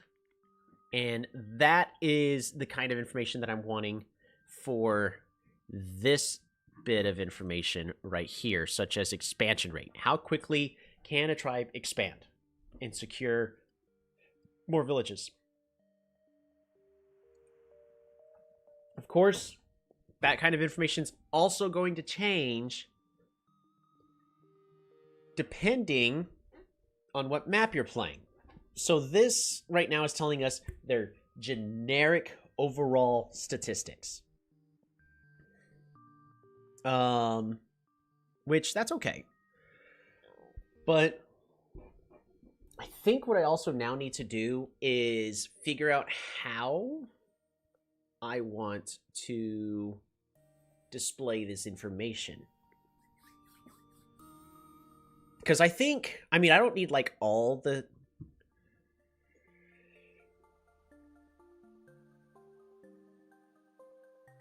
So tribe stats, which is expansion rate, how quickly do they expand and capture new cities? Unit investment, how quickly does a tribe invest into their early military on average?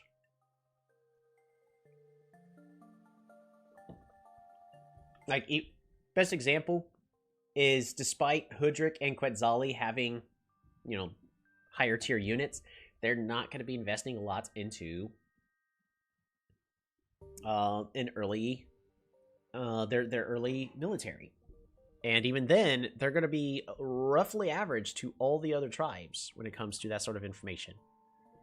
And economic potential is how good of an economy do they have. Giant potential is kind of going to be graded on two things: how quickly they get their giants and how many giants can they get. So economic potential is how strong is their early game economy. Overall strength is generally like their win ratio. So if there is a tribe like Cymanti that loses all the time, their overall strength is going to be low.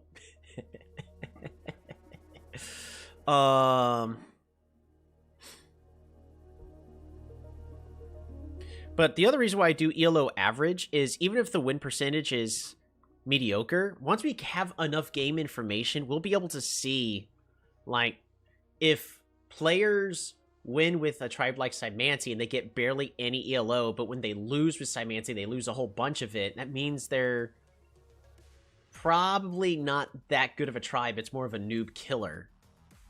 And that's actually the reason why I'm using the ELO average, is we'll be able to tell like how good or how bad certain tribes are.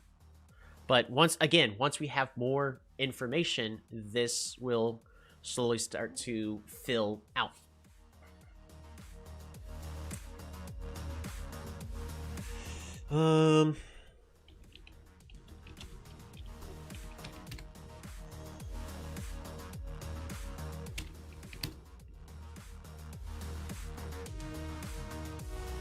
So we're just gonna bring,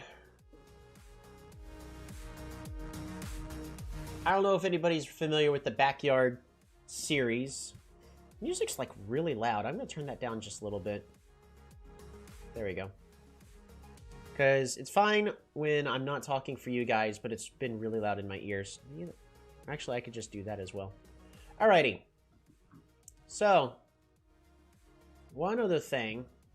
The kind of the thing that I want to be able to do when I'm talking about, like, scorecards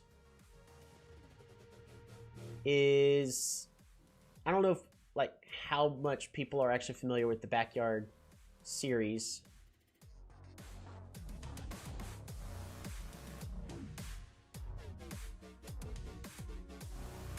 Alright, we're just gonna put that there.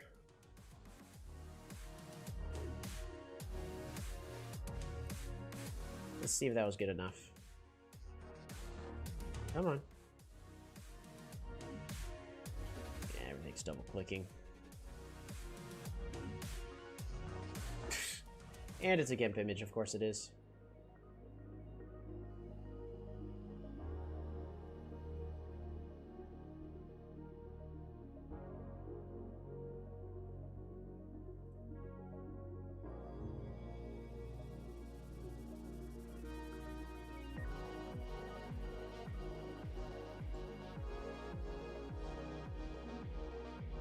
Alright, try this again.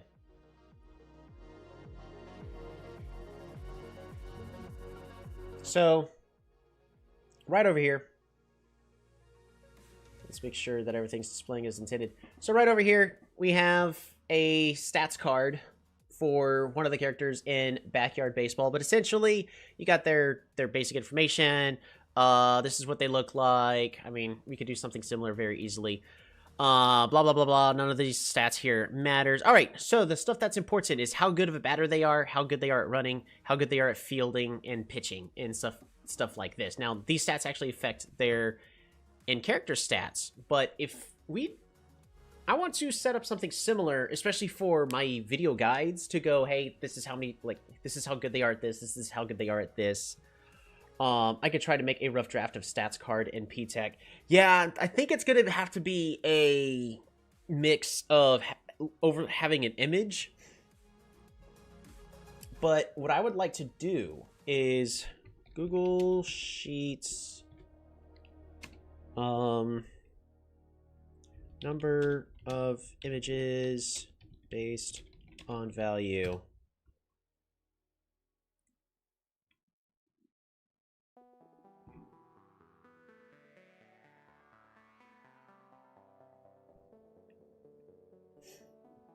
But essentially,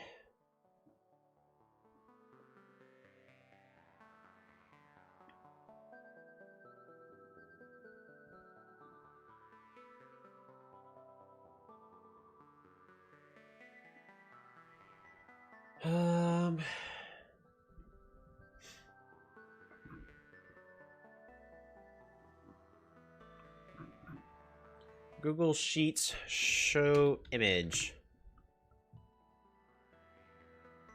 Use the insert menu to add an image to a cell or over cells. Show image based on value. How to show or hide some images based on cells value. Google help.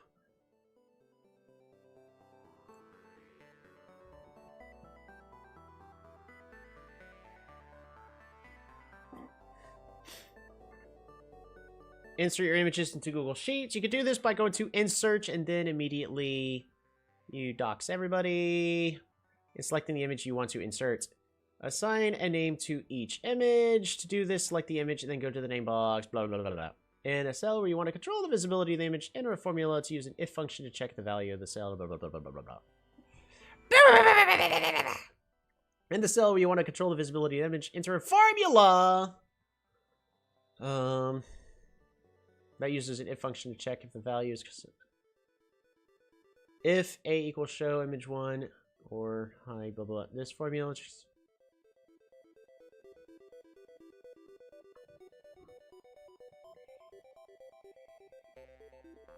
Display image based on cell input.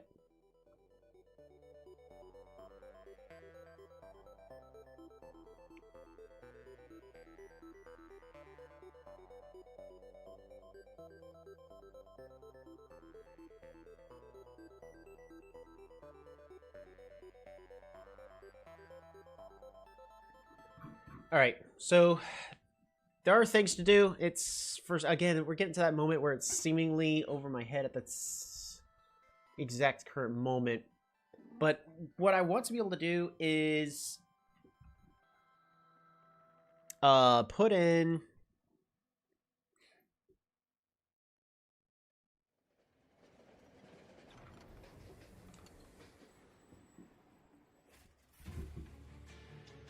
the images and then have the spreadsheet also show different images depending.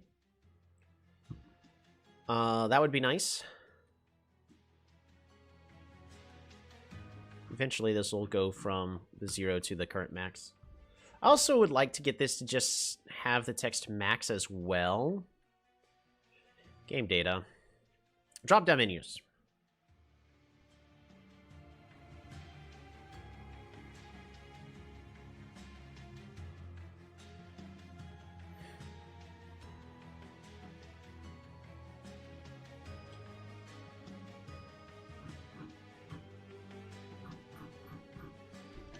What if I put max here?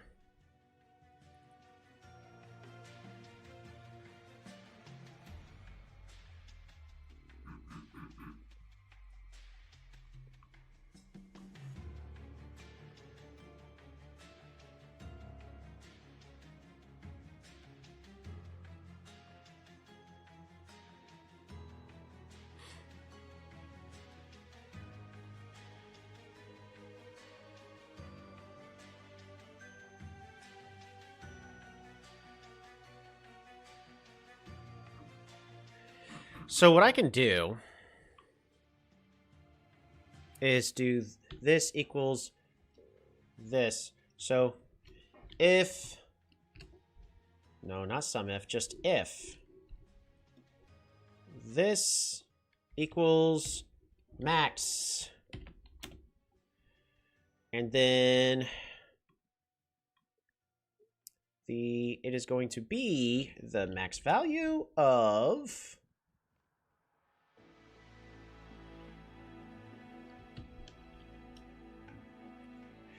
that. Else, just C8. Boom. So if I put max, boom, that's max, else it's that. Fantastic. And then all I gotta do is paint this black so you can't see that anymore.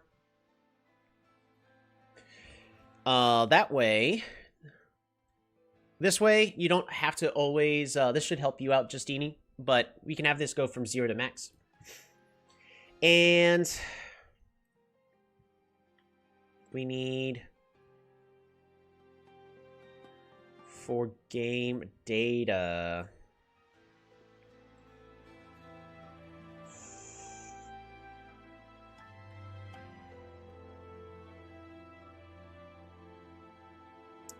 D8.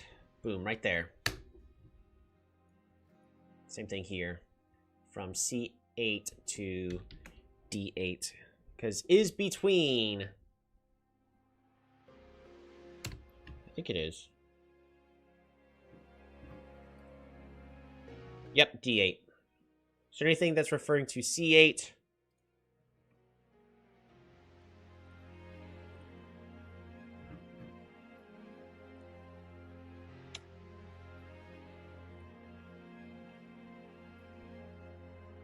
I don't see anything else referring to C8 or D8. So that's all those, which means click this so I can zoom down scroll down as quickly as possible. Nope.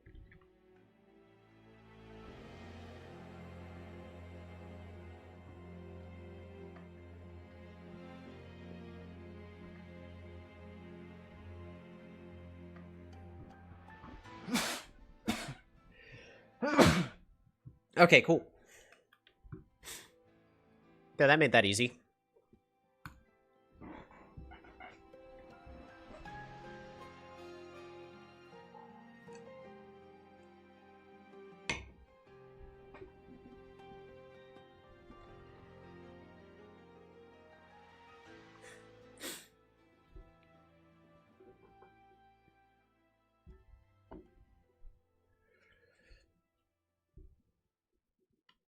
There you go. So I hope that helps, Justini. Max.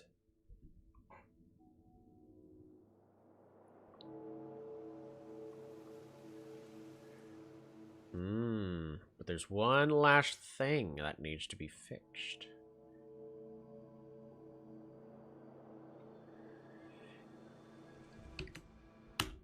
Boom. Fixed it. There.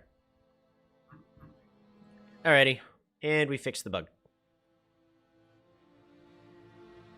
Technically do the same thing for the turn order, but I think we got the most important one taken care of.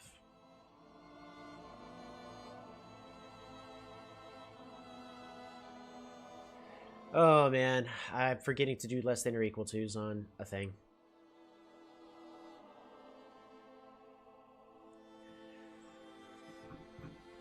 Right, where is it? Right here.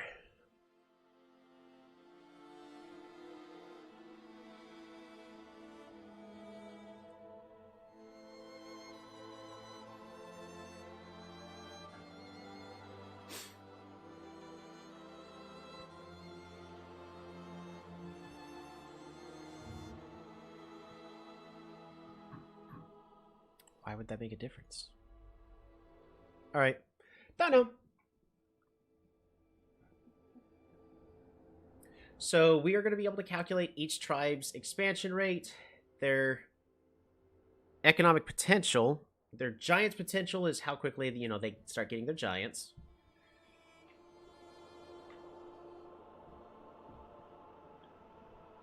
Overall strength is their win rates.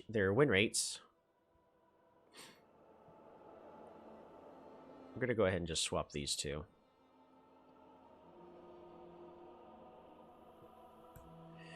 And their unit investment, about like how much they are investing in an early game military. But in theory, the slowest expanding tribes for all of their expansion rates should be Village Tracker. All of the tribes that start off with extra economy should be the slowest. So like Imperius should be the slowest, Barter should be the slowest, Tribe Evaluator. Show only wins. Poor thing, we need a Village Tracker. Like Imperius, slow, Barter, somewhat fast, Kiku, average, Omaji, really fast, Illyria, like we'll be able to get all of them from how quickly they go.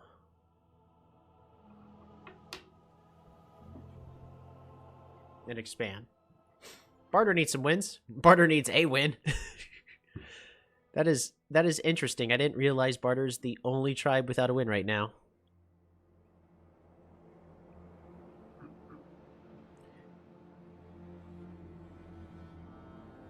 Yeah, Barter's at a flat 50%, not a single win yet.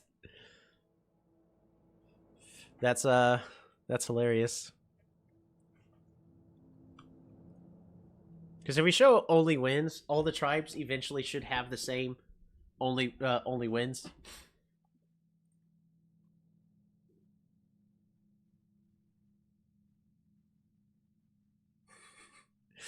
Quite interesting. I'm sorry, just looking at data information like that just fascinates me.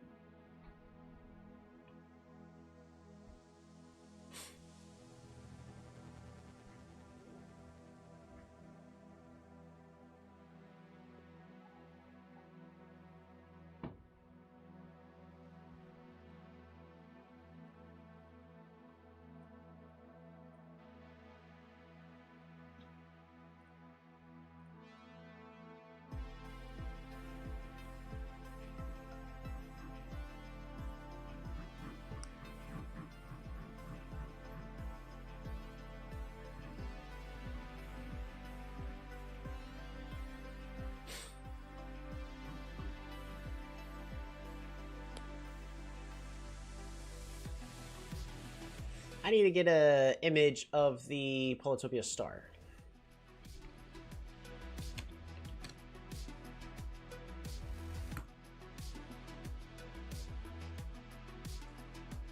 Same image. Oh yeah, also do you plan to change on how the win rate percent work? I think it's weird to see it range from -100 to 100% rather than 0 to 100. I could fix that. I could fix that if you want.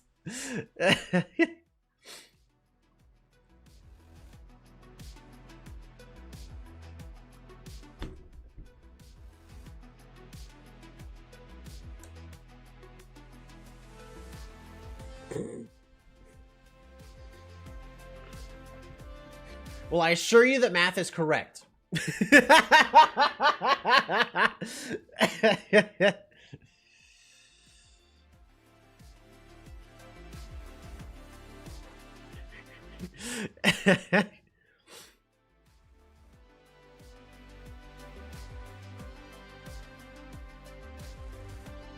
I mean, it's technically correct, but seeing a negative just feels wrong.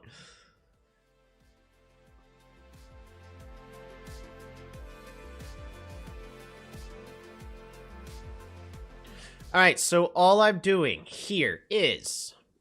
This first one is an if statement. It's to go if this cell here and this cell here are both not empty.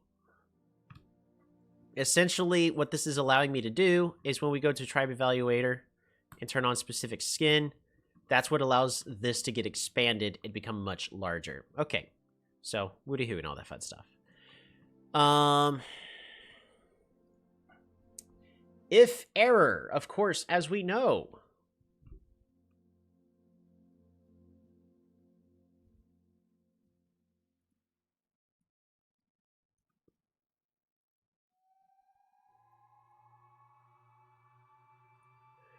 So all of this right here is being divided by the max.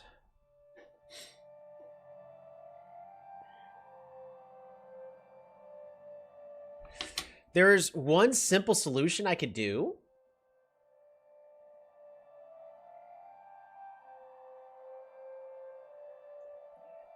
So right over here, the if, this is for the end of the if, because if any of them are empty, I want it to display as empty. What I could do is take this entire thing, divide it by 2, and then add 0.5.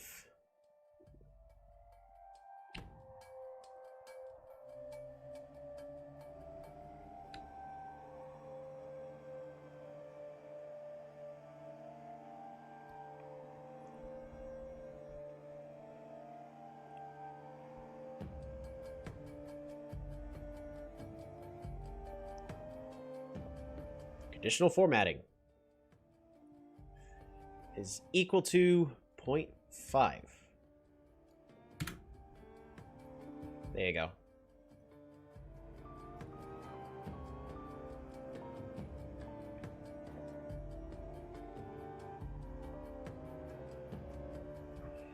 There you go. That should help.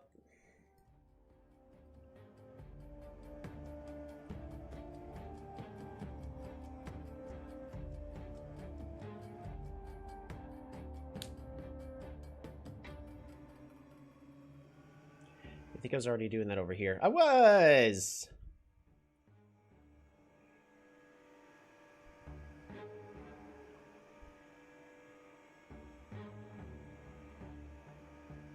There.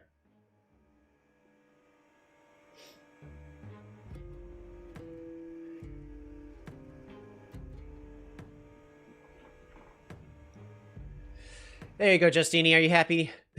I mean, you're not wrong. It's technically, yeah, that's technically not how percentages work. So there you go. And now it does range from 0 to 200%. It's beautiful. And yeah, there we go. Yellow average, I'm keeping the same. And of course, tribe play count is still going to be the exact same. No reason for that to change. No reason for either of those to change, because this one is, if you play it, you're on average going to be losing yellow. I'm sure you'd love to know that information. Should the black boxes be default to 50%? So what the black boxes are, literally all the black boxes are there for conditional formatting.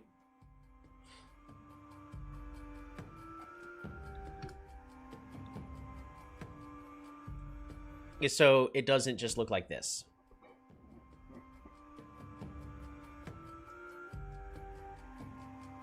Which, as more and more and more games are put in, what I actually really want to do is conditional formatting. That. You could make the boxes slightly transparent. So what I could actually do is, at least for the win ratios, I could just do this. I was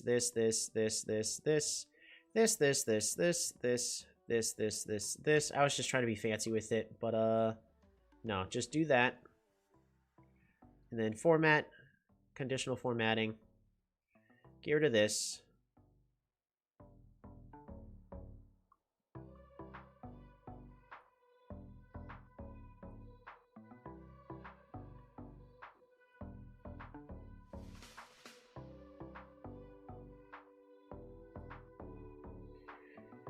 Because it doesn't matter about these tribes in the center. Man, I would have to... Conditional formatting. If I can just remove those cells.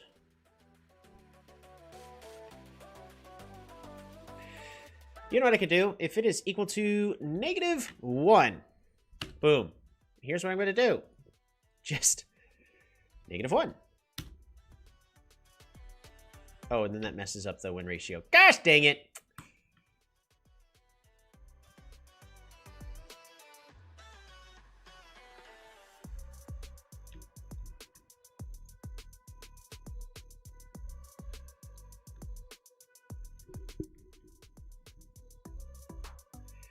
Let's select all of these cells again.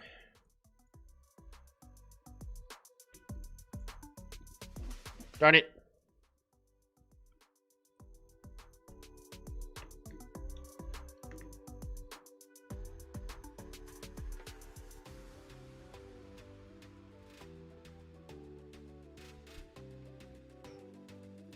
Remove.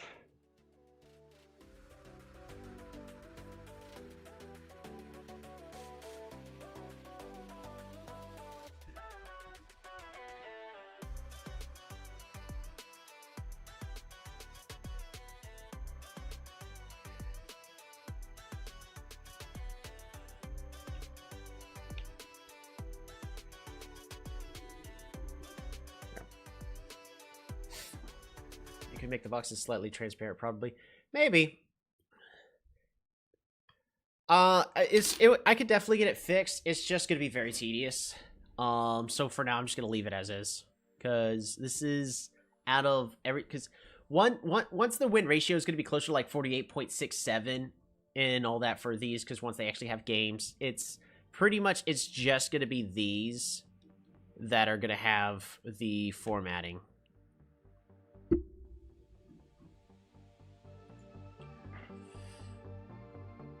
Format, conditional formatting.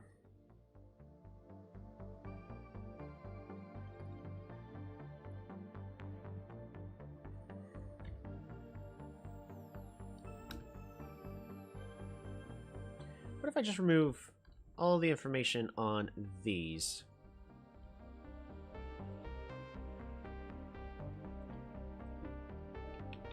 Here, let me do this first. I actually have a different solution. Because we know it's all going to be along this column.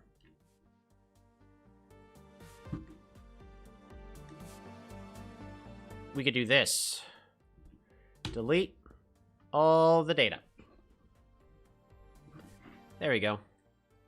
So now, oops, Control Z. So first off, delete the data. And then just like that. And now if we go to conditional formatting, we could actually just remove that.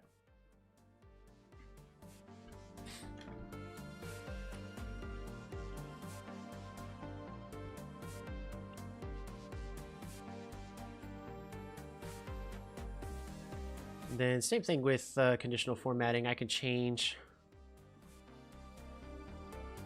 Does that also remove the mirror matches from the sample? No, this is just calculating the averages. So despite those being empty,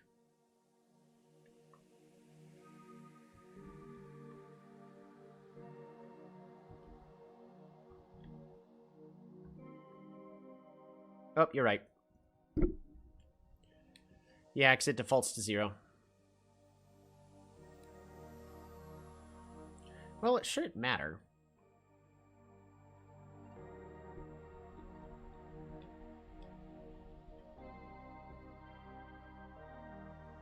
But for some reason it does.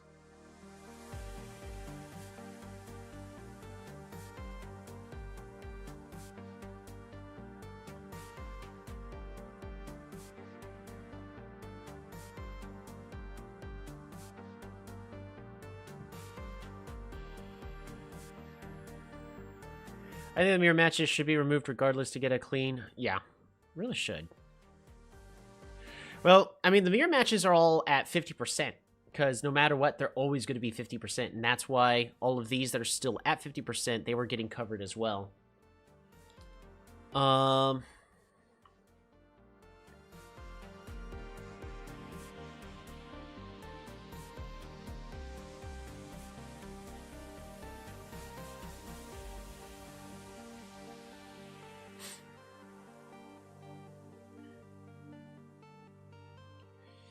ELO average.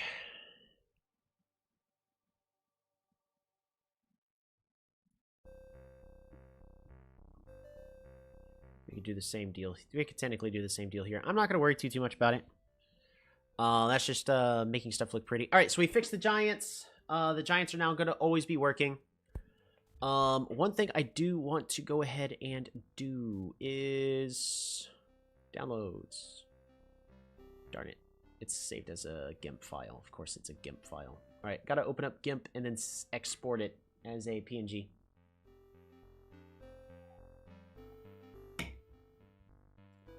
File, save as. Nope, not save as. Export as star.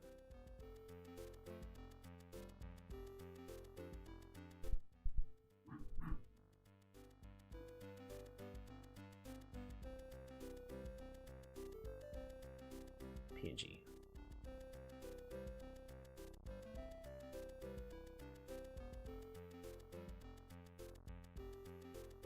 Forget if it's a PNG or a JPEG if I want to actually.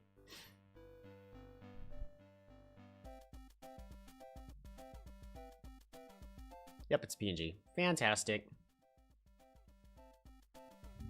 Darn it. Alright, I gotta hide the stream for just a moment in case I get we do a docs. So we're gonna go ahead and boom. Hide the spreadsheet really fast. Insert image in cell.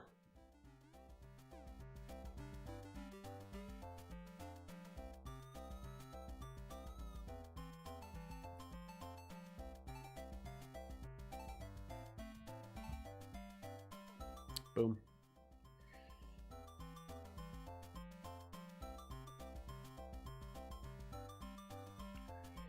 Copy, paste.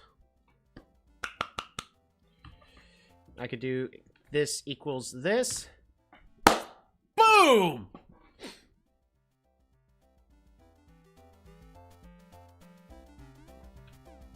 What about this plus this? Dang. Alrighty. We're going to cut this and we're going to put it into our drop-down menus. And boom, there's our star.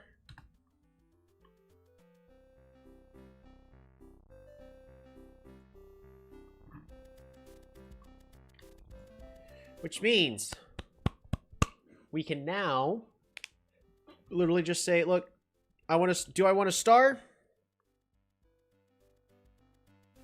in here? Cool. Use this in. We could do the same thing with all the other tribes for either use the tribe head or use like the tribe. What I'd probably want to do is get the tribe basic unit. So like, of course, Hoodrick have archers. Or heck, we can even make our own images for each of the tribes. But we could do whatever the heck we want.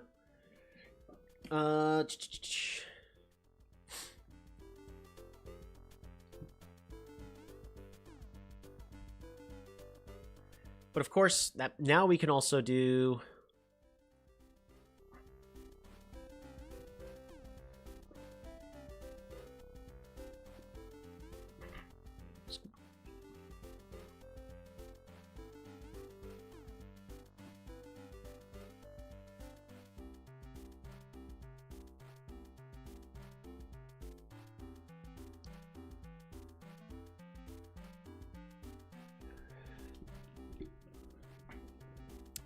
$sign here and a $sign there.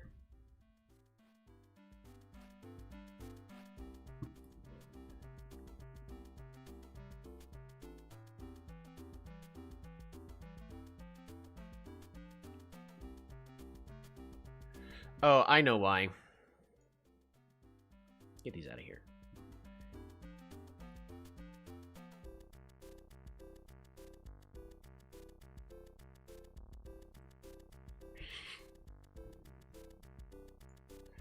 Um...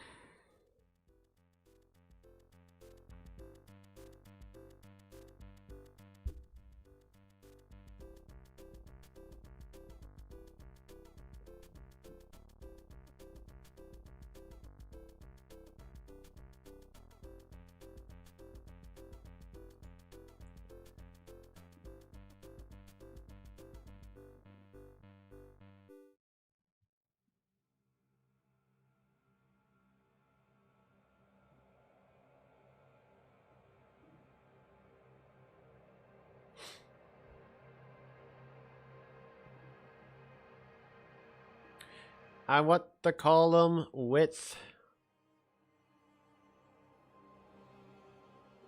I don't want to set these column widths all one at a time.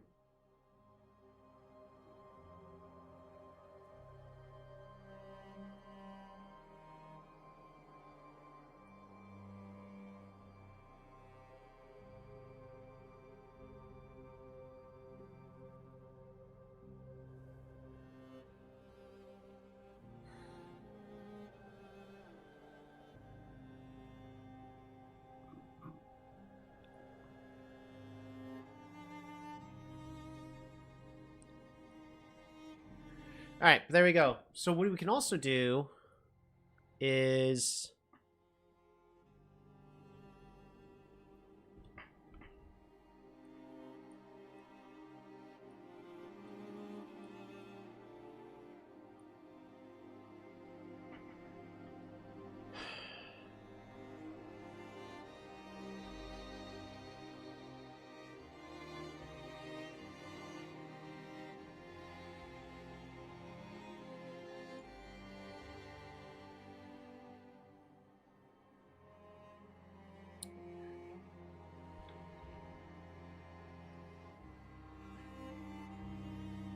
resize column 21, 22, nope, 21. Can I do the same for all of these? Resize columns 21. Boom.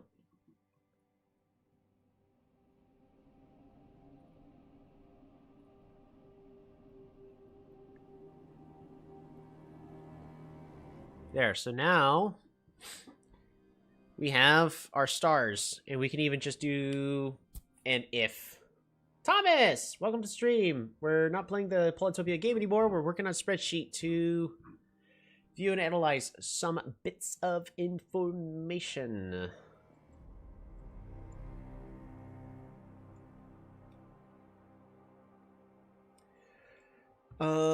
And we're getting to the point of trying to display said information.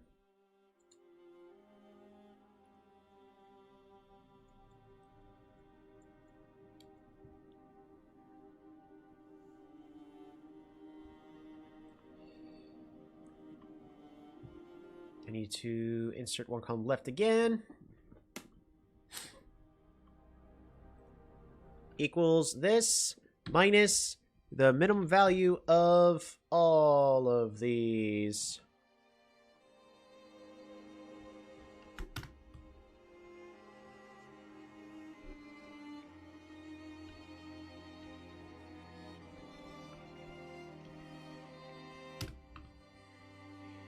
So if we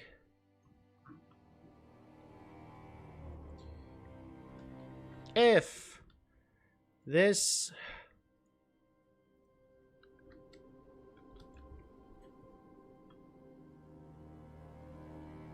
does not equal blank, then that.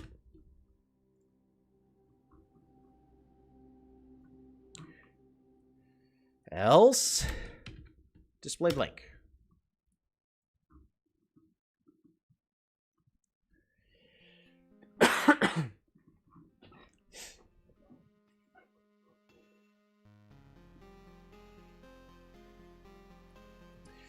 If we get rid of the rounding on this,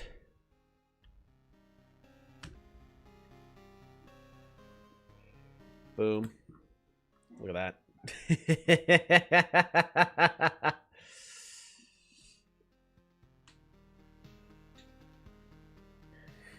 If that, so we're going to continue this math.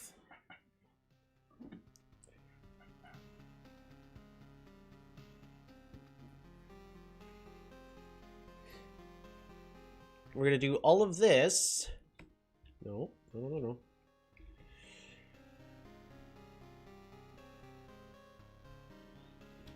Times 5 divided by the max of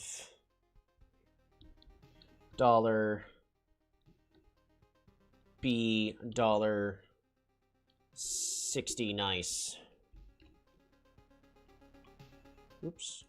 Of $B $38. Boom.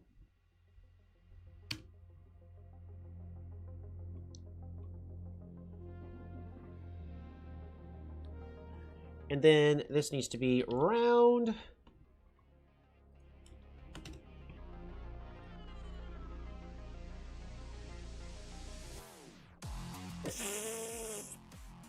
Interesting.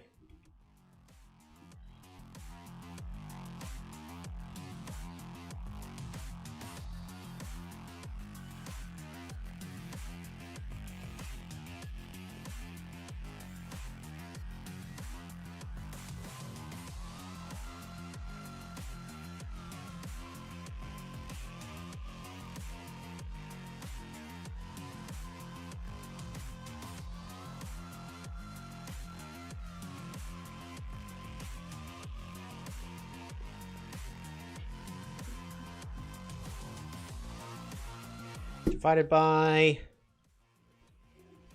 the min.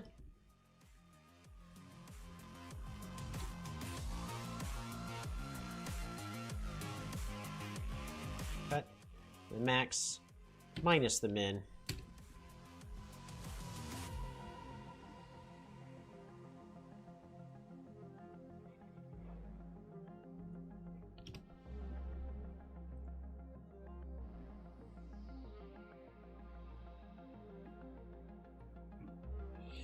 And we did everything wrong.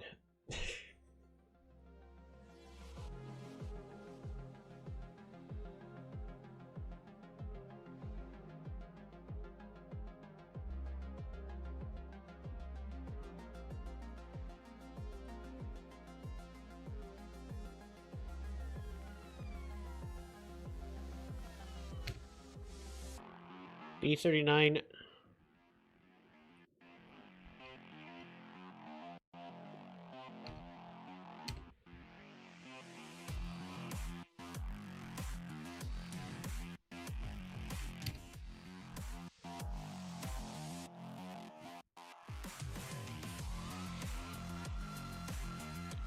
+1. Boom. Nope. Darn it. Really?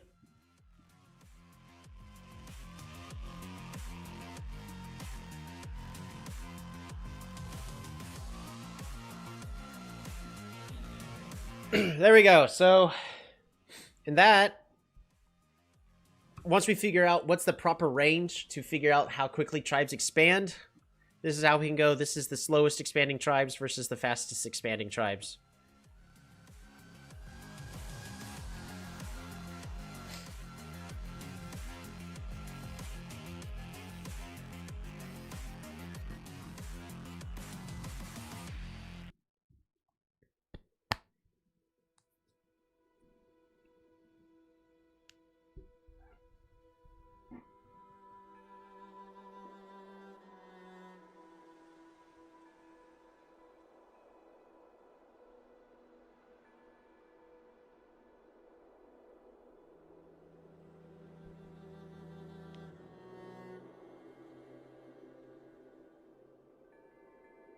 Beautiful storm outside. Luckily, there's no more thunder that makes you scared and jump and lie that you weren't scared.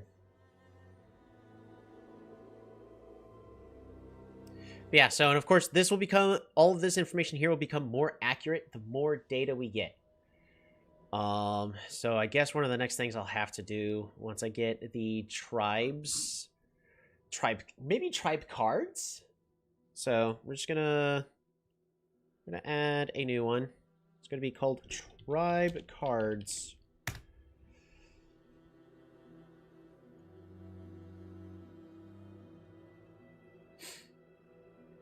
And then I need to go onto GIMP. File. I need to grayscale this entire thing. Image.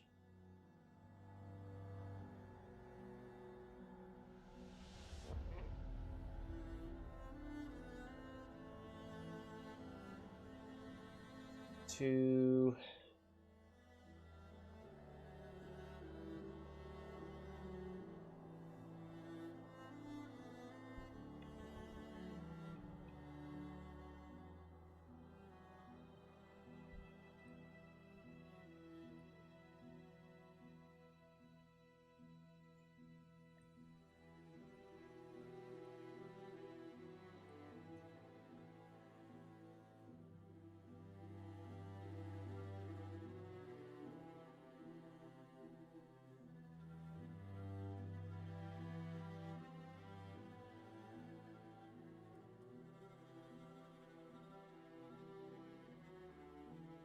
color to gray.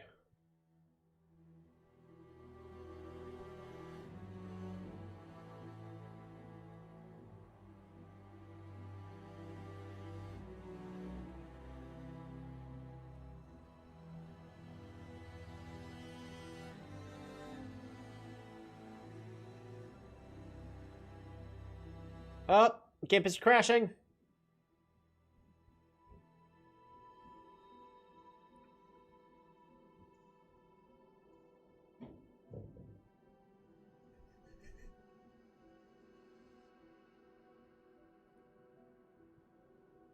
Boom. All right, we're gonna export this as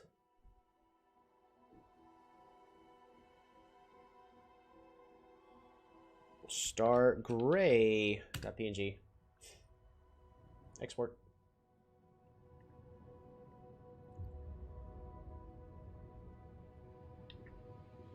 There we go. So now what I could do is we go to drop-down menus, insert image in cell. We can go star gray. Boom.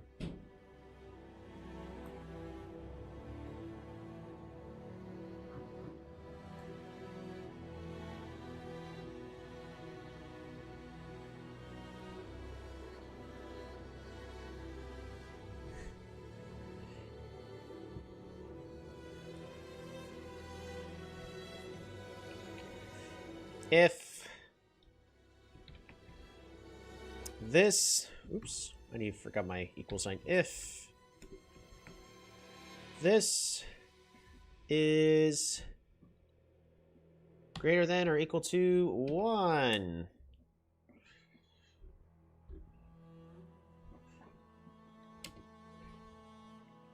then show this image, else show this image. And then it needs to be set in stone as this.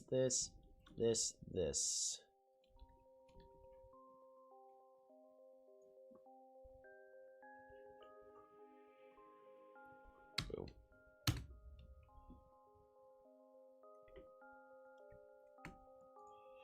Resize to size 21. Boom.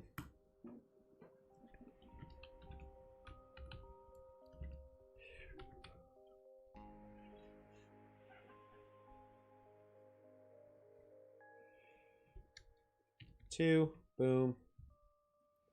3, boom. 4, boom. And 5, boom.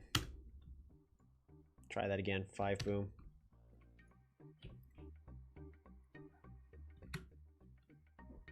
Look at that.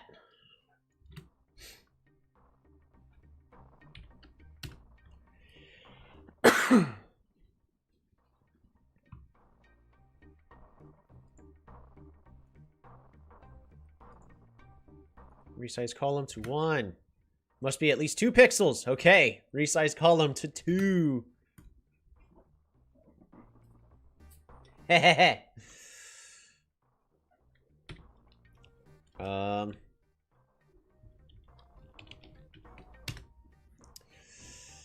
Expansion.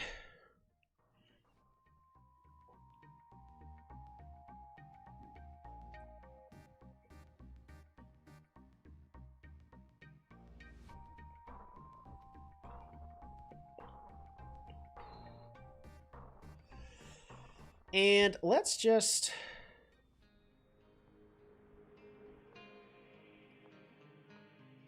We'll do... Shinshi.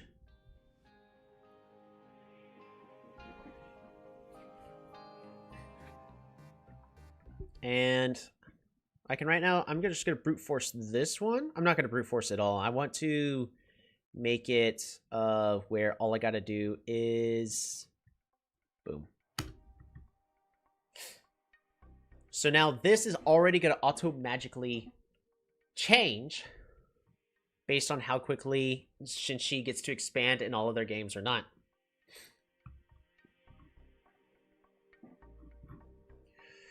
But what I need to do is I need to index it. Google Sheets index. I think it's indexing. How to use index. Yeah. Index. Reference.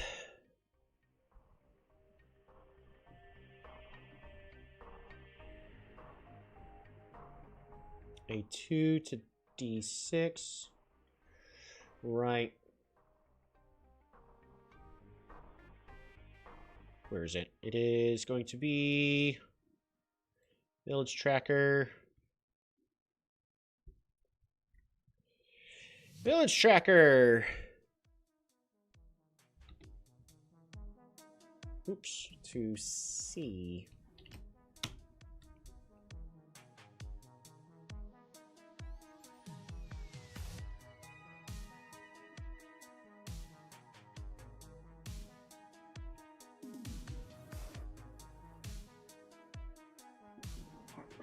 VLOOKUP will be used when the lookup value is to the left of the desired.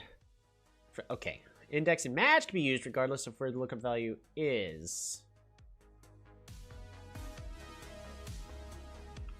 So this is where I need to figure out the row, which is going to be space match. And then the search key.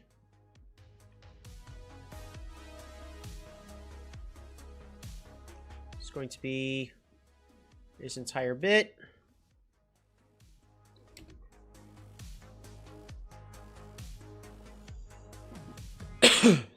Oops, I got that wrong.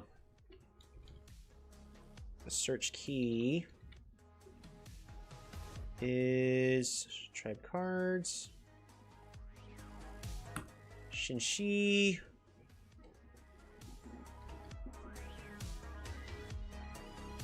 And how does match get used again? Search type. 0. It needs to be 0.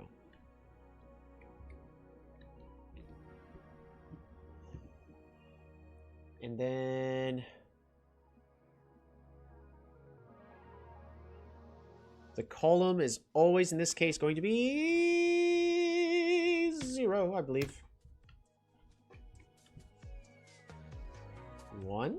Boom. There we go. So now if we decide to put in, like, Omaji, they are the kings. Simanti. 3.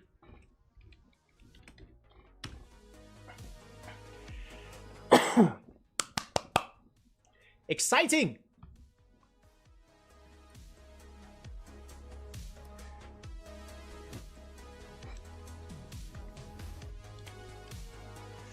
economy. We're going to be doing the exact same thing. Stars per turn tracker.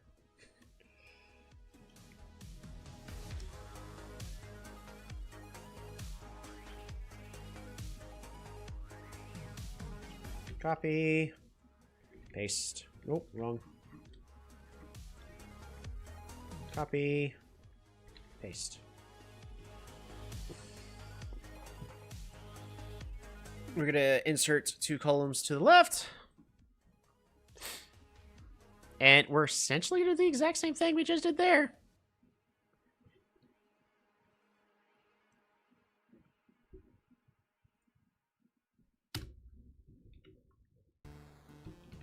Copy. Boom. Paste.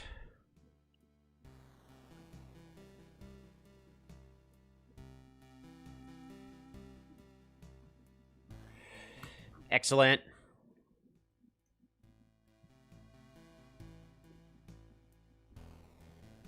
Copy. Paste.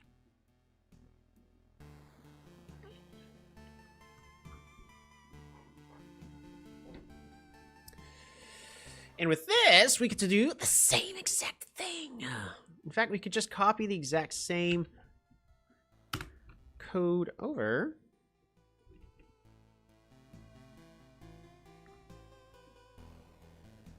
And now we get to start seeing how tribes start to pair off. Like Shinshi's got a not so great economy. Barter's good on its economy. Venger has a terrible economy. And so forth. Zabazi has the best economy, apparently. Okay. Well, I need to finish inputting that other game where I lost, but... Interesting. Even better than Illyrion.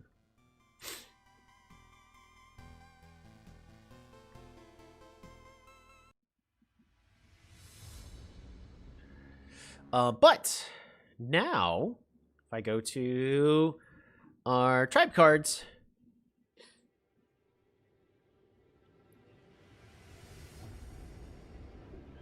I'm just going to copy all of this, paste, but it's not going to be village tracker.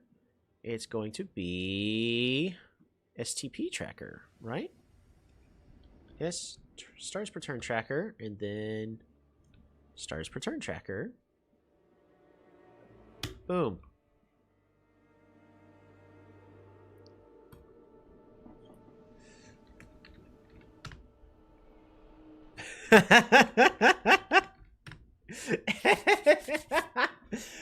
This fills me with joy.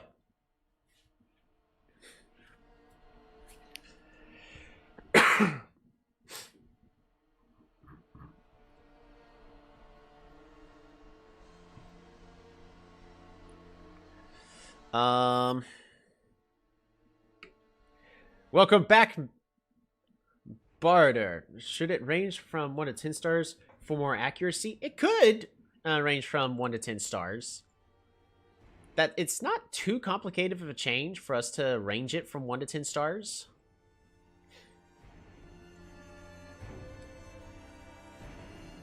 I mean, we could definitely make that do that. All I gotta do is just go this times 9. Boom.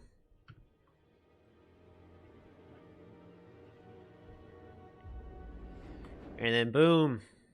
We have a range like that.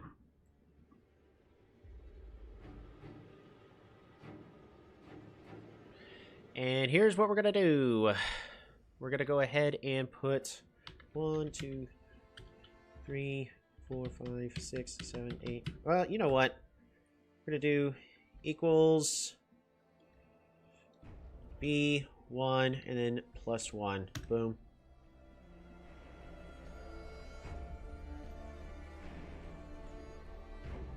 Resize. All these could be 21.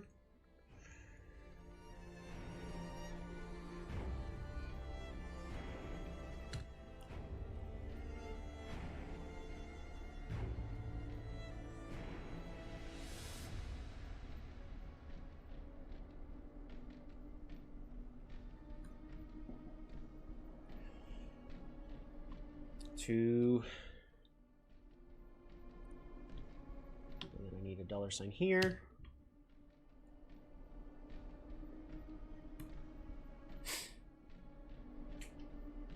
There. Yeah, we can definitely do 10 stars.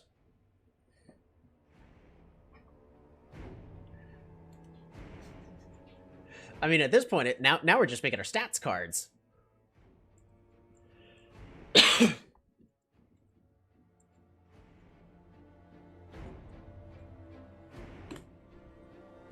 So economy, and then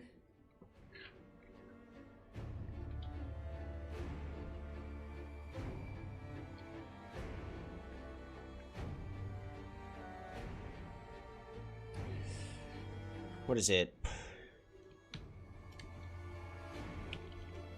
Giants.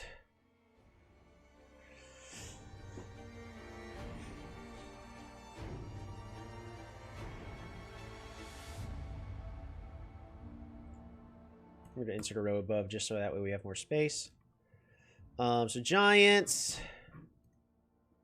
Unit investment. Should I say unit investment or aggressiveness?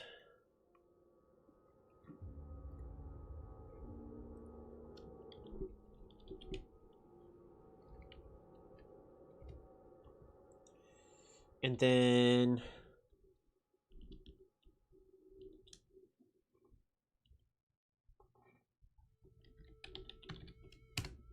And then overall average first giant potential,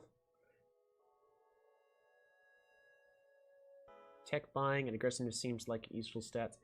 Average first giant, yeah. Giant's potential, yeah. Tech, should it just be potential? Because like the first giants really makes a big difference as well.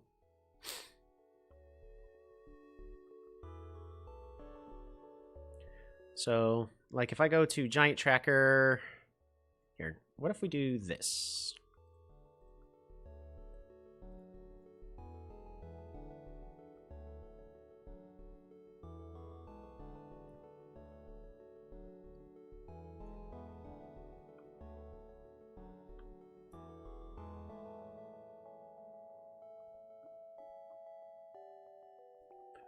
Copy.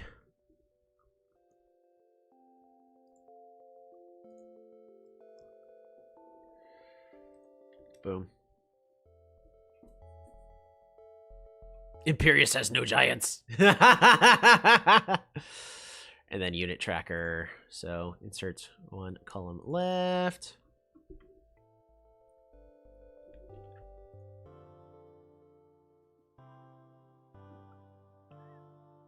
Oops. Completely forgot to update all of these to 9. Unit tracker, just this to 9. Because it's going to range from 0 to 9. Giant tracker, 9.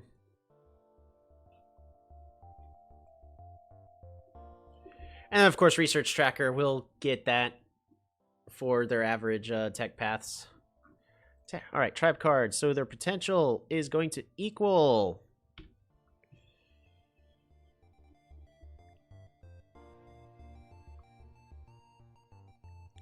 Oh, I need to actually...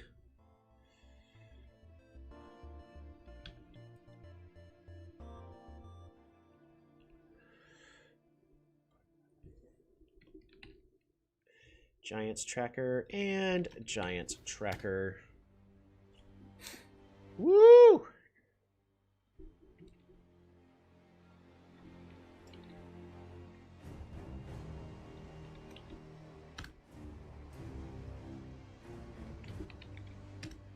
Look at that.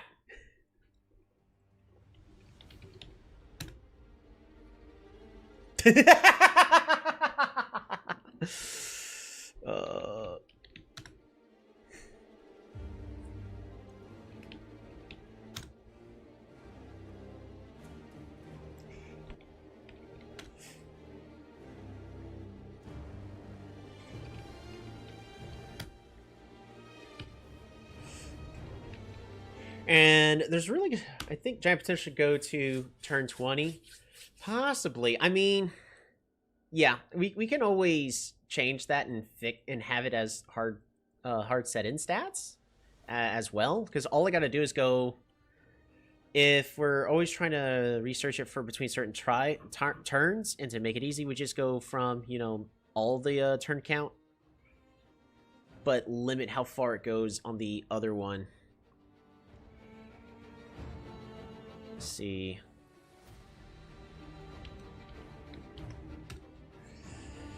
And then overall,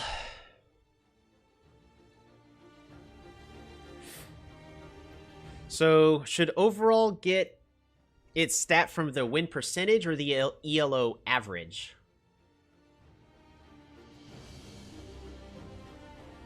That's the last question. Is which one do we think would actually be saying the tribe is overall good or bad?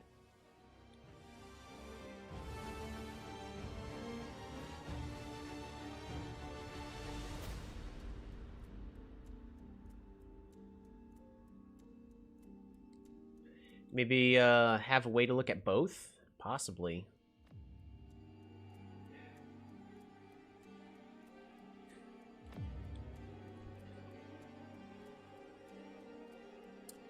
So, I mean, we could definitely have it look at both.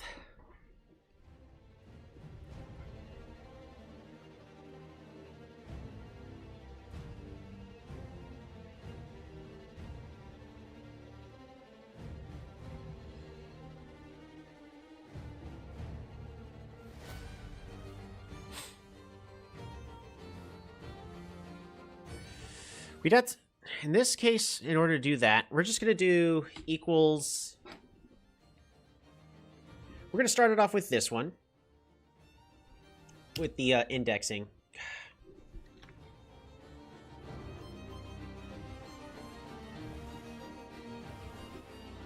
Copy. Boom. So index, grabbing this tribe. And it's going to have to be, we're going to start off with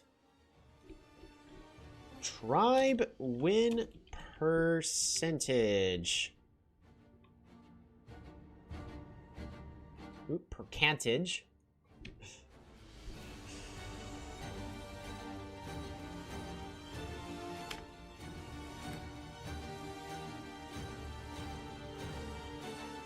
And it needs to be an exact match.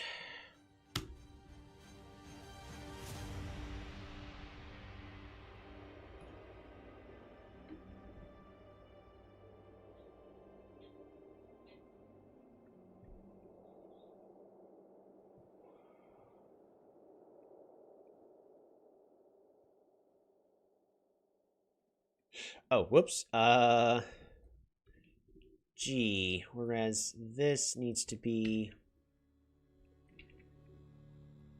F here. Boom.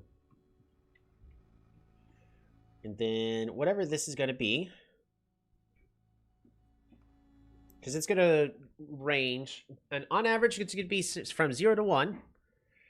So we now need to multiply this times 10 times 9 plus 1. So Shinshi has a win percentage of 50%. 53. Whereas if we say Simanti, boom.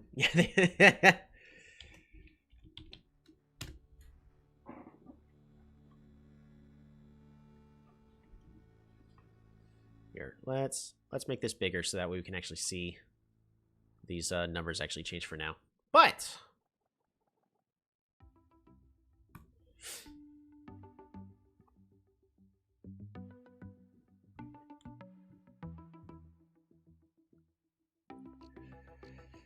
we also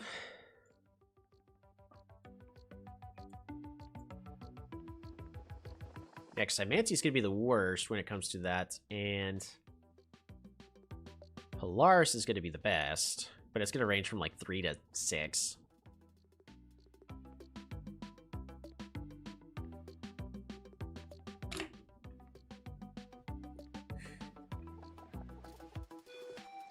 So, we're going to do that.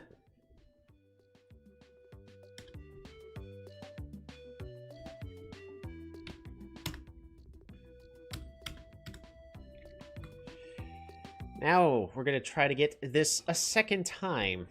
But instead of win percentage, we're going to do ELO average. It's going to be the same basic cells. Copy, paste. In this case, the ELO average is going to range from...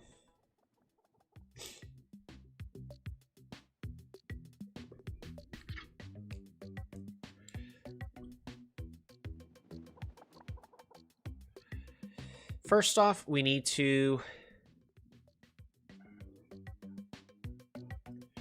take this value, which is currently, 0.25, because that's Shinshi is 0.25. We now need to add whatever the minimum value is of this entire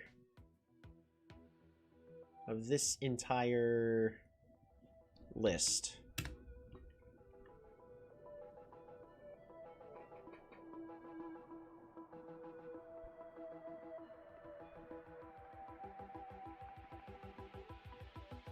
What if I subtract it? There you go. So by subtracting it, it allows it to go up. So if it's on the negative, it'll subtract the negative, which will bring it to 0. All right. And now I need this entire value to be divided by the maximum value of copy paste divided by the maximum value, but it also needs to be minus, just like it happened right here, in order to get the actual range. So like if we do Simanti, yeah, Simanti currently is at the worst, so Shin, Shi. And now this entire value here now needs to be multiplied by 9 and then plus 1. So there we go. That is, so Simanti, Omaji, Querion. And now, if we do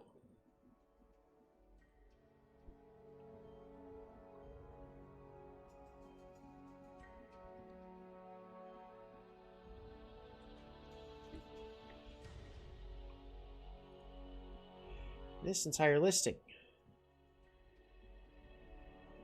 we do average of this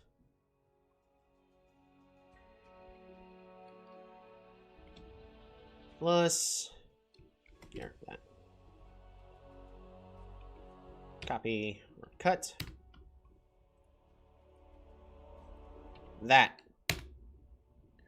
So Querion has high potential. Simanti, low potential. Shi is about average. Resize column to the minimum 2. Boom. There we go. We now have our tribe cards. And I'm going to go ahead and just paint this entire thing black. Resize row to 2. Perfect.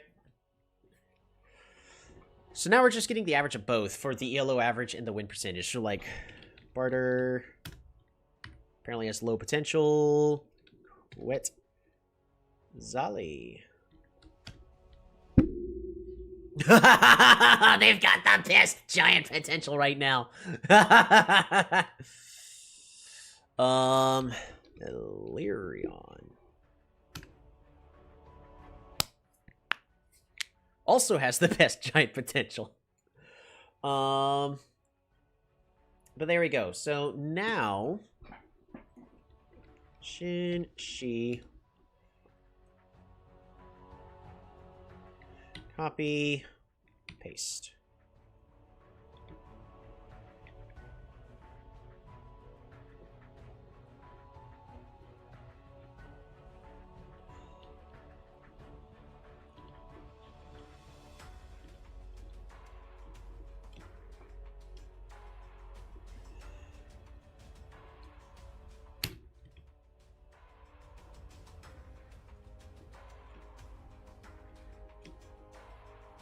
Gonna lock all these cells into place really fast. Boom.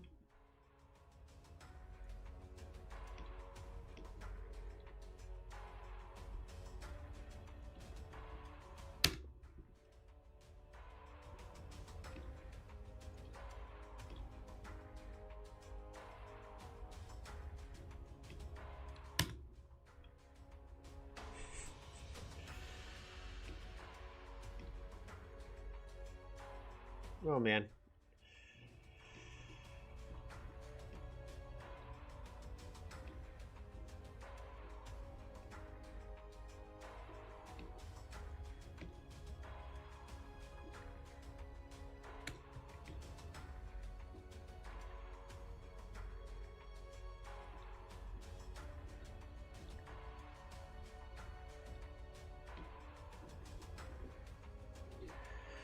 Good, good, good, good, good, good, good.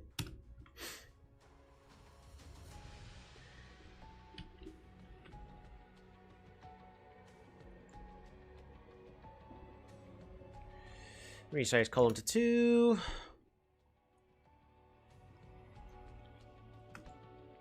Resize column to 21. This one's not going to be Shinshi. It's going to be Imperius.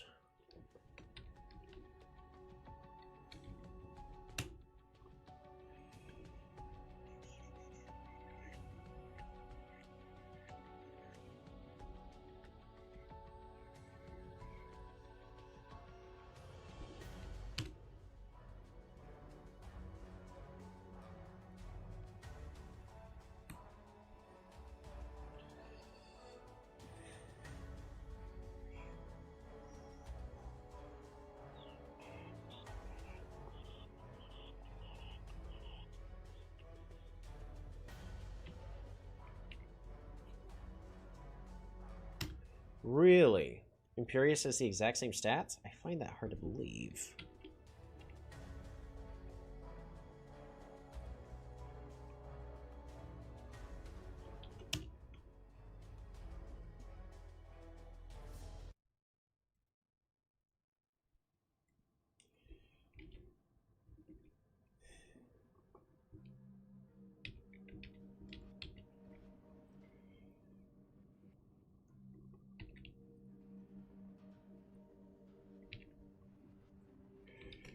Barter.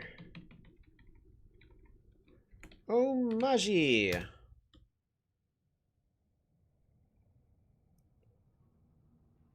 But why?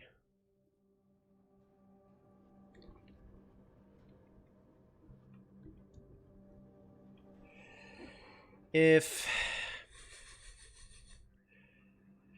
I see. Oh.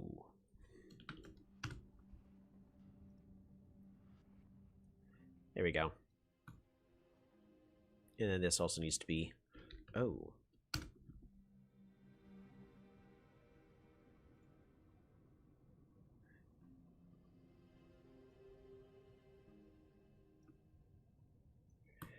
There we go.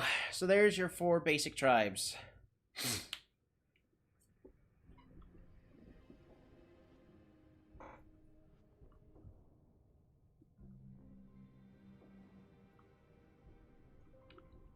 Copy. Paste. And all I gotta do is... First off, we're gonna... take this off full screen.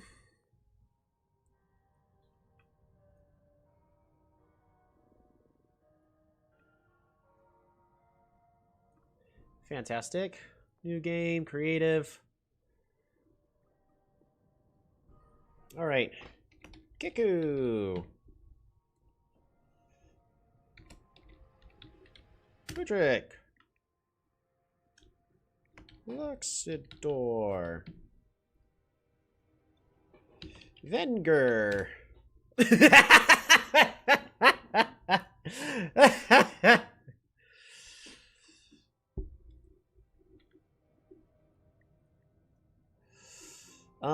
Zebazi.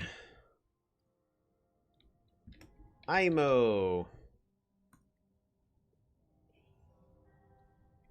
Quetzali. Yadak. And the last four, which is going to be Quarion, Lyrion, Polaris, and Cymanti.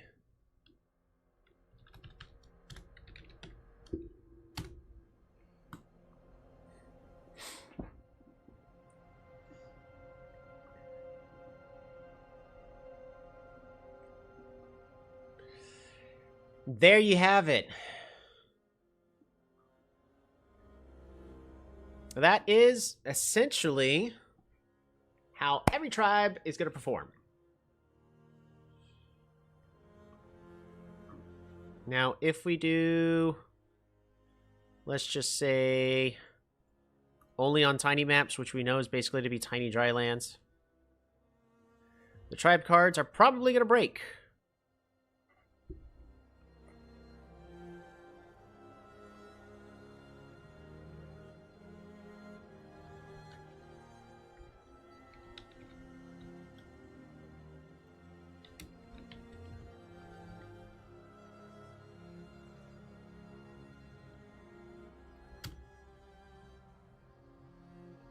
We need more data. Yes, we need more.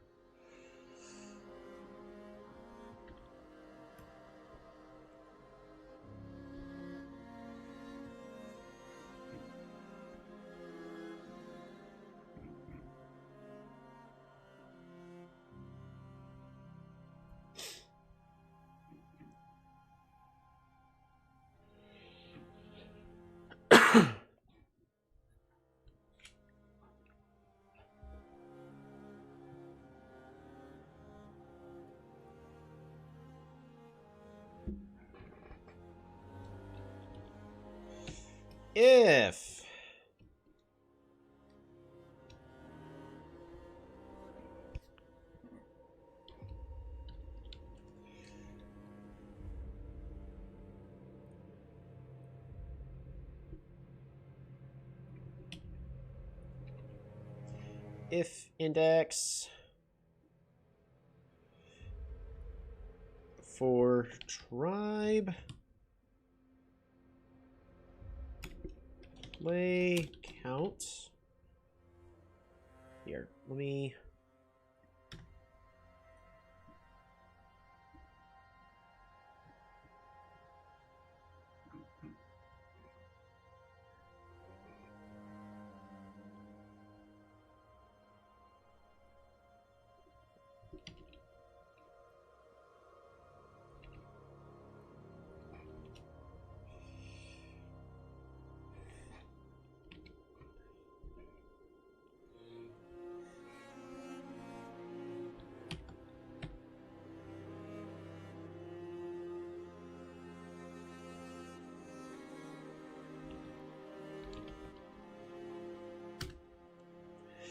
Boom.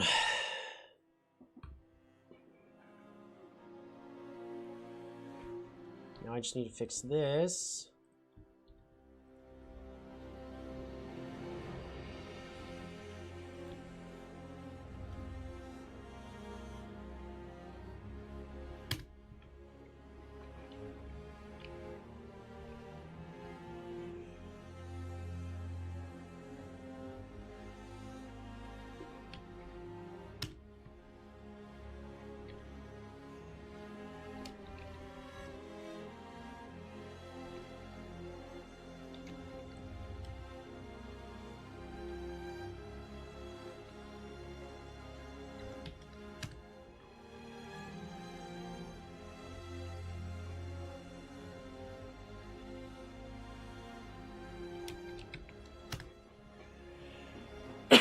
There we go. We're going to do the same thing.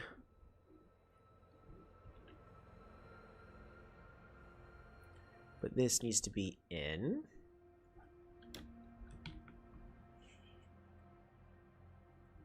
Copy, and then boom.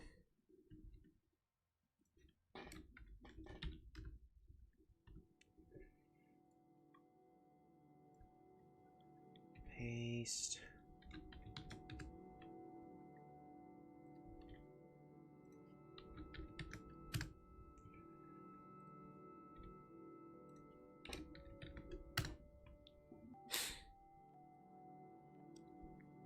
Copy. Paste. Paste. Paste. Paste. Paste. Paste. And paste. So the nice thing about the way that this is set up is not only can we get just the general overall average, but if you want to go, okay, well, how do they perform on this map? Or how do they perform on this map? How do they perform on Waterworld, you savages? Well, you can figure that information as long as we have enough data. There's our tribe cards. So we can switch this back to pretty much every single one of them.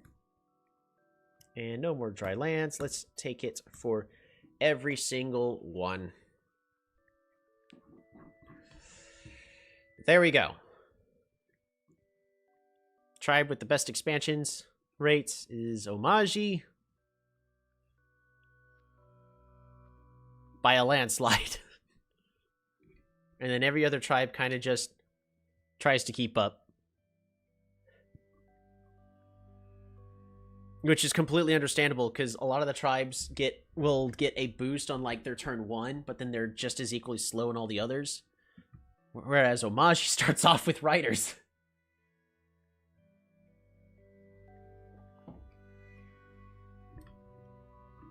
But also, if we want to say, well, maybe for certain things, it's going to be better from this perspective.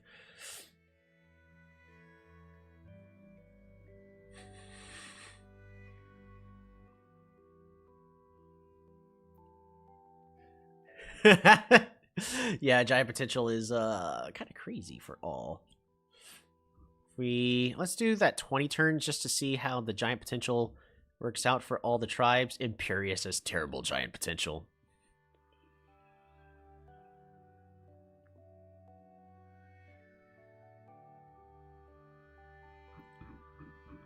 All right, but I'm going to go ahead and set this to the maximum 34. And really all the heck? Oh, it's because Simanti like the only tribe that actually goes all the way? Alrighty, well, anywho, if we, for these data things, the village tracker, are we going to say that the best ones are going to be... Copy. Paste.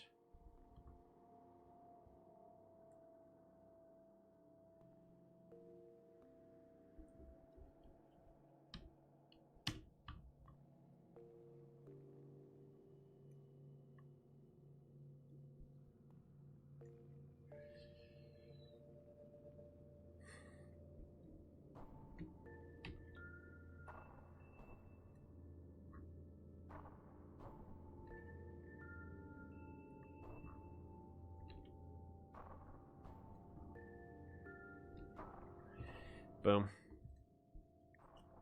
This way, it'll be easier for me to decide. So, village tracker.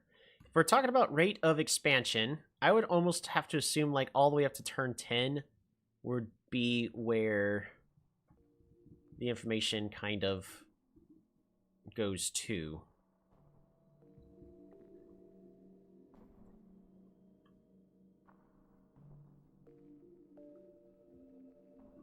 And of course, if I need to, well, we'll just drag that information back over and just drag this over just a wee little bit. Stars per turn tracker. I think we're in a similar boat of all the way up to To turn 10. Boom. Deleted. Unit tracker. For aggressiveness. Should economy be capped at turn 15 and aggressiveness at 10? Maybe. We could do that. We can always fix it later, so. Boom. Giant tracker. And so are we thinking both giants and... Or so the giants be capped at turn 15?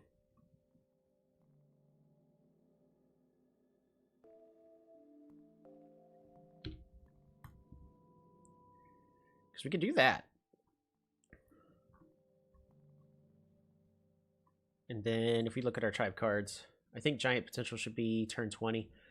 I mean, are we looking for, like, how many giants can a tribe constantly get out in a game? Or... Because potential could also just mean, like, overall how many they get.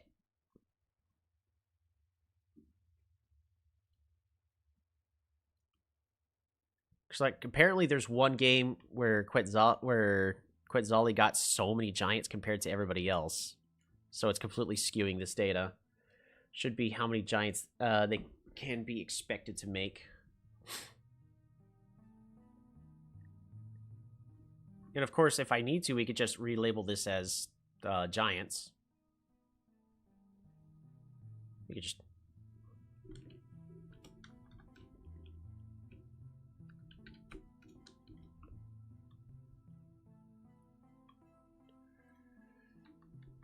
Equals this.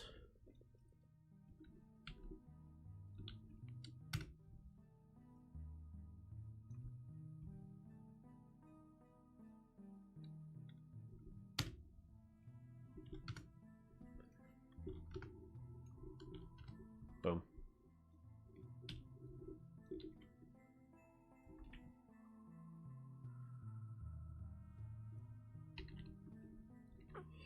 Boom, boom, boom, boom, boom. There we go. That way I only have to change one. Make that easy for myself.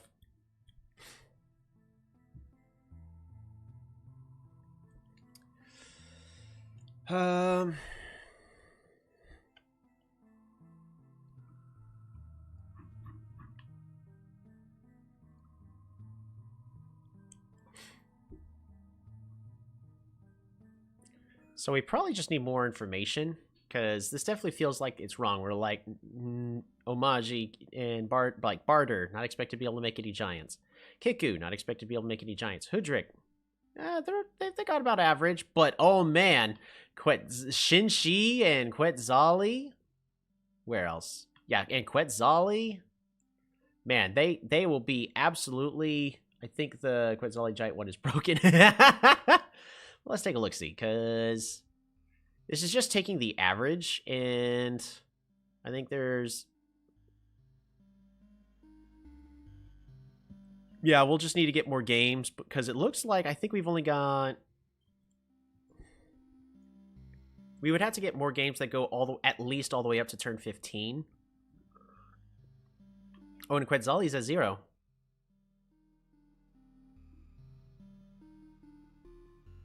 Quetzali hasn't produced a single giant.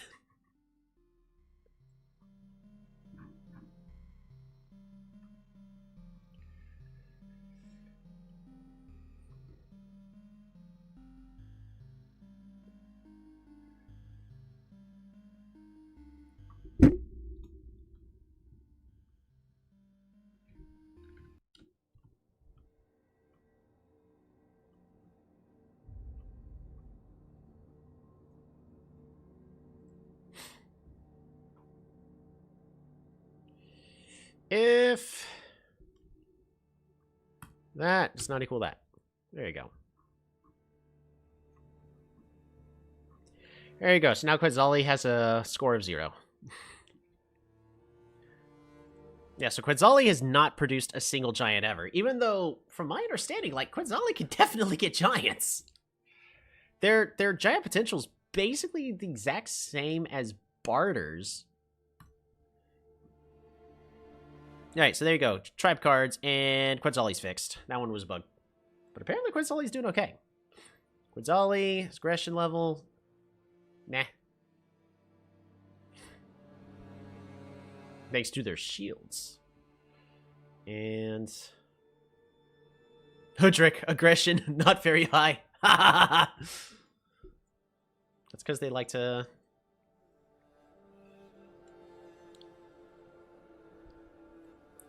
Interesting. I also find it interesting that overall, like, Kiku right over here has got great stats, but overall it's because of how often they actually lose all their games. And here's the other fun thing. If you show only wins... yeah, this kind of breaks. Yeah, so...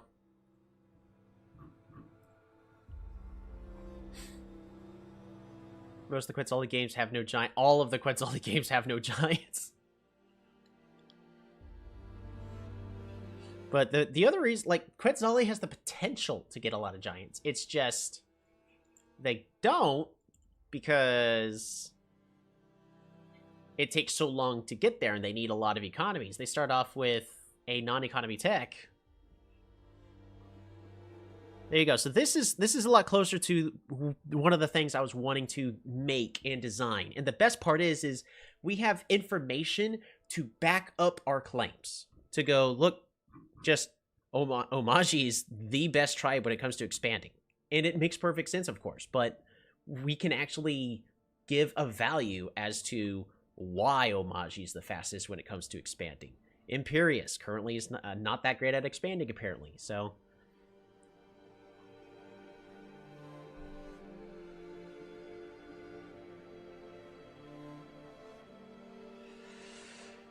Yep.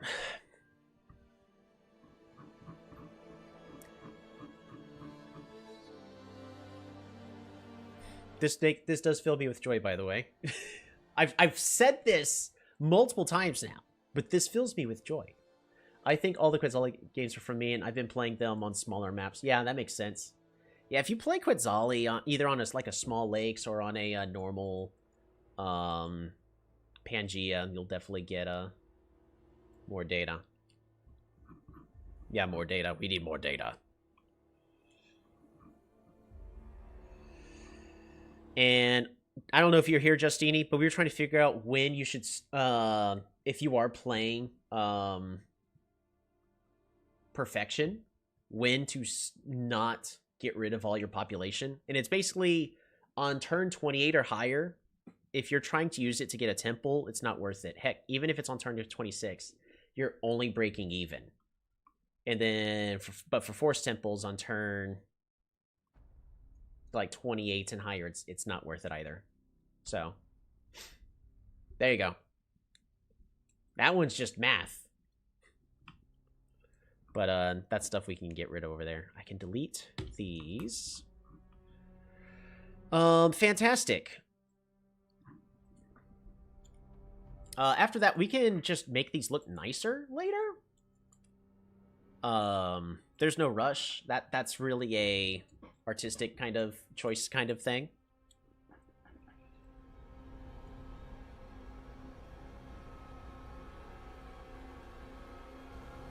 We could definitely figure something out.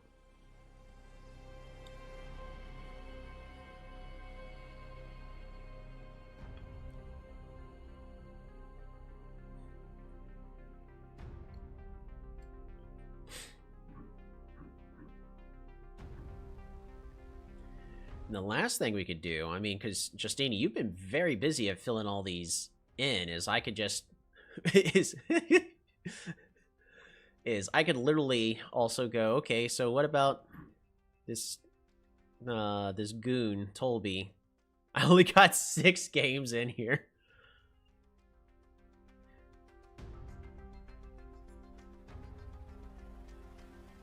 Also, I think this is not working as intended.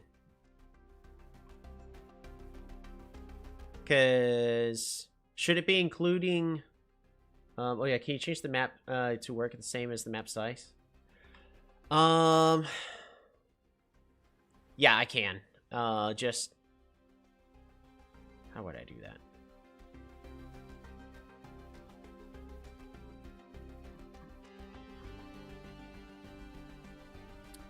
I need to go to game data, though. Which one is the cell that is pointing at C2 here? Where's C2?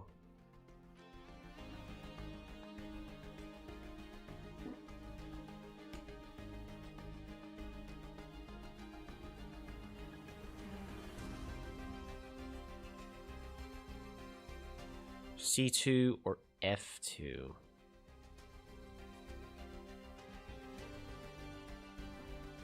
So this one should be C2.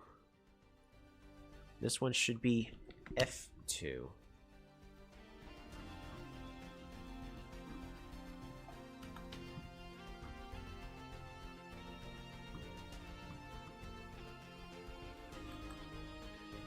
There we go, fixed. All right, so not like I've only got 6 games in here. And of course I'm only putting in my wins. Of course I would. I need to actually put in some losses like that other one against Delirion I played against as Zabazi. There we go. So that...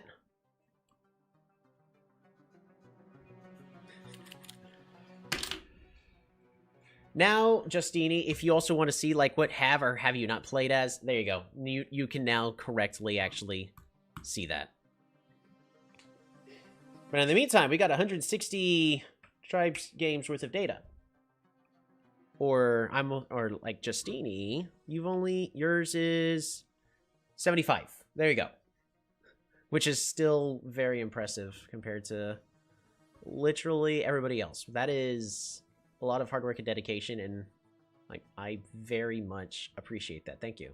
Because I mean you're able to see, like, thanks to all of those games that you've been putting in here, look at this. This is valuable data. Justini. You've not played Kiku? You've not played Kiku at all. Yeah.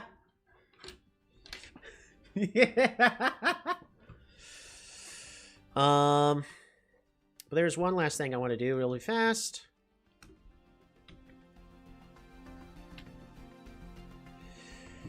And that is going to be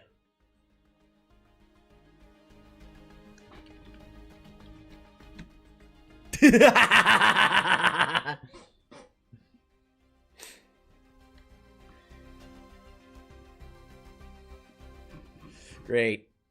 Here, I need to fix this now.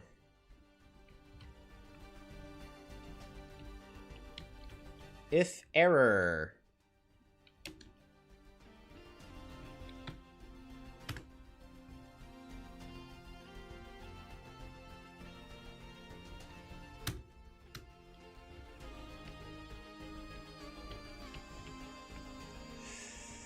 If error, and then 0. Same thing. Error. No. Copy. Paste.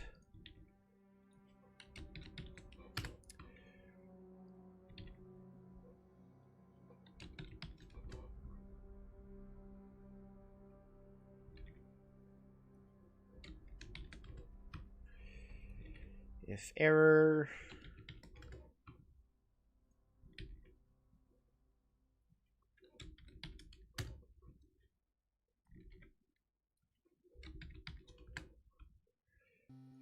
If error.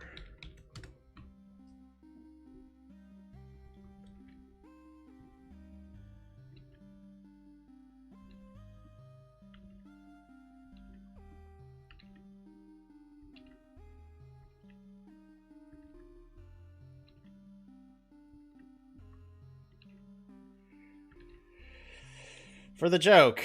Yes, this is a lot of effort just to say that the Other tribes are the skinned tribes are worse. Liar, Patchy.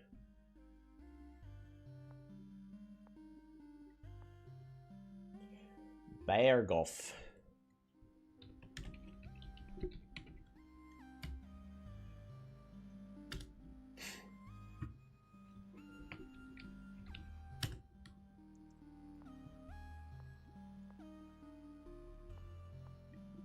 Ragu.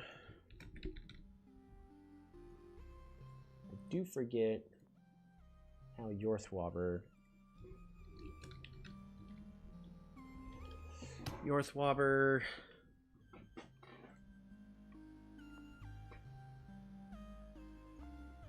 Almox.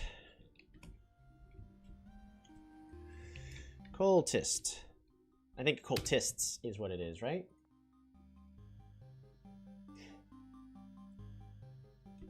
Anzala. Totally.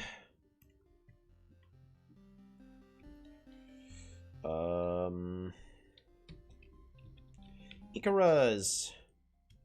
Urkaz. I remember some of these. Forgotten. Midnight.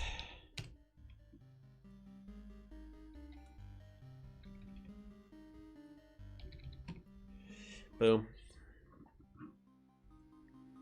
Skin specific.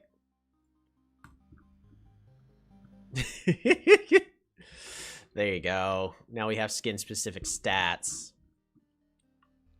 Kiku's not been played by Justini.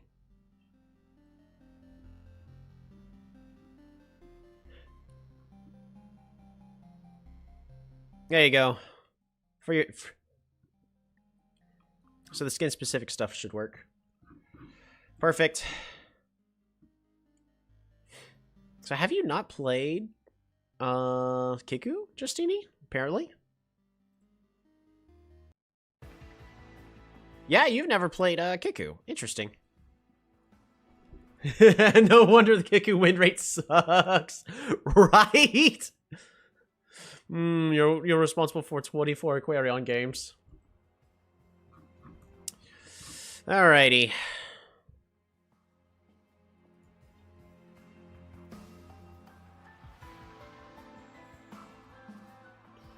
Allow multiple selections.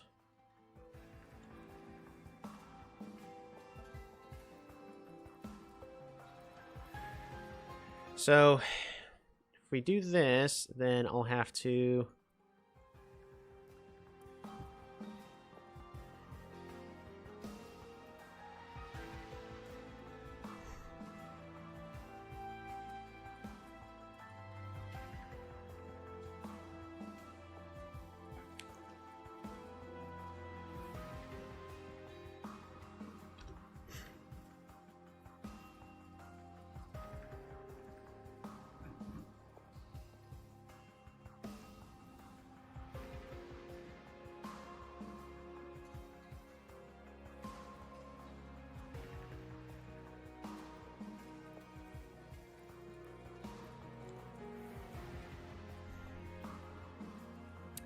Right, so this is all going to be responsible in the game data.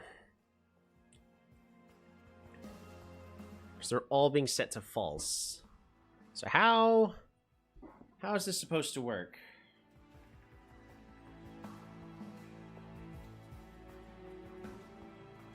Tribe evaluation. So it's sort of like B5, but we need to make the B4 one work just like B5.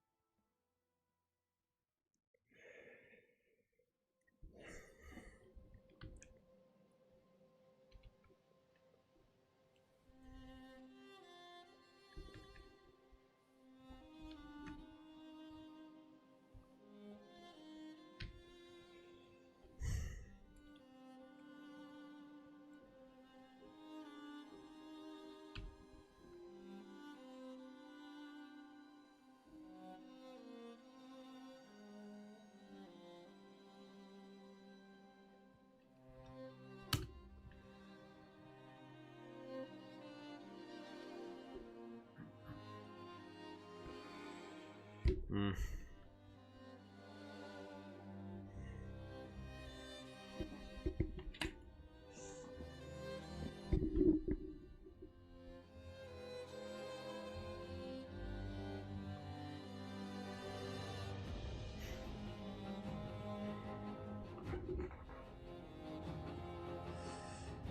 Okay.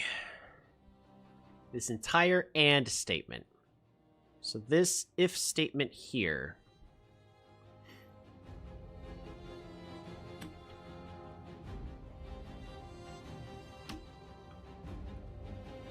I need a change.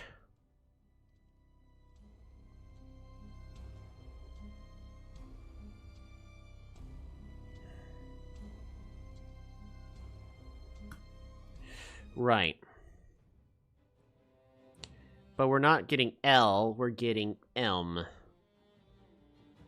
So, Elm.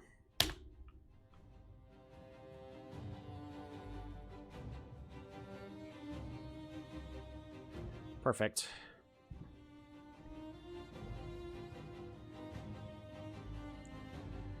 Alright, same thing for this. I need to grab this entire if statement, copy it, paste, Elm, but it's going to be for B4.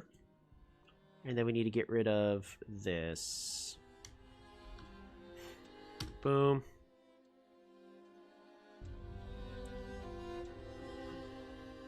Did I do something wrong? Oh.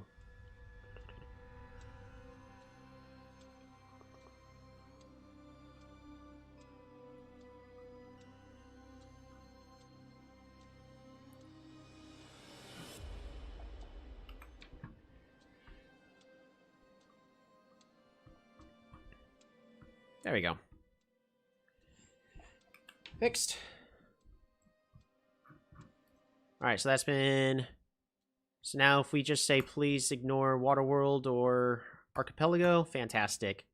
But I also now need to go into the drop-downs, and for the maps, delete all. So that way that no longer shows up.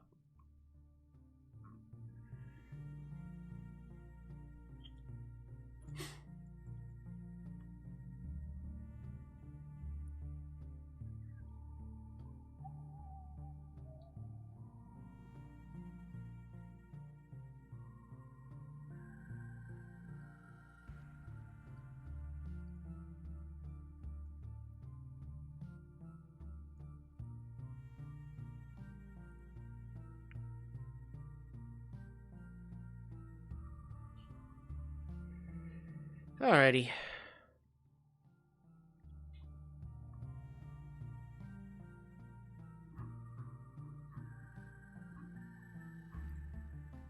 There you go. That is all that working just fine. But also we seem to now be missing a game. Why do we seem to be missing a game now? Because we went from 160 to 158 by fixing that. So let me go to game data and figure out why something is not being allowed. Why are you being set to false? Oh, it's a water world.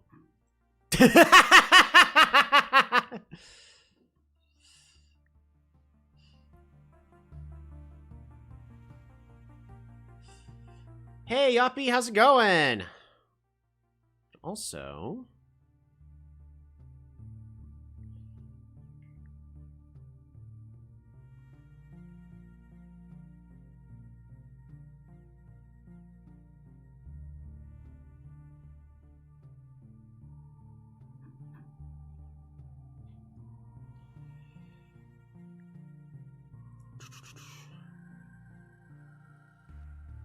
I don't see a single reason why that game should be omitted right now.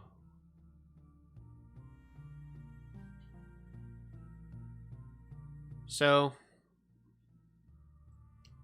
because for the drop downs, oh, I typed these in. Yeah, so unique query. So this is literally the exact same spelling as what is there.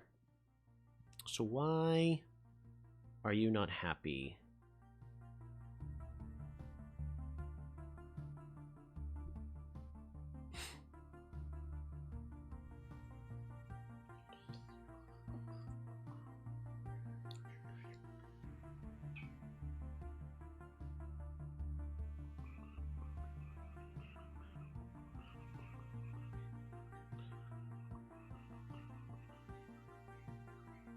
Have you made progress on automating inputting games to the spreadsheet? No, I have not. Right now, I'm currently fixing a few things on the said spreadsheet, as well as getting tribe cards made, where you can see statistics of how tribes perform. And this is backed up with hard data.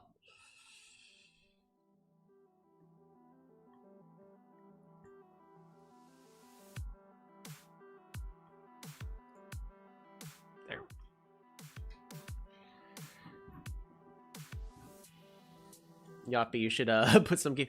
Yeah. And as we fill in the spreadsheet, this will fill in. But so the only progress I made is I installed Python on my computer, because I did find a thing to try to get the information that is sent from the URL.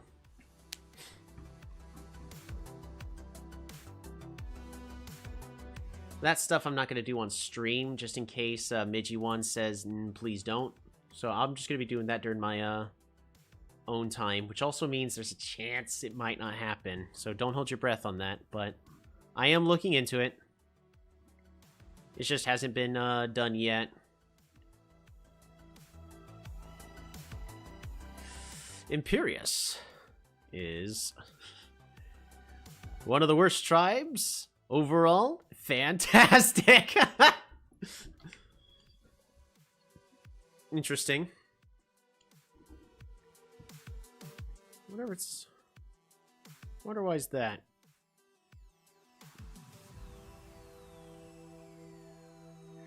Yeah, so why is the...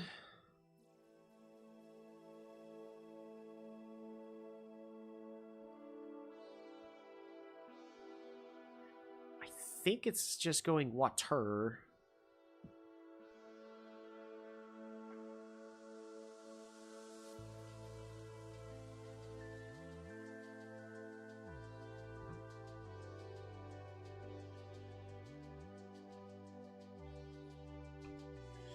Those stats seem inconsistent with my experience. Some of them do, but that's also because there's not enough information for some of the tribes, so... Once a lot more games get put in, the stats will become a lot more accurate. Really, the only ones that are probably accurate right now is Aquarion. Yeah, just Aquarion. Because Aquarion's the only one that's been played by a player here instead of random person online. Whereas Cymante's stats, since everybody's trying to play Cymante online,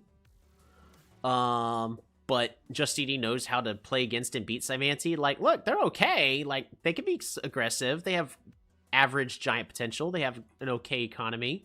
Their expansion's mediocre, but their overall potential is absolutely terrible, and you should not play Cymante. Right?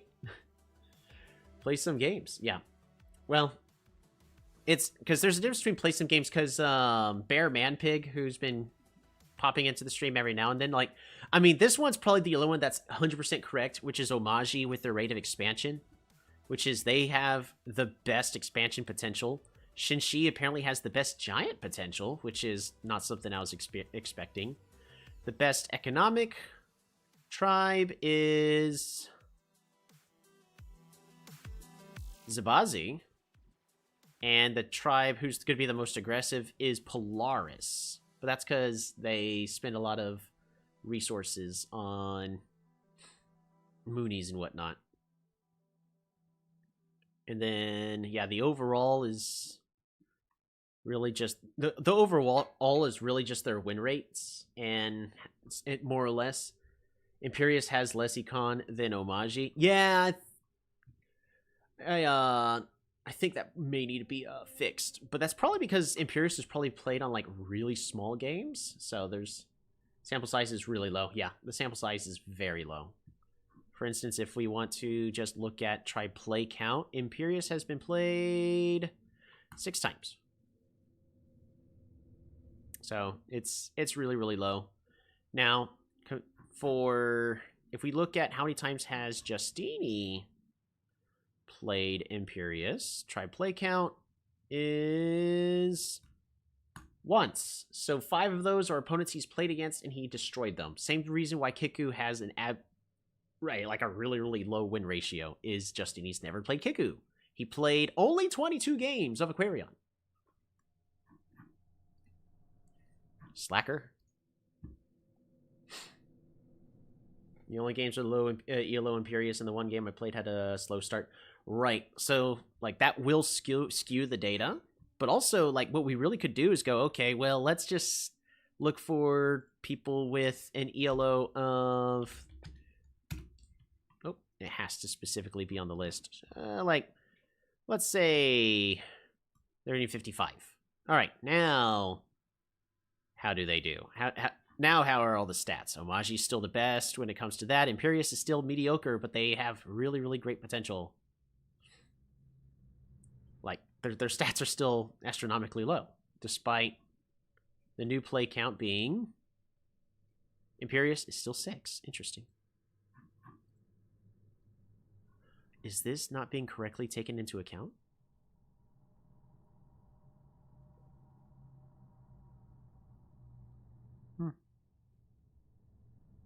Or maybe they are, and it's just, it's been a lot of... Here.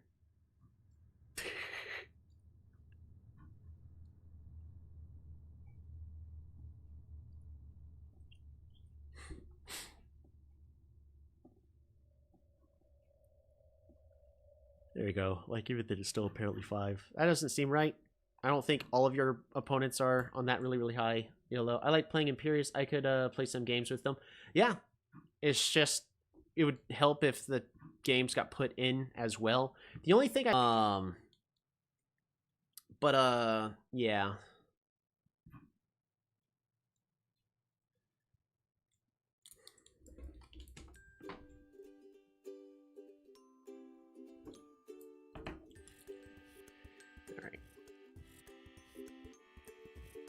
But I'd say the more data that gets put into it, the better. So my next thing, because there's our tribe evaluators. So tribe stats, there you go. Done, I guess. Information goals, we still want the average tech tree and the tech purchases. This is going to be some useful information, especially if you're unfamiliar with the tribe, about like, okay, well, what do they normally... What actually is the correct thing? Especially if you do like show only wins and go, okay, show me only wins. What are people doing? Cool. Then this is probably an actual guide of how to correctly place that tribe, at least when it comes to picking up the techs. Now, we won't be able to tell you, like, specifically what units to get yet. Because in theory, the best thing that we could do is make it to where, if I can automate it, I could then technically automate it to where it also says exactly what units are being purchased.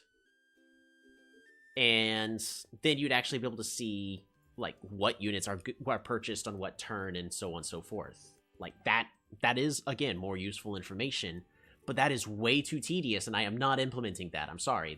No. I will be drawing the line at some point. I already went ahead and added in the, I mean, it's useful data. Like, I already added the unit tracker, so we get to see how many stars are being invested into units each turn. But, if we want to know exactly what units are being invested, that's something that needs to be automated. We can't do that. But I actually want to fix another bug really fast, which is... Why is our Waterworld game being labeled as... No?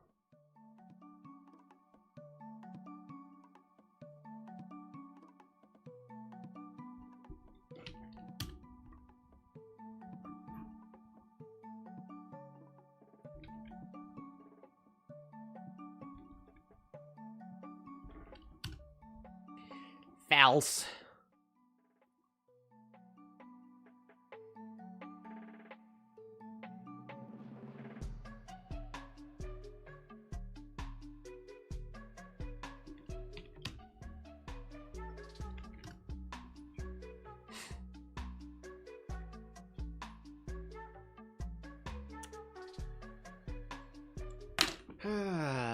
That's why.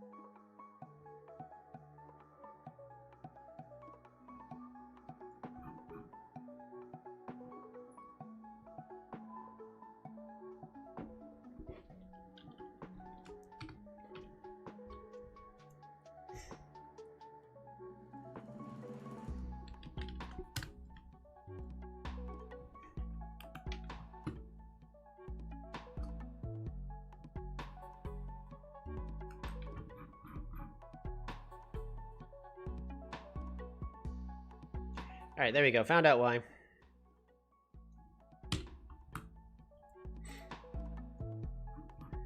Alright, fixed. We're back at our 162 games because 2 of them were Waterworld.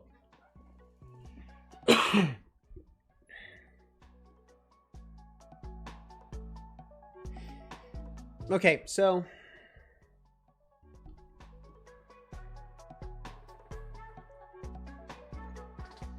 there you go.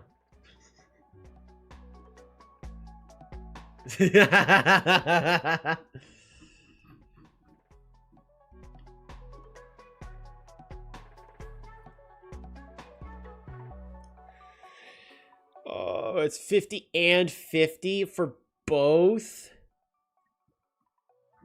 That is hilarious.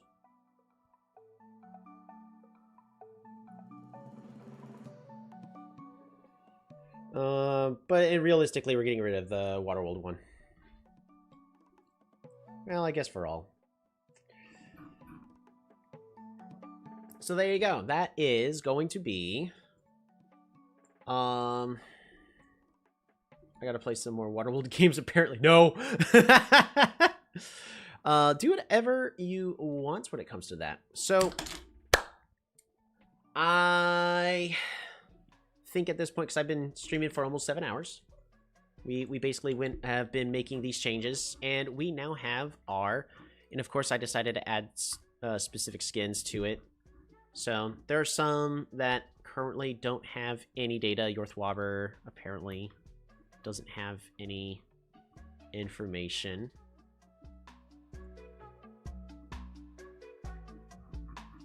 But in theory, like, the Imperia should be the same as Learpachi.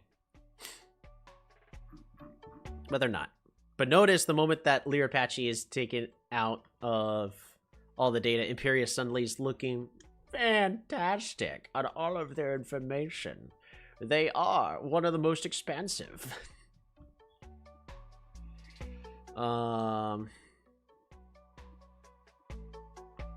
Dang, Icarus. What the heck happened here, man? Skewing all of our data. And so on and so forth.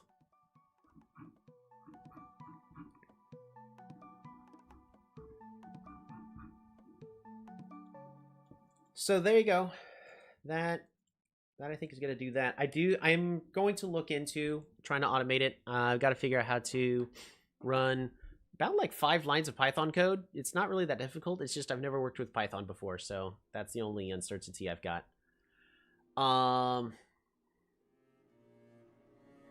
Yeah, that I think is going to go ahead and do it for this stream for today. Of course, if you have any more feedback to give on the spreadsheet and all that, just feel free to leave it in the Discord under the Polytopia general chat. Maybe we'll make a specific chat room just for P-Tech. I could do that.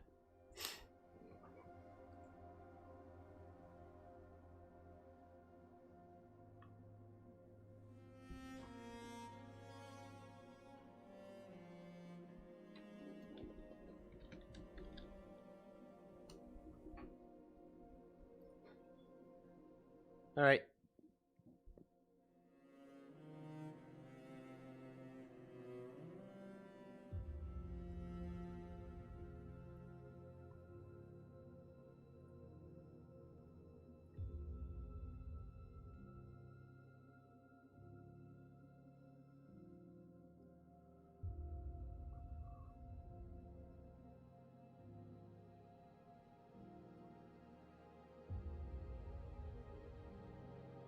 Boom. All right, cool. P-Tech has been added. There is now a... Yeah, there you go. So P-Tech is now available. So if you have something just to add specifically for P-Tech, leave it in the Discord. Oh, this does make me happy. This is what I want. Because the moment that I go, okay, I want to make a guide for said tribe, you better believe I'm going to play like 10 or 20 games. And if I can and get it automated, just immediately throw them into that. Because Justini's probably looking into creating his own guide for Aquarion. Because he's got 24 games played as Aquarion. And overall, this is the stats that it comes out with is, yeah, they're pretty decent when it comes to expansion. They've got a pretty good economy. They've got average giant potential. They're not very aggressive, so they don't train a lot of units, but overall, they're a good tribe. Because they've got a high win-loss ratio. But the more of all the tribes that get filled in for data information, the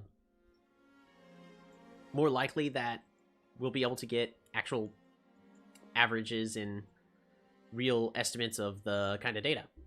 Because... yeah, I could use a guide for Aquarion. Haven't tested them since the public. They are strong. Aquarion is strong. In fact, I can just go to Polytopia here now.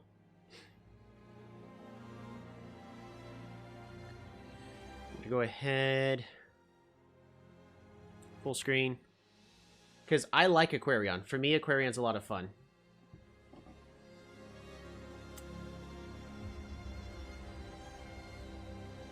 So if we just go to creative, Aquarion, boom.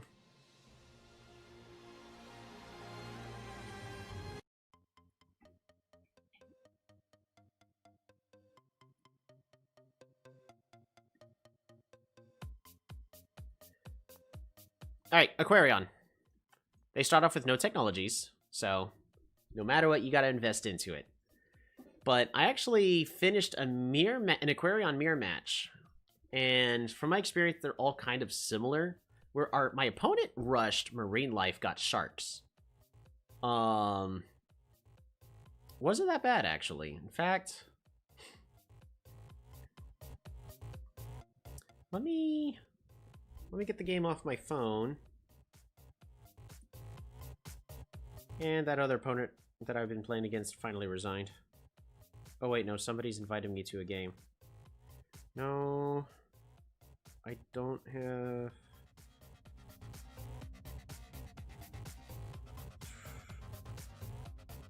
replays. Let me...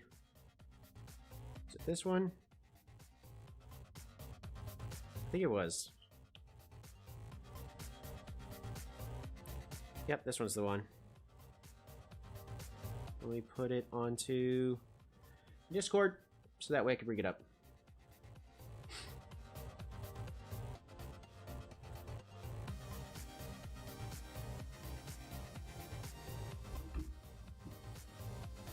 Better at, let me go ahead and bring up this game. So this way you can see exactly two different kinds of ways to play Aquarion and how you'll sort of expect them to play out.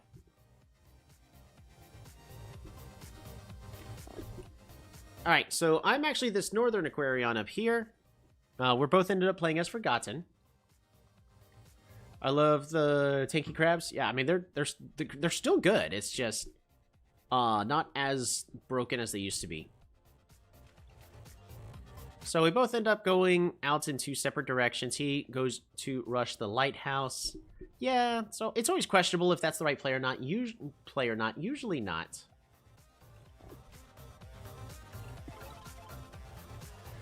I get my first city. He gets his. All right, but essentially, we get to where the brawls start to get interesting.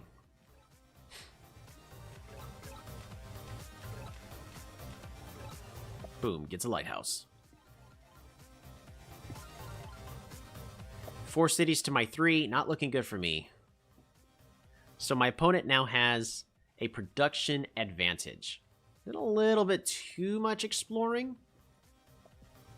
Because we're about equal economy, despite the fact that he has more cities.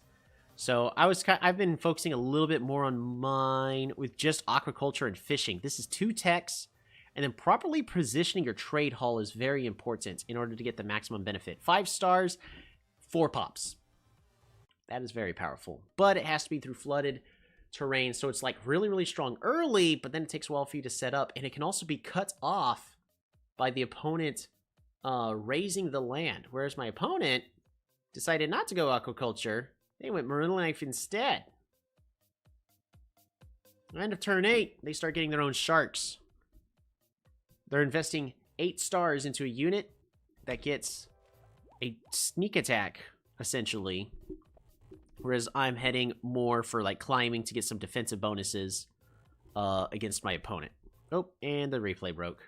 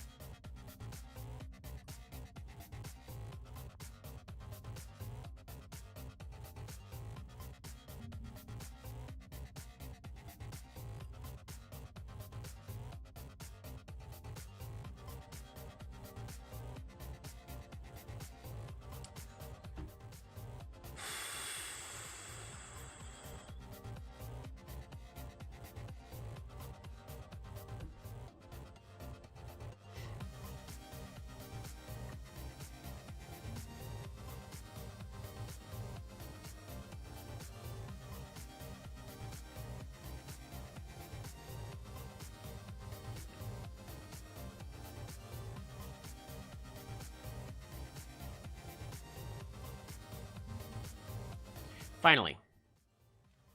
Turn 8. So I get climbing, specifically to where I can start getting defensive advantages against my opponent. And I am focusing more on my economy and getting riding. Because while my opponent is going to be getting sharks that are going to have a... going to be able to ambush my units and get free damage in like an archer, but 3 damage instead of 2... yeah, but they're spending 8 stars for it. It's really, really expensive. Whereas, I'm going to be heading towards waterways and getting bubbles. By getting bubbles, I'll be able to make all of my units move even faster. Sharks have 3.5 attack. That is correct. You're right about that. 3.5 attack. So at this point, I'm just trying to get my units set up to have increased movement speed thanks to bubbles. So I'm focusing on bubbles. My opponent is focusing on sharks.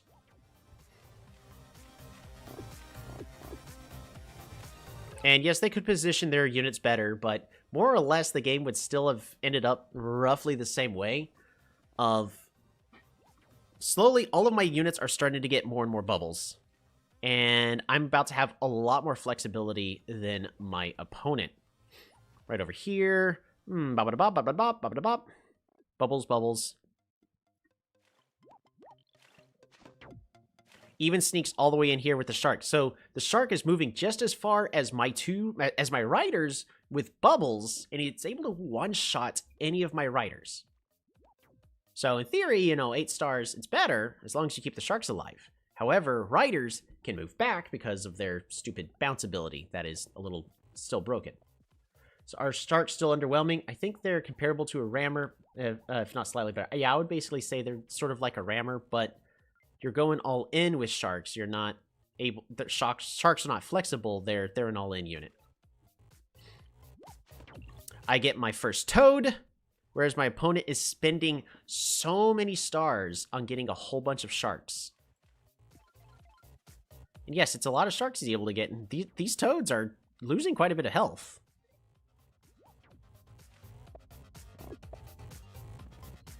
Get ourselves another toad. Even more riders. And make sure that I can't get my capital sniped. I mean, you could have sniped my capital, but I would have been able to unsiege it just fine.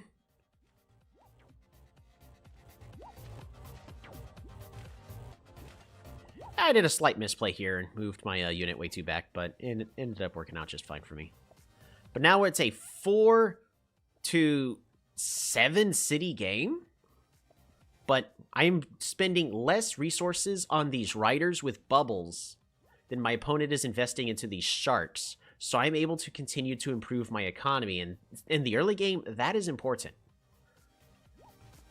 So even though sharks are cool, and yes, you are going to want to get sharks at some point, you want to go with a more cheaper solution. And basically, my starting path opens up nearly the exact same every single game, and it is very powerful. Fishing, aquaculture, riding, waterways.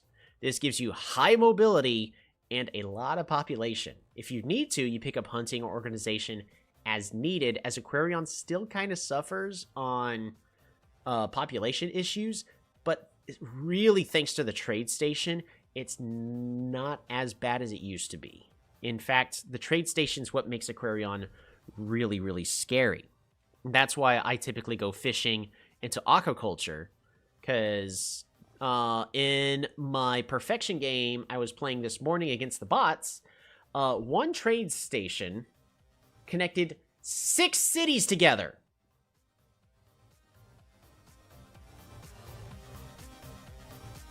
That's 12 pops for 5 stars. That's bonkers. If you can place your trade station in the perfect location, you can get so much value out of it. And that is why the trade station is so powerful, and you want to get the trade station. That, and then if you end up finding aqua farms, fantastic. Same thing as Zabazi Love. You can get 2 pops with just 5 stars. So here's your economy, and here is your high mobility and military. Plus, by picking up waterways, you also get the ability to flood tiles, which amphibians are also fantastic at being able to help you achieve. Because once they bounce off a unit and they go somewhere else that's not flooded, if there's nothing better for them to do, flood that tile, and suddenly all of your aquatic units have so much more mobility thanks to bubbles. So it's literally those 4 techs are essentially all you need in order to get started, and then the rest depends on the game. Even this, like, my city is being sieged. It's not going well for me. But now we're starting to make a counteroffensive, thanks to my high mobility.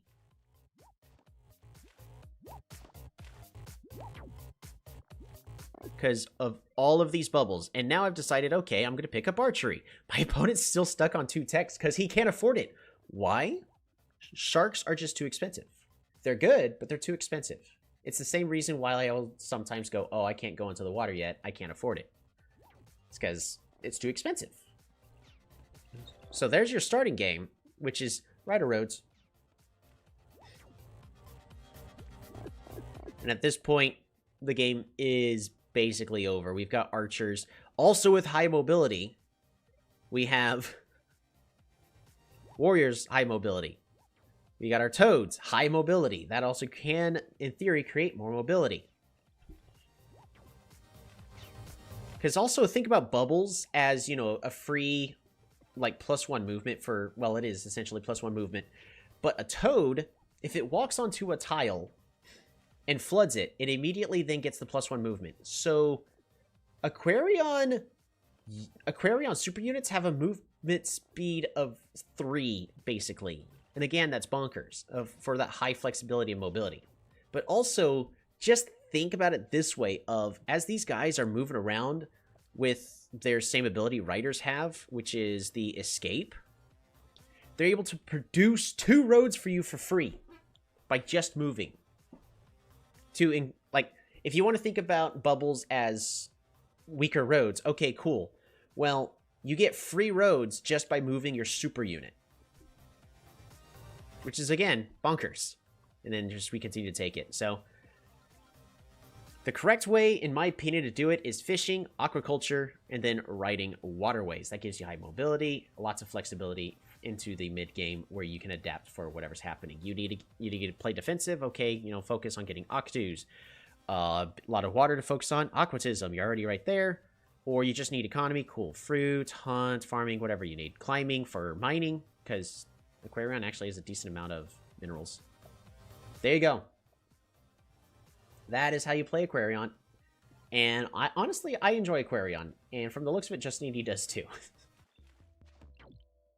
There you go. So that's that game that I ended up playing. And it took a lot longer before our opponent finally decided to resign. But that's alright.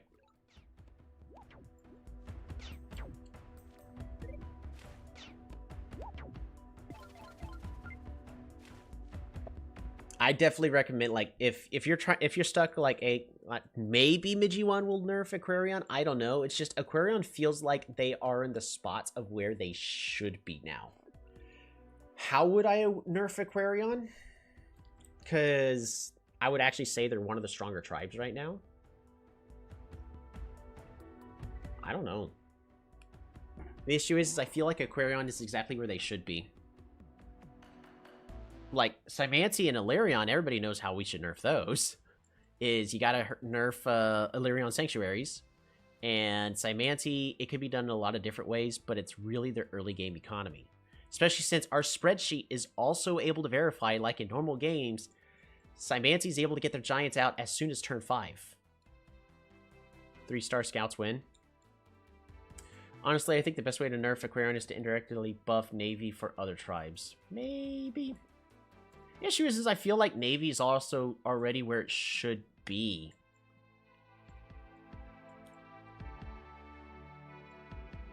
I don't know, it's really tricky. It might actually have to deal with the whole, where does the trade station actually belong?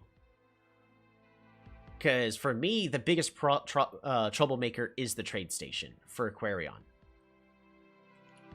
And it's okay, well, should it be similar to, like, how outposts work?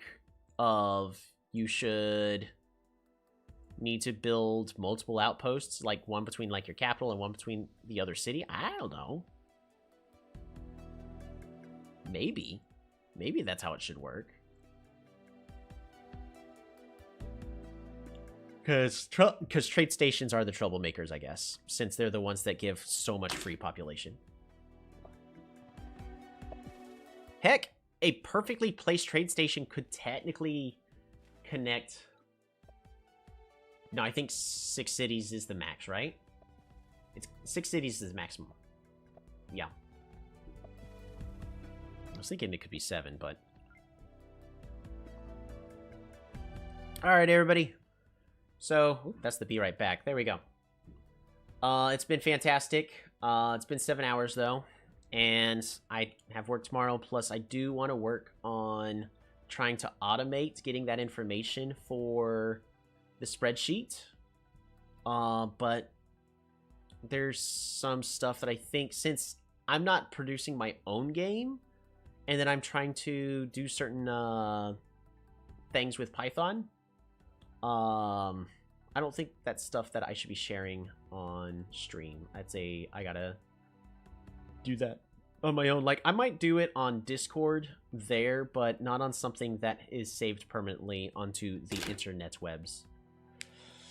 But yeah, so thank you all so much for tuning in.